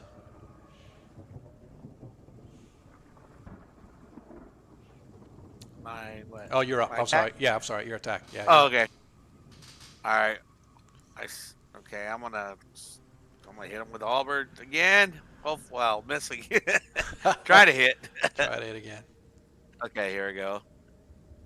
I said split. 19 hits as you finally Nice. strike with the halberd. Nicely done. And the halberd's D10, right? Yes, D10. Show me the money. See. A 1. Show me a 1. 10. There's a 10. All right, here we go. Show me the 10. Come on, baby. Nice. I'll split the 7. difference with you. As you slice down, you carve this huge swath right down the back of the back of the creature as it howls in pain as its sort of rear backbone and ribs and stuff are exposed with this big huge split, and it sort of whips and snarls. There's blood just sort of flinging everywhere from the wound, but it is not yet down as Valorius comes in with his blade. to get the 7 instead of 6. 6 as Valorius misses. Go ahead and Arthur, you and your henchman, your one henchman can now attack. 12, I believe. Yeah, that miss. He needs a 15, I think it is. All right, let's see. For your darts. Let's see if I can do it. I clicked the button, but it didn't happen. So let's try. There we go. Oh, hey, I got a 15. Hey, you got a hit. Nicely. Oh shit! Ignore the second roll. Sweet. Nicely done. As your dart hits, and it catches it in the face, and it snarls once again. Now it's whipping around everywhere, trying to figure out where all these attacks are coming from. And still not dead. No, that's not bad. It's 9 points of damage so far. Yeah, this guy's taking like 9 points of damage. Yeah, I know. I know. He's a boss. As he manages to, as Darnielle grabs a hold of Adair and sort of moves him out of the way. Next round, his next action is going to be to try to get Marcus. Is this the same ghoul that I hit for 6 points of damage? No. Okay. No, this one's taking 9, but he's got a lot of HP apparently. Yeah. He has. If for anybody that cares, he started with 11. So. Yeah. All right. So back to the top. Adair is paralyzed. Marcus is still bleeding out. He'll be at -4 this round. Ukla, you attacking with the halberd? Yes. Okay. Valorius is still attacking with his sword. This henchman is paralyzed. Yeah, he doesn't get like a save every turn or something. No, it's paralyzed. Technically, if you went by the rules, paralyzation was done in forever. You were paralyzed. You had to have a cleric like deparalyze you, but usually for the lower levels, it's like I only let it last like for a while, like a couple hours maybe. But for like ghasts and stuff like that, it's a permanent unless you go like get clerical healing or something like that to kind of remove it. So, all right. So we got Valorius, Arthur, you and your henchman doing the same thing, and I know Darnielle, what he is doing, he is going to be pulling Marcus and trying to bind Marcus's wounds. So he doesn't want anywhere near that ghoul, but while you guys got him engaged, he'll do what he can. So, since you lost the initiative, Valorius, he's not here, so we'll skip to Arthur. Arthur gets to roll. Hang on just a second. Let me clear this real quick. Arthur gets to roll for initiative. As the ghoul whips around and he launches himself at the half-orc. He's going to do... half-orc goes, "It wasn't me," and he points at the henchman. Henchman? No. One claw. No, you hit him for the most. One claw at Ukla, one claw at the henchman, and a bite once again at Valorius. 16 as he hits. You suffer no hit points of damage, but you feel the raking cold of the negative energy as it swats over your flesh. Ukla, I need you to roll a saving throw versus petrification paralyzation, please. Okay. Oh, sorry, paralyzation poison, sorry. You said I don't get any? No, it's 0. He only does 1 to 3. So I rolled a 4, so 4 is actually 0. Right? So. Well, how is he doing 6? Or I guess he was doing 3 damage on. Yeah, he did 3 exactly. Yeah. So if a lot of people just say die 4 -1. I just say 1 to 3, and if I roll a 4, that's a 0, just because that's how I do it. Right? I've always done it that way. When I roll the dice, if a 4 comes up on top, I said, nope, that's a 0. That's just how I've always done it. Good, bad, or indifferent. It works out in your favor. So I can make it a 3, but I usually just say if I roll a 4, that's a 0. So. All right, here we go. Here we go. Come on, man. Give me something. 11. Nope, paralyzed. Nope. You guys watch as Ukla sort of cries out as the thing just seems to barely touch him. Doesn't even hardly do any damage, but his body just sort of tightens up, and Ukla falls paralyzed. This could get deadly here really quick. Can I have Ukla as he's paralyzing? He's flipping the bird. Sure, absolutely. Sure, absolutely. All right. As Valorius. Oh, I'm sorry. Now it's on the next attack. Next attack on the henchman. 11, I believe that hits. He needs a 10, I think. Armor class 6. Yep, it's a 10. That's what you said last. Yeah. Yep. So 1 to 3. 3 hit points of damage as he slices through, as your henchman is now at -1. Yep, he's out. Yep, as -1, but I still need him to roll for paralyzation, please. Sure. 13, I believe, fails. Yep, I don't know. He needs a 16 in order to save, so he is paralyzed as well. Okay. This ghoul is pretty tough, man. All right. Yeah. And now the bite. Subscribers are making 13 us as he misses. As he misses. So as we move down the chain, all we have left is Valorius right now. And me, yeah. And you and Darnell. Yep. As he swings with his blade and he misses. He misses with his blade. Your dart hits. Oh, you got it. Your dart hits. As You said it at 11. as the dart finally sinks in, as the ghoul is like trying to feast upon the flesh of everybody, Arthur just somehow, just like in like sheer desperation, whips 3 darts. One of them catches the ghoul straight in its eye, and you watch as the ghoul finally drops to the ground, dead. As Darnell watches over, and he quickly binds the wounds of Marcus. Marcus is now at -4. -4 hit points. As you guys sort of take stock and you look around you, you see the dead ghouls, but you see that the carnage that has been inflicted upon the party, as everybody is literally frozen solid from the paralyzation. You can't even see. Their eyes aren't even blinking. They're just sort of looking forward like stone statues. And as you sort of look around, there's only Darnell, Arthur. Hang on, I'm documenting this. And Valorius standing out of the whole party of 7 of you. Actually 8 of you. There's only 3 of you. As you look around at each other, and Valorius says, we need to get someplace where we can defend ourselves. We are in no shape to take on anybody. Agreed. And I'm going to immediately move to my dying henchman and try to help him as much as I can. Oh, okay. Yeah, so you bind his wounds as well. So, Sure. So now he is officially at 0. Now, to be honest, what I normally do if you go below 0, I usually say for every hit point below 0 you go, it is a full 24 hours of nothing but sleeping and rest to get yourself back, even to get on your feet. So you'll be at 0 hit points. He'll be at 0 hit points for a day. Marcus will be at 0 hit points for 4 days.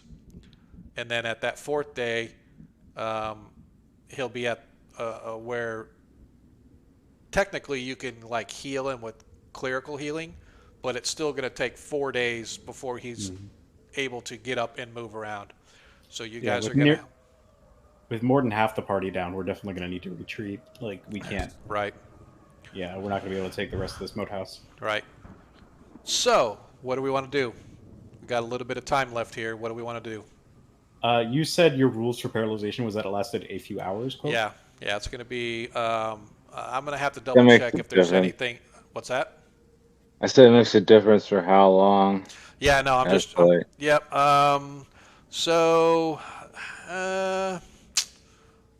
try and see if it actually says right here, if they give any indication, because I used to do it like 8 hours, but I think that's an excessive. I'm just trying to remember if there was anything. This is first edition. It is what it is. Yeah. No, you are correct. It is what it is. But I always want to make sure, because it's been 25 years, 30 years since I've actually played first edition, so I want to make sure that there's something that I'm overlooking. For sure. Yeah, it says to become rigid paralysis unless a saving throw versus paralyzation is successful. Any killed by will become a ghoul unless blessed, blah, blah, blah. So, all right, so let's do this. We will convene next week to figure out. We can always fast forward through stuff based on that, but I want to make sure I do a little research just to make sure that I'm not missing anything. Because, like I said, I think I could have swore it was 8 hours, but maybe it was only like a few turns, right? Like maybe an hour or something like that. So I want to double check because I know other people do it like that as well, and I want to see if I might be missing something. So, I don't want to end on a low note or anything like that. So let me see if I can do a little bit of a research. We were going to be wrapping up anyway, deciding. But first of all, I just want to decide where you guys going to, regardless of how long it takes, if it's 4 hours, 8 hours, 10 hours, whatever. What do we want to do? Where do we want to go? And how we want to sort of board ourselves up in at least some kind of a defensible position. So I think the last place we want to be is in the Moat House, now that we know that there are undead here that can just come out of nowhere and attack us from behind. Right. Like, if anyone else has any further comments on that, like, I think we should get back to town because I don't think we're gonna be able to deal with this right now. So well, what if we stay in the little tower where the spider we killed? Nobody knows it's dead. I was thinking of that, but the only person who'd be able to hold a line there is, I think, conscious right now, but is Valorius, and I don't know how long it takes. It takes 24 hours to get any of you guys up. And no, like I agree with Arthur or whatever your name is. I have the means to make like a makeshift stretcher and like move people. It's just a matter of like how long is there's 3 people that can pull. Mm-hmm. Right, 3 people. And how many people? And there's like 8 of you total. So there's conscious. 5 bodies. There's 5 bodies and 3 people to pull 5 bodies. Well, here's the way I look at it. If you're gonna pull us through the marsh, it's like 3 people carrying 8 bags of heavy gold through the ghetto. Yeah, so yeah, it is. It is, but we know that the thing I'm thinking is like, there is no way that the 3 of us, if that is just like a random thing we can run into here, like there is no way that we're going to be able to hold even in this door unless we get like extremely super lucky, against any force that comes through here and does even a cursory investigation. Because you got to think, we've burned how many corpses over here, right? Like somewhere in this area. Like people are going to know that we're here. I just found it. Oh. So this is actually something. I don't know. Maybe this was could be from the basic rules, right? So which is fine. But I knew I had read it somewhere. An attack by a ghoul paralyze any creature of ogre size or smaller that they hit successfully, except elves, unless the victim saves versus paralysis. Once an opponent's paralyzed, it'll turn and attack another opponent. Well, I don't agree with that. I think they'll pounce on them.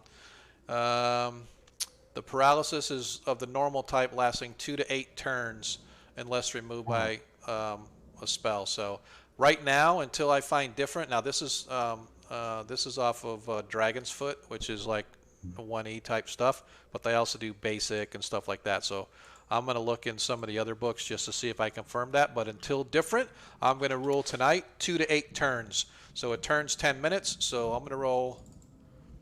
This is for everybody. I'm just going to roll once for everybody. After 30 minutes, everybody will start to come around from their paralysis. Now, that said, I still stand by my rule of negative hit points. Keep you at 0 until, it keep you from not being able to get up until however many days. So it's going to be at least 4 days before Marcus will be able to be up on his feet and able to successfully join folks. And it's going to be 1 day for whichever henchman fell. The other one, though, will be up. Yeah, the other one will be up. He's just paralyzed. He'll be unparalyzed. So in half an hour, we'll have 4 guys to drag 3 people? 4 guys, 2 4 people. guys to drag 4 people. Yeah. No, 5 guys, 6 guys to drag 2 people. 2, 3, 4. Okay, because nobody else. So because you were paralyzed, he's paralyzed. Yeah, he was just paralyzed. He was not dead or anything like that. 3, So 4, 5. Who's the other one who's paralyzed, not dead, or dying? Monkey. Ukla. Oh, I okay. didn't Wanna- take any damage Gotcha. either. We have to carry Marcus and the henchman. Yeah. And I'm strong, So just 2 so people.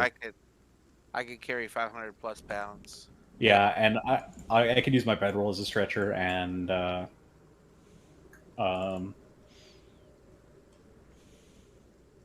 yeah, Shouldn't we be a could problem. definitely, yeah, Okay. shouldn't be too difficult. So what are we going to do while we're waiting?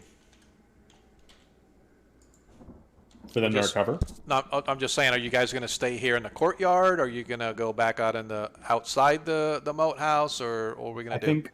I think moving into the tower was probably a good idea. Like just while we wait for them to recover from paralysis. Right. If failing that, then moving like out of the direct tower. So if somebody comes out and it just like does an immediate search of the area, they don't see us. Right. That's also a good idea. What do you guys think? Better get rid of the bodies. Oh, for sure. Frog leg. Yeah, I think based on the amount of time it took for this attack to happen, we probably have a burning fire currently of the other corpses we were cremating. Would that be accurate, Dungeon Master? Well, I mean, it's, to be honest, as long as it took us to do it, the combat isn't really that long.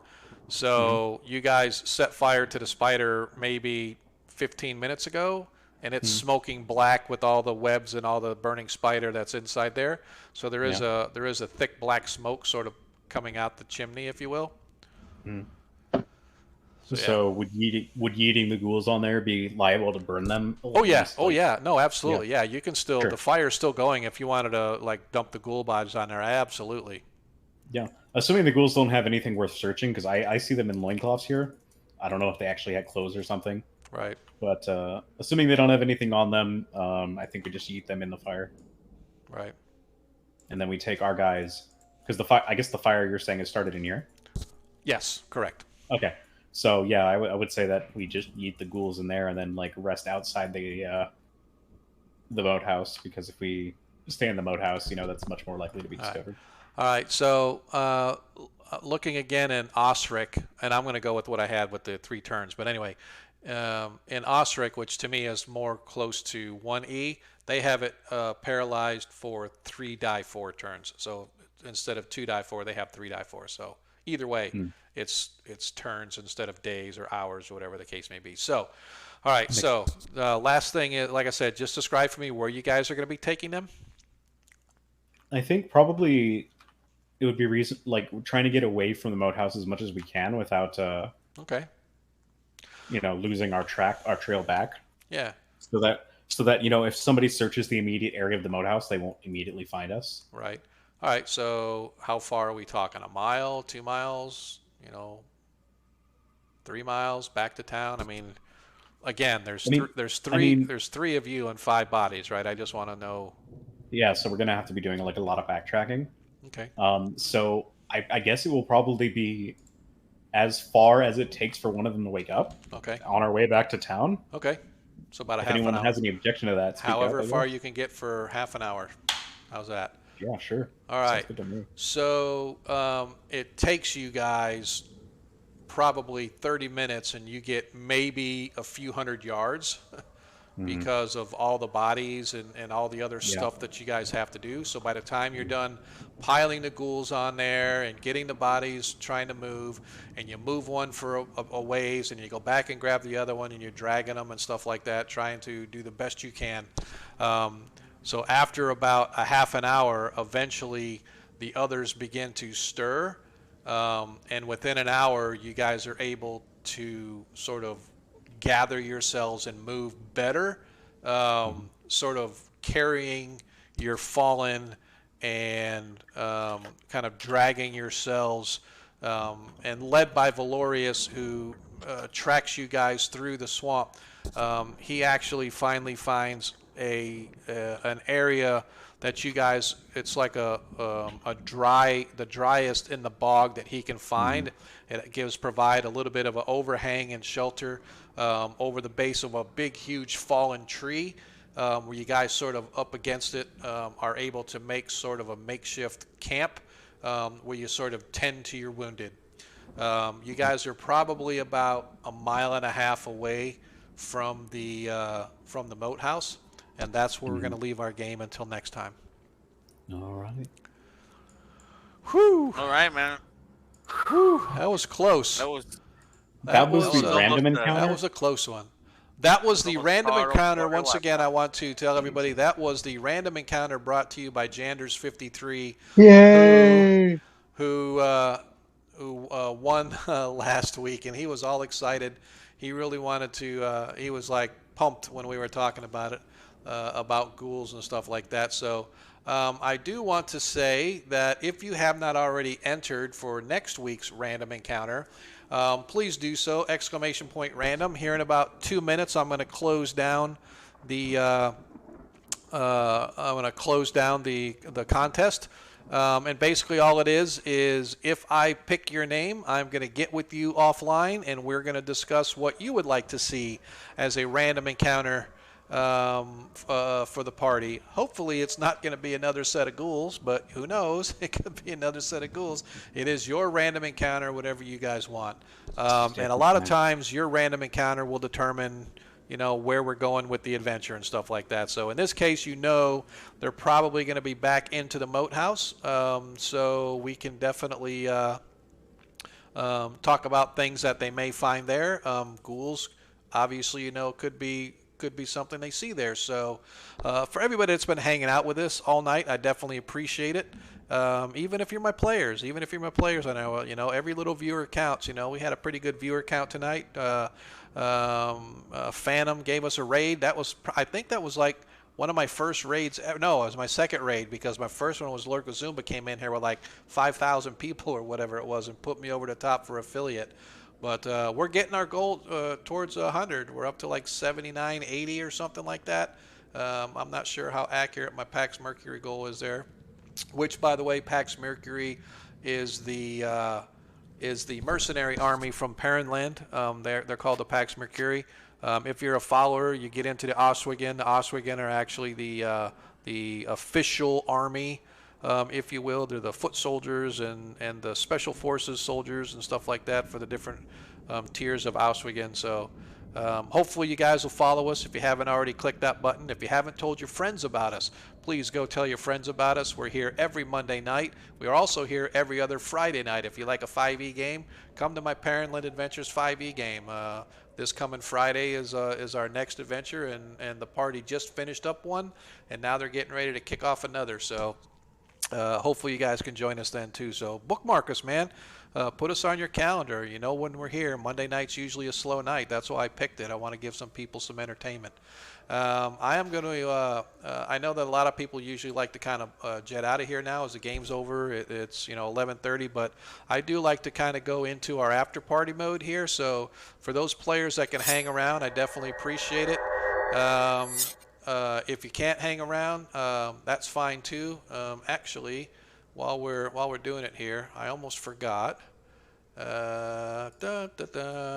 And let us show him. And I am going to. I had to move this back over. Let's move it again. I forgot to add back in Adair to our after party. So yeah, we're just going to hang out here for a little bit and chat, just like I always do at my games. Usually when I got people at my house and we've been gaming for a little while, once the game's over and we're kind of wrapping up and putting things away, we just sort of hang out and shoot the breeze for a little while. If you guys can hang out, I definitely appreciate it. If you can't, thanks for hanging out with us, players. If you can't hang out, I definitely appreciate you guys hanging as long as you did. But like I said, I'm just going to be here and kind of shoot the breeze a little bit, go through chat, see all the crap that I missed. And here in a couple minutes, I'm going to do our drawing. So, like I said, last chance. If you guys are out there in chat land, if you have not already, I would encourage you to ! Random and get yourself added into the.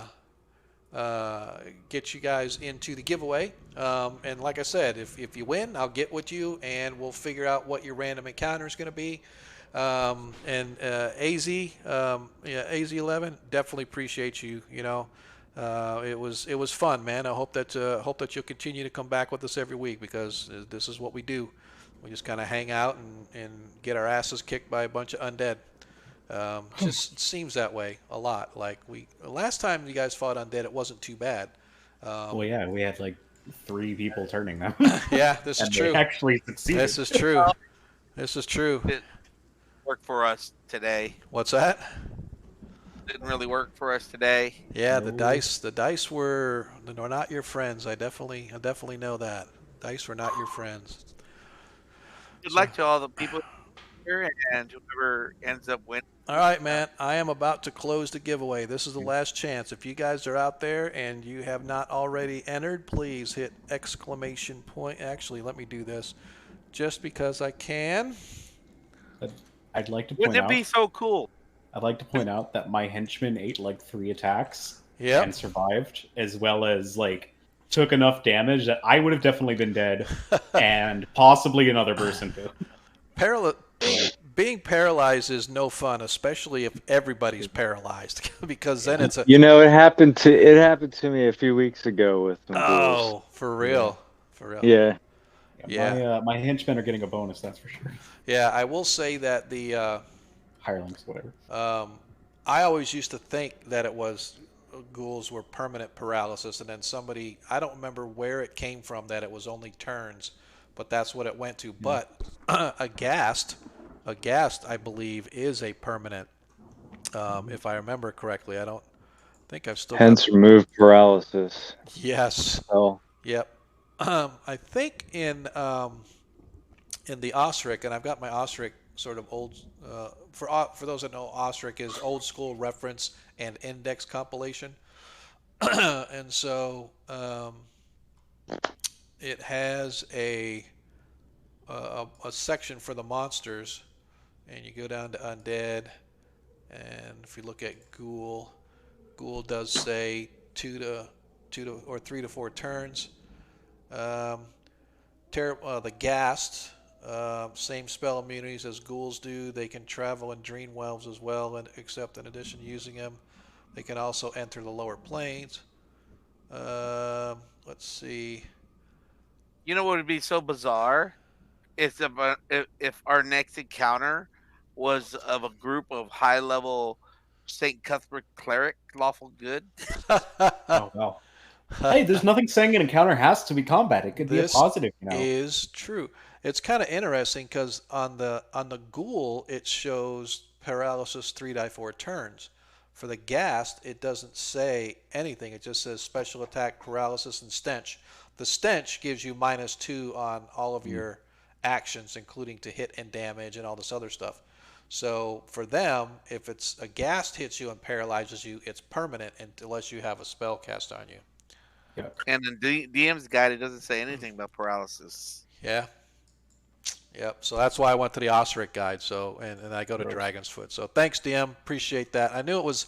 I was just looking to see if it ever mentioned, like, it doesn't ever say it's permanent, and I knew definitely elves are immune to it and stuff, which is why a lot of people used to play elves, because it's like, damn. So all right. So I'm closing it out here. Give me just a second. Let's see if I can figure out. Level 1 through 11. I mean, being an elf is great. Yeah. Exactly. Once you hit level 11, you just kind of stop. All right, so 6, 5, 4, 3, 2, 1. Giveaway is closed, and we are going to pick a winner, except Aethernalis. Aethernalis can't win. If Aethernalis wins, then whoever actually does win, it'll be the random encounter just for Aethernalis. Oh, shit. DM20, all right. I'll get with you on Discord, dude, and we'll talk about what the congratulations, man. I will get with you in Discord, and you and I will discuss what random encounter. Any first edition creature that's level appropriate. I think ghouls are fairly level appropriate, especially if there's only a few of them. Yeah. Yep, so you and I will talk about the random encounter and how we can incorporate it into the next week's adventure. So I hope you guys had okay time tonight. I know things got a little chaotic a couple times. I apologize for some of the things I missed or I skip over or forget about. I do not do it intentionally. It's just the ADD in me. I just lose sight of some things, whatever. So, but Lies. it's true. It's like when I skip Marcus, I'm like looking right at the list in order, and I went right over Marcus. I'm like, what the hell, man? It's like I don't understand that. It's just I have this thing. It'll happen, and then it'll happen over and over and over until I Don't feel bad. It used to be me. Until I beat myself out of it. Oh no, I do it. I've been doing it forever. I've always been that way. It's like my players at my table will be like, "Hey man, I haven't got an attack this round." I'm like, "Oh shit," you know. If I go back and retcon something, but at least in 5e, I knew exactly when I was supposed to go, so I could say, Yeah. I get a 10 now. It's my 10. Let's go. As long as we work together, like, yeah, what could go wrong, you know? Yeah, a lot. You know what could go wrong is we could get attacked from behind by 4 ghouls who could kill half the party. Yep. Yeah. That was and you know something, and I was gonna roll because normally it's like you can roll, and in first edition it's like 2 to 12 ghouls or something like that running a pack. But I'm like, yeah, no, I'm not gonna do that because they're second. If you guys were second level, I would maybe because it's a little easier to hit them. You have a little more hit points and stuff. Maybe a little better chance at the saving throw. But I thought 4 would be relatively easy, and it was for the first 3. It wasn't too bad. It's that last one was kicking your guy's butt, man. That was pretty good. But yeah, I don't know how 3 is supposed to be easy. 4 is supposed to be easy with like 3 attacks each. That's a lot. Well, yeah, That's it is. a lot. Claw, claw, bite. So there's 2, especially if you spread it out. Like I was focusing my attacks on one character. If I was to always spread it out, claw here, bite here, paralyze 2 people with each round. And that quickly can no bueno. So again, if you guys have not followed us, I do encourage you, please follow us. Don't forget also, if you're here watching us and you're collecting the Perrinland gross marks, which for those that don't know is a platinum coin in Perrinland. The gross marks are platinum coins.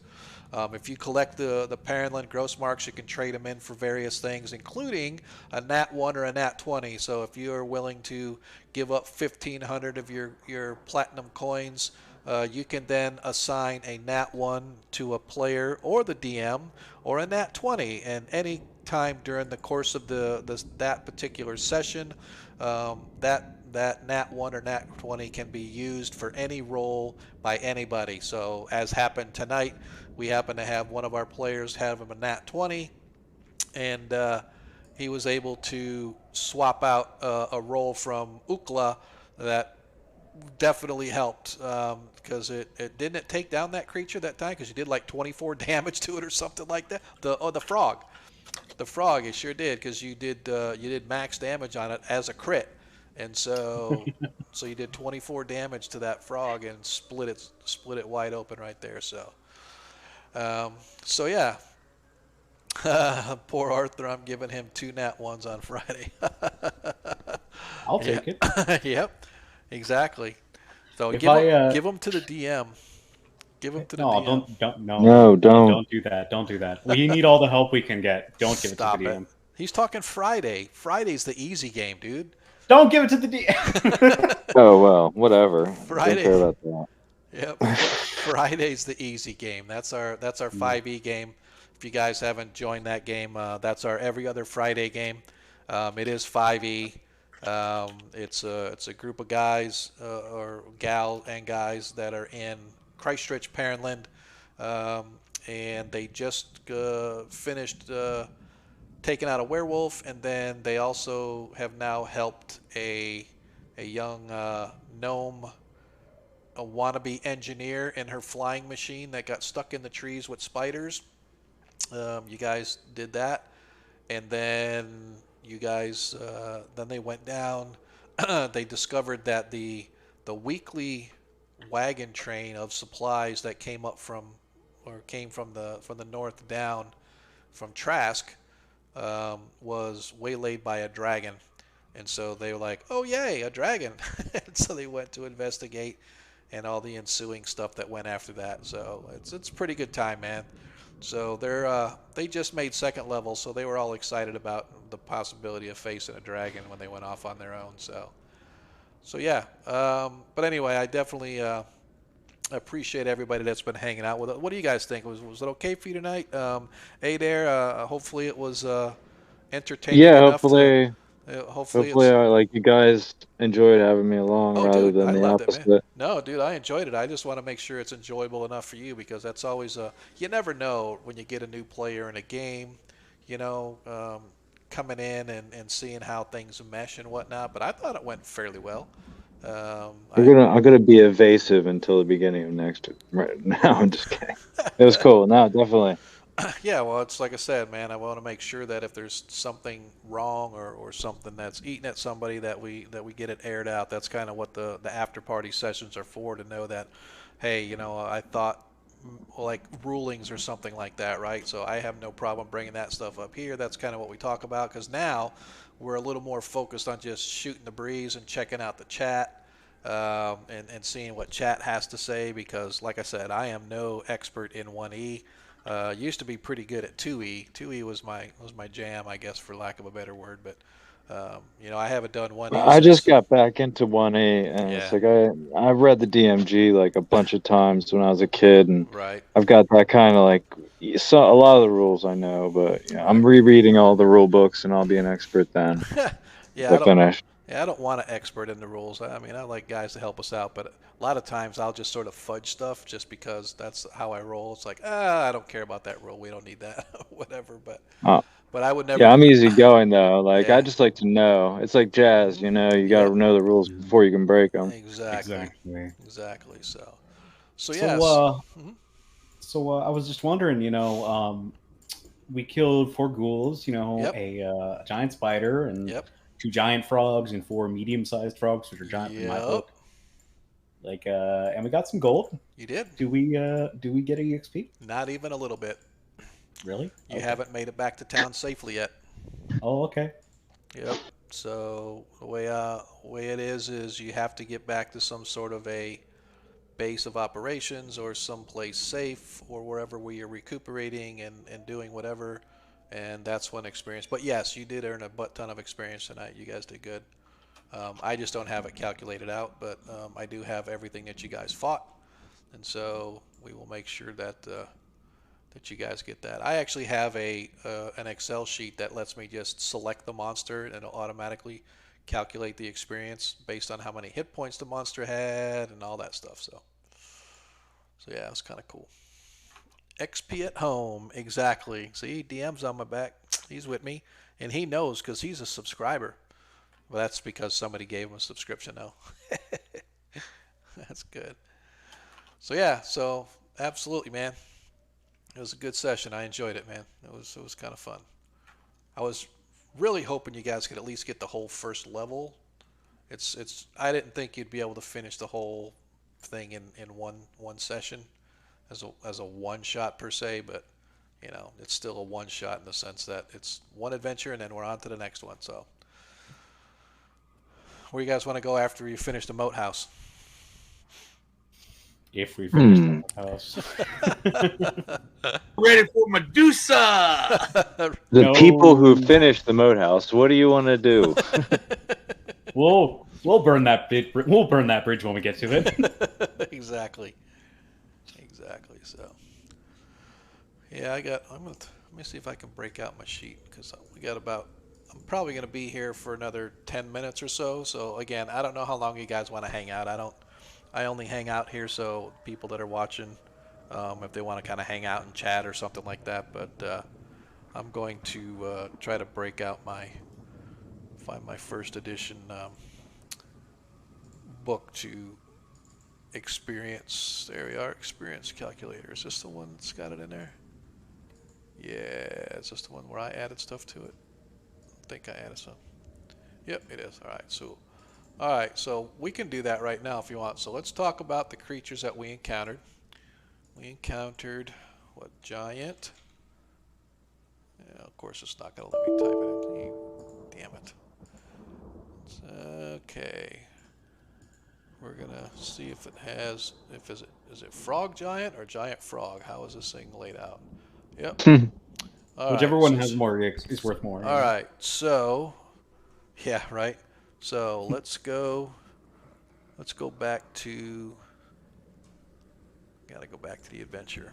Let me go grab the book again. Dun, dun, dun. And where is my Temple of Elemental Evil? I know it's here somewhere. There it is. I actually have, it's kind of funny, I have the PDF version of the green cover, and I actually have a, which is just the Hommlet. It's not the whole, for those that don't know, it's only Hommlet. And I actually have it in shrink wrap. I forget where I got it from. Somebody gave it to me, but I still have this one in shrink wrap. So, all right. So we had 6 giant frogs, and they had this many, and this many, and this many, and 6, and 4, and 4. All right, so for the giant, somebody want to write this down? Adam, you keeping track?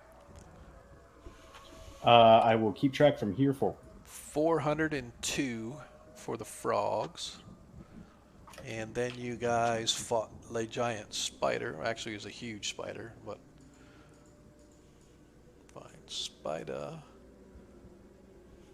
I like this little Excel sheet because it makes things so much easier for me because I'm lazy. Let's see. Spider, huge. Number appearing 1.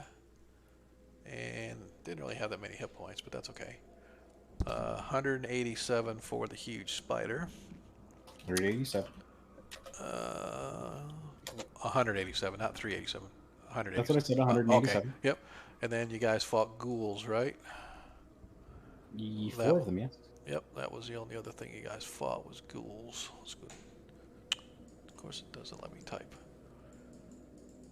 No smart search on here. I need to fix that. Stupid Excel. And getting closer. Gnolls, giants, ghoul. There we go. You fought 4 ghouls. And you had...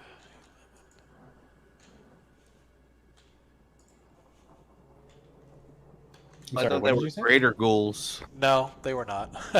What did you say they were worth? I wasn't. I was saying their hit points.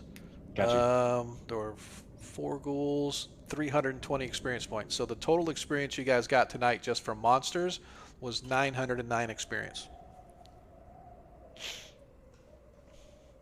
Okay. Cool. And then really the only you won't be able to claim any of the other treasure stuff until you actually get in town. And technically 1,000. What's that? It would be 1,000 for those with 10%. Yeah, if you got 10%, it'd be it would be exactly 1,000 really, because it'd be 90.9. So be 999.9. Yep. So basically 1,000 rounded up. So if you get 10%, you got 1,000 experience for the monsters tonight. If nothing else, this was a great learning experience. It's halfway to the next level. Yep.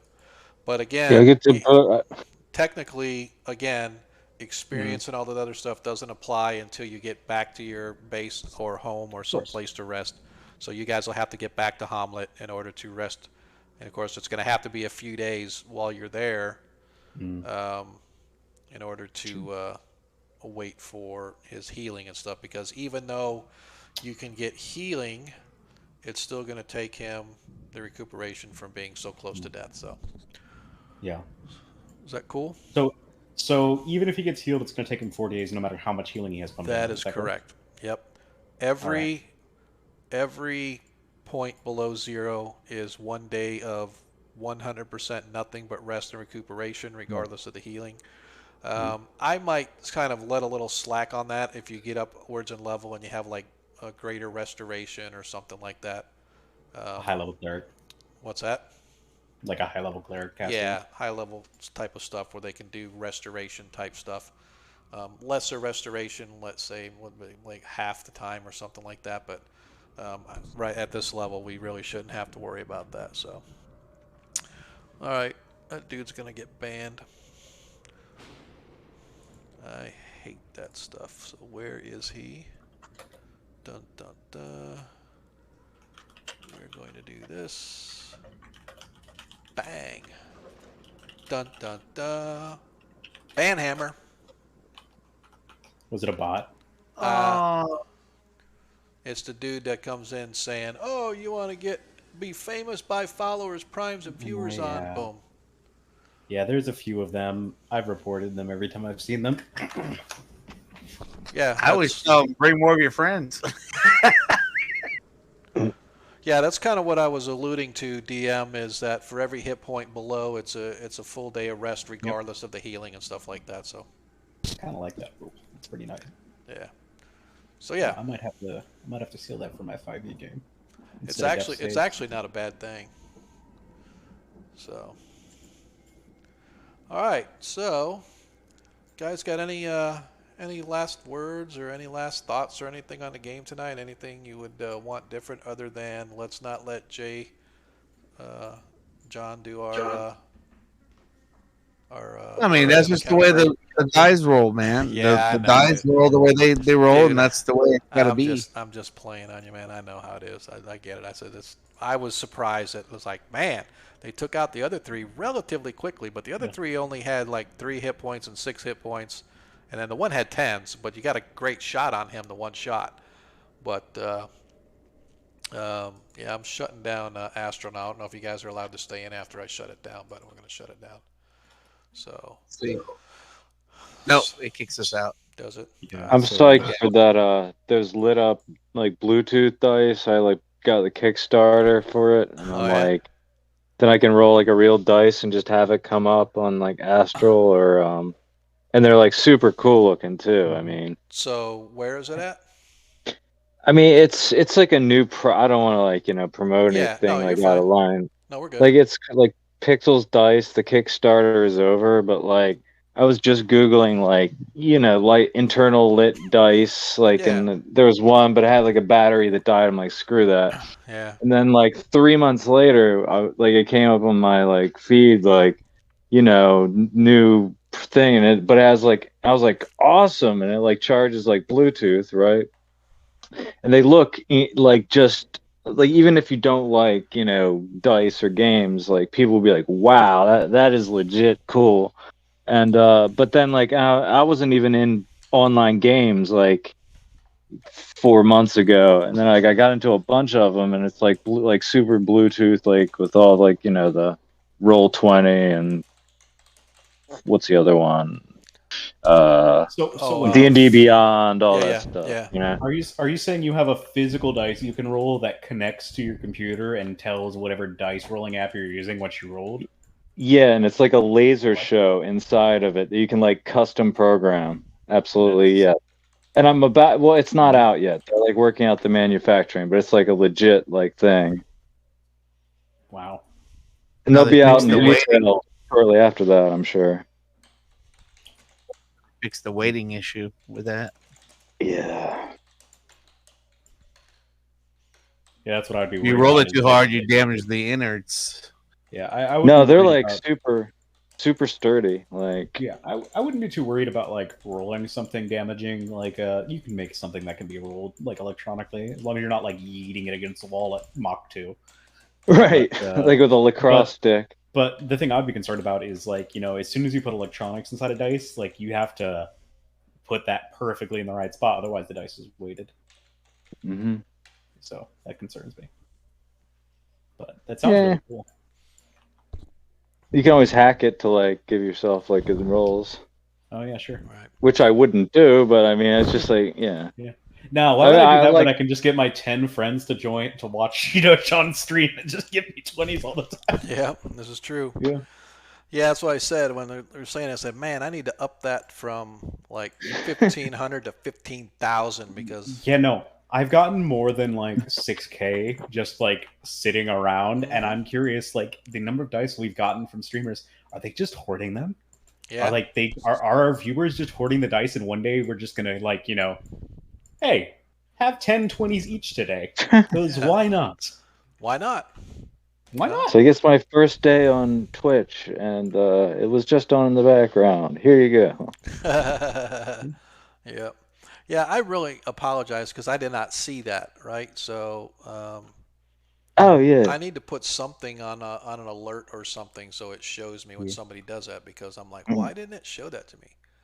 Mm-hmm. I'm not Oh, mad. Like yeah, I'd see, be upset if cow you were stuff. like, No, see, it's you like, should have told me then. yeah, You don't get it now. no, You no, see, you're no, dumb. Like no, I no, would be mad for that. no, You're all right. because I'm actually looking at it right now. It was Calstaff, and Hmm. I'm looking at it now because I have a moderator's view of the stream, and it has a little thing on the side that says reward request queue. So anytime somebody turns something in, I go in here and I can approve it, or I can reject it, right? And if I approve it, then it takes their coins away, etc., right? So, um, yeah, I was. That's where I would have looked at, right? So, and again, there's some other. I want to. Speaking of which, Adam, once I pay you for the other ones you did, I want to do new ones for the Parander and for the natural 1 and natural 20.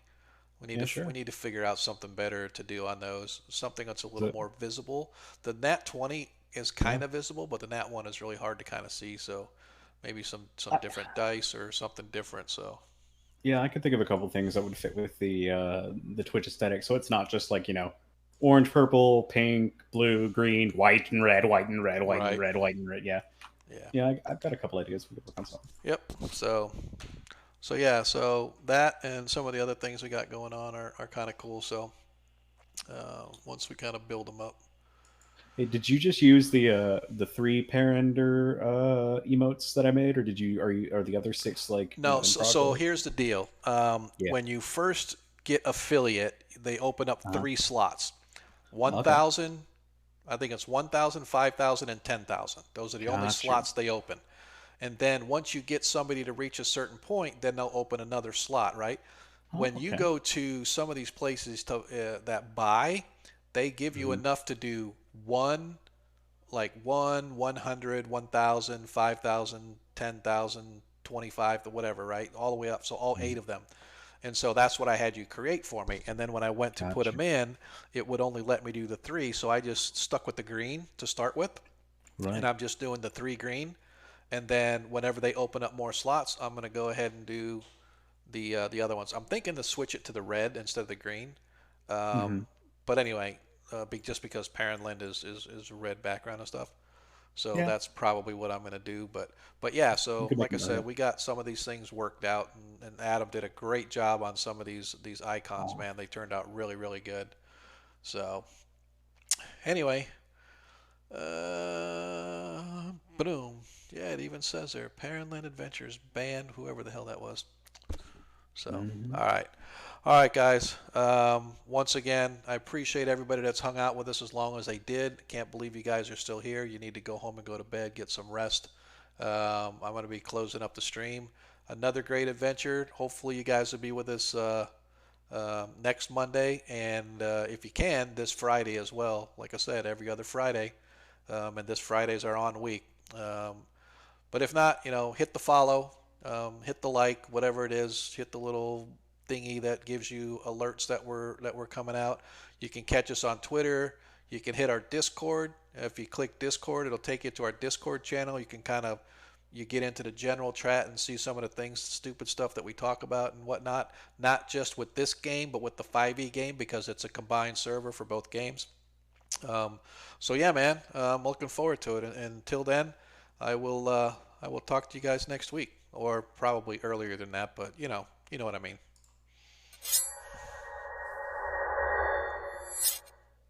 Y'all have a good night. Send us 20s. Yeah. Peace and love, guys. Peace and That's love. it. Yep. Tell your friends about us, man. Click them buttons. Get more people in here. The more, the better. We had a pretty good stream tonight, so we'll see how it goes. Hey, thanks, Troy. Talk to you next time, brother.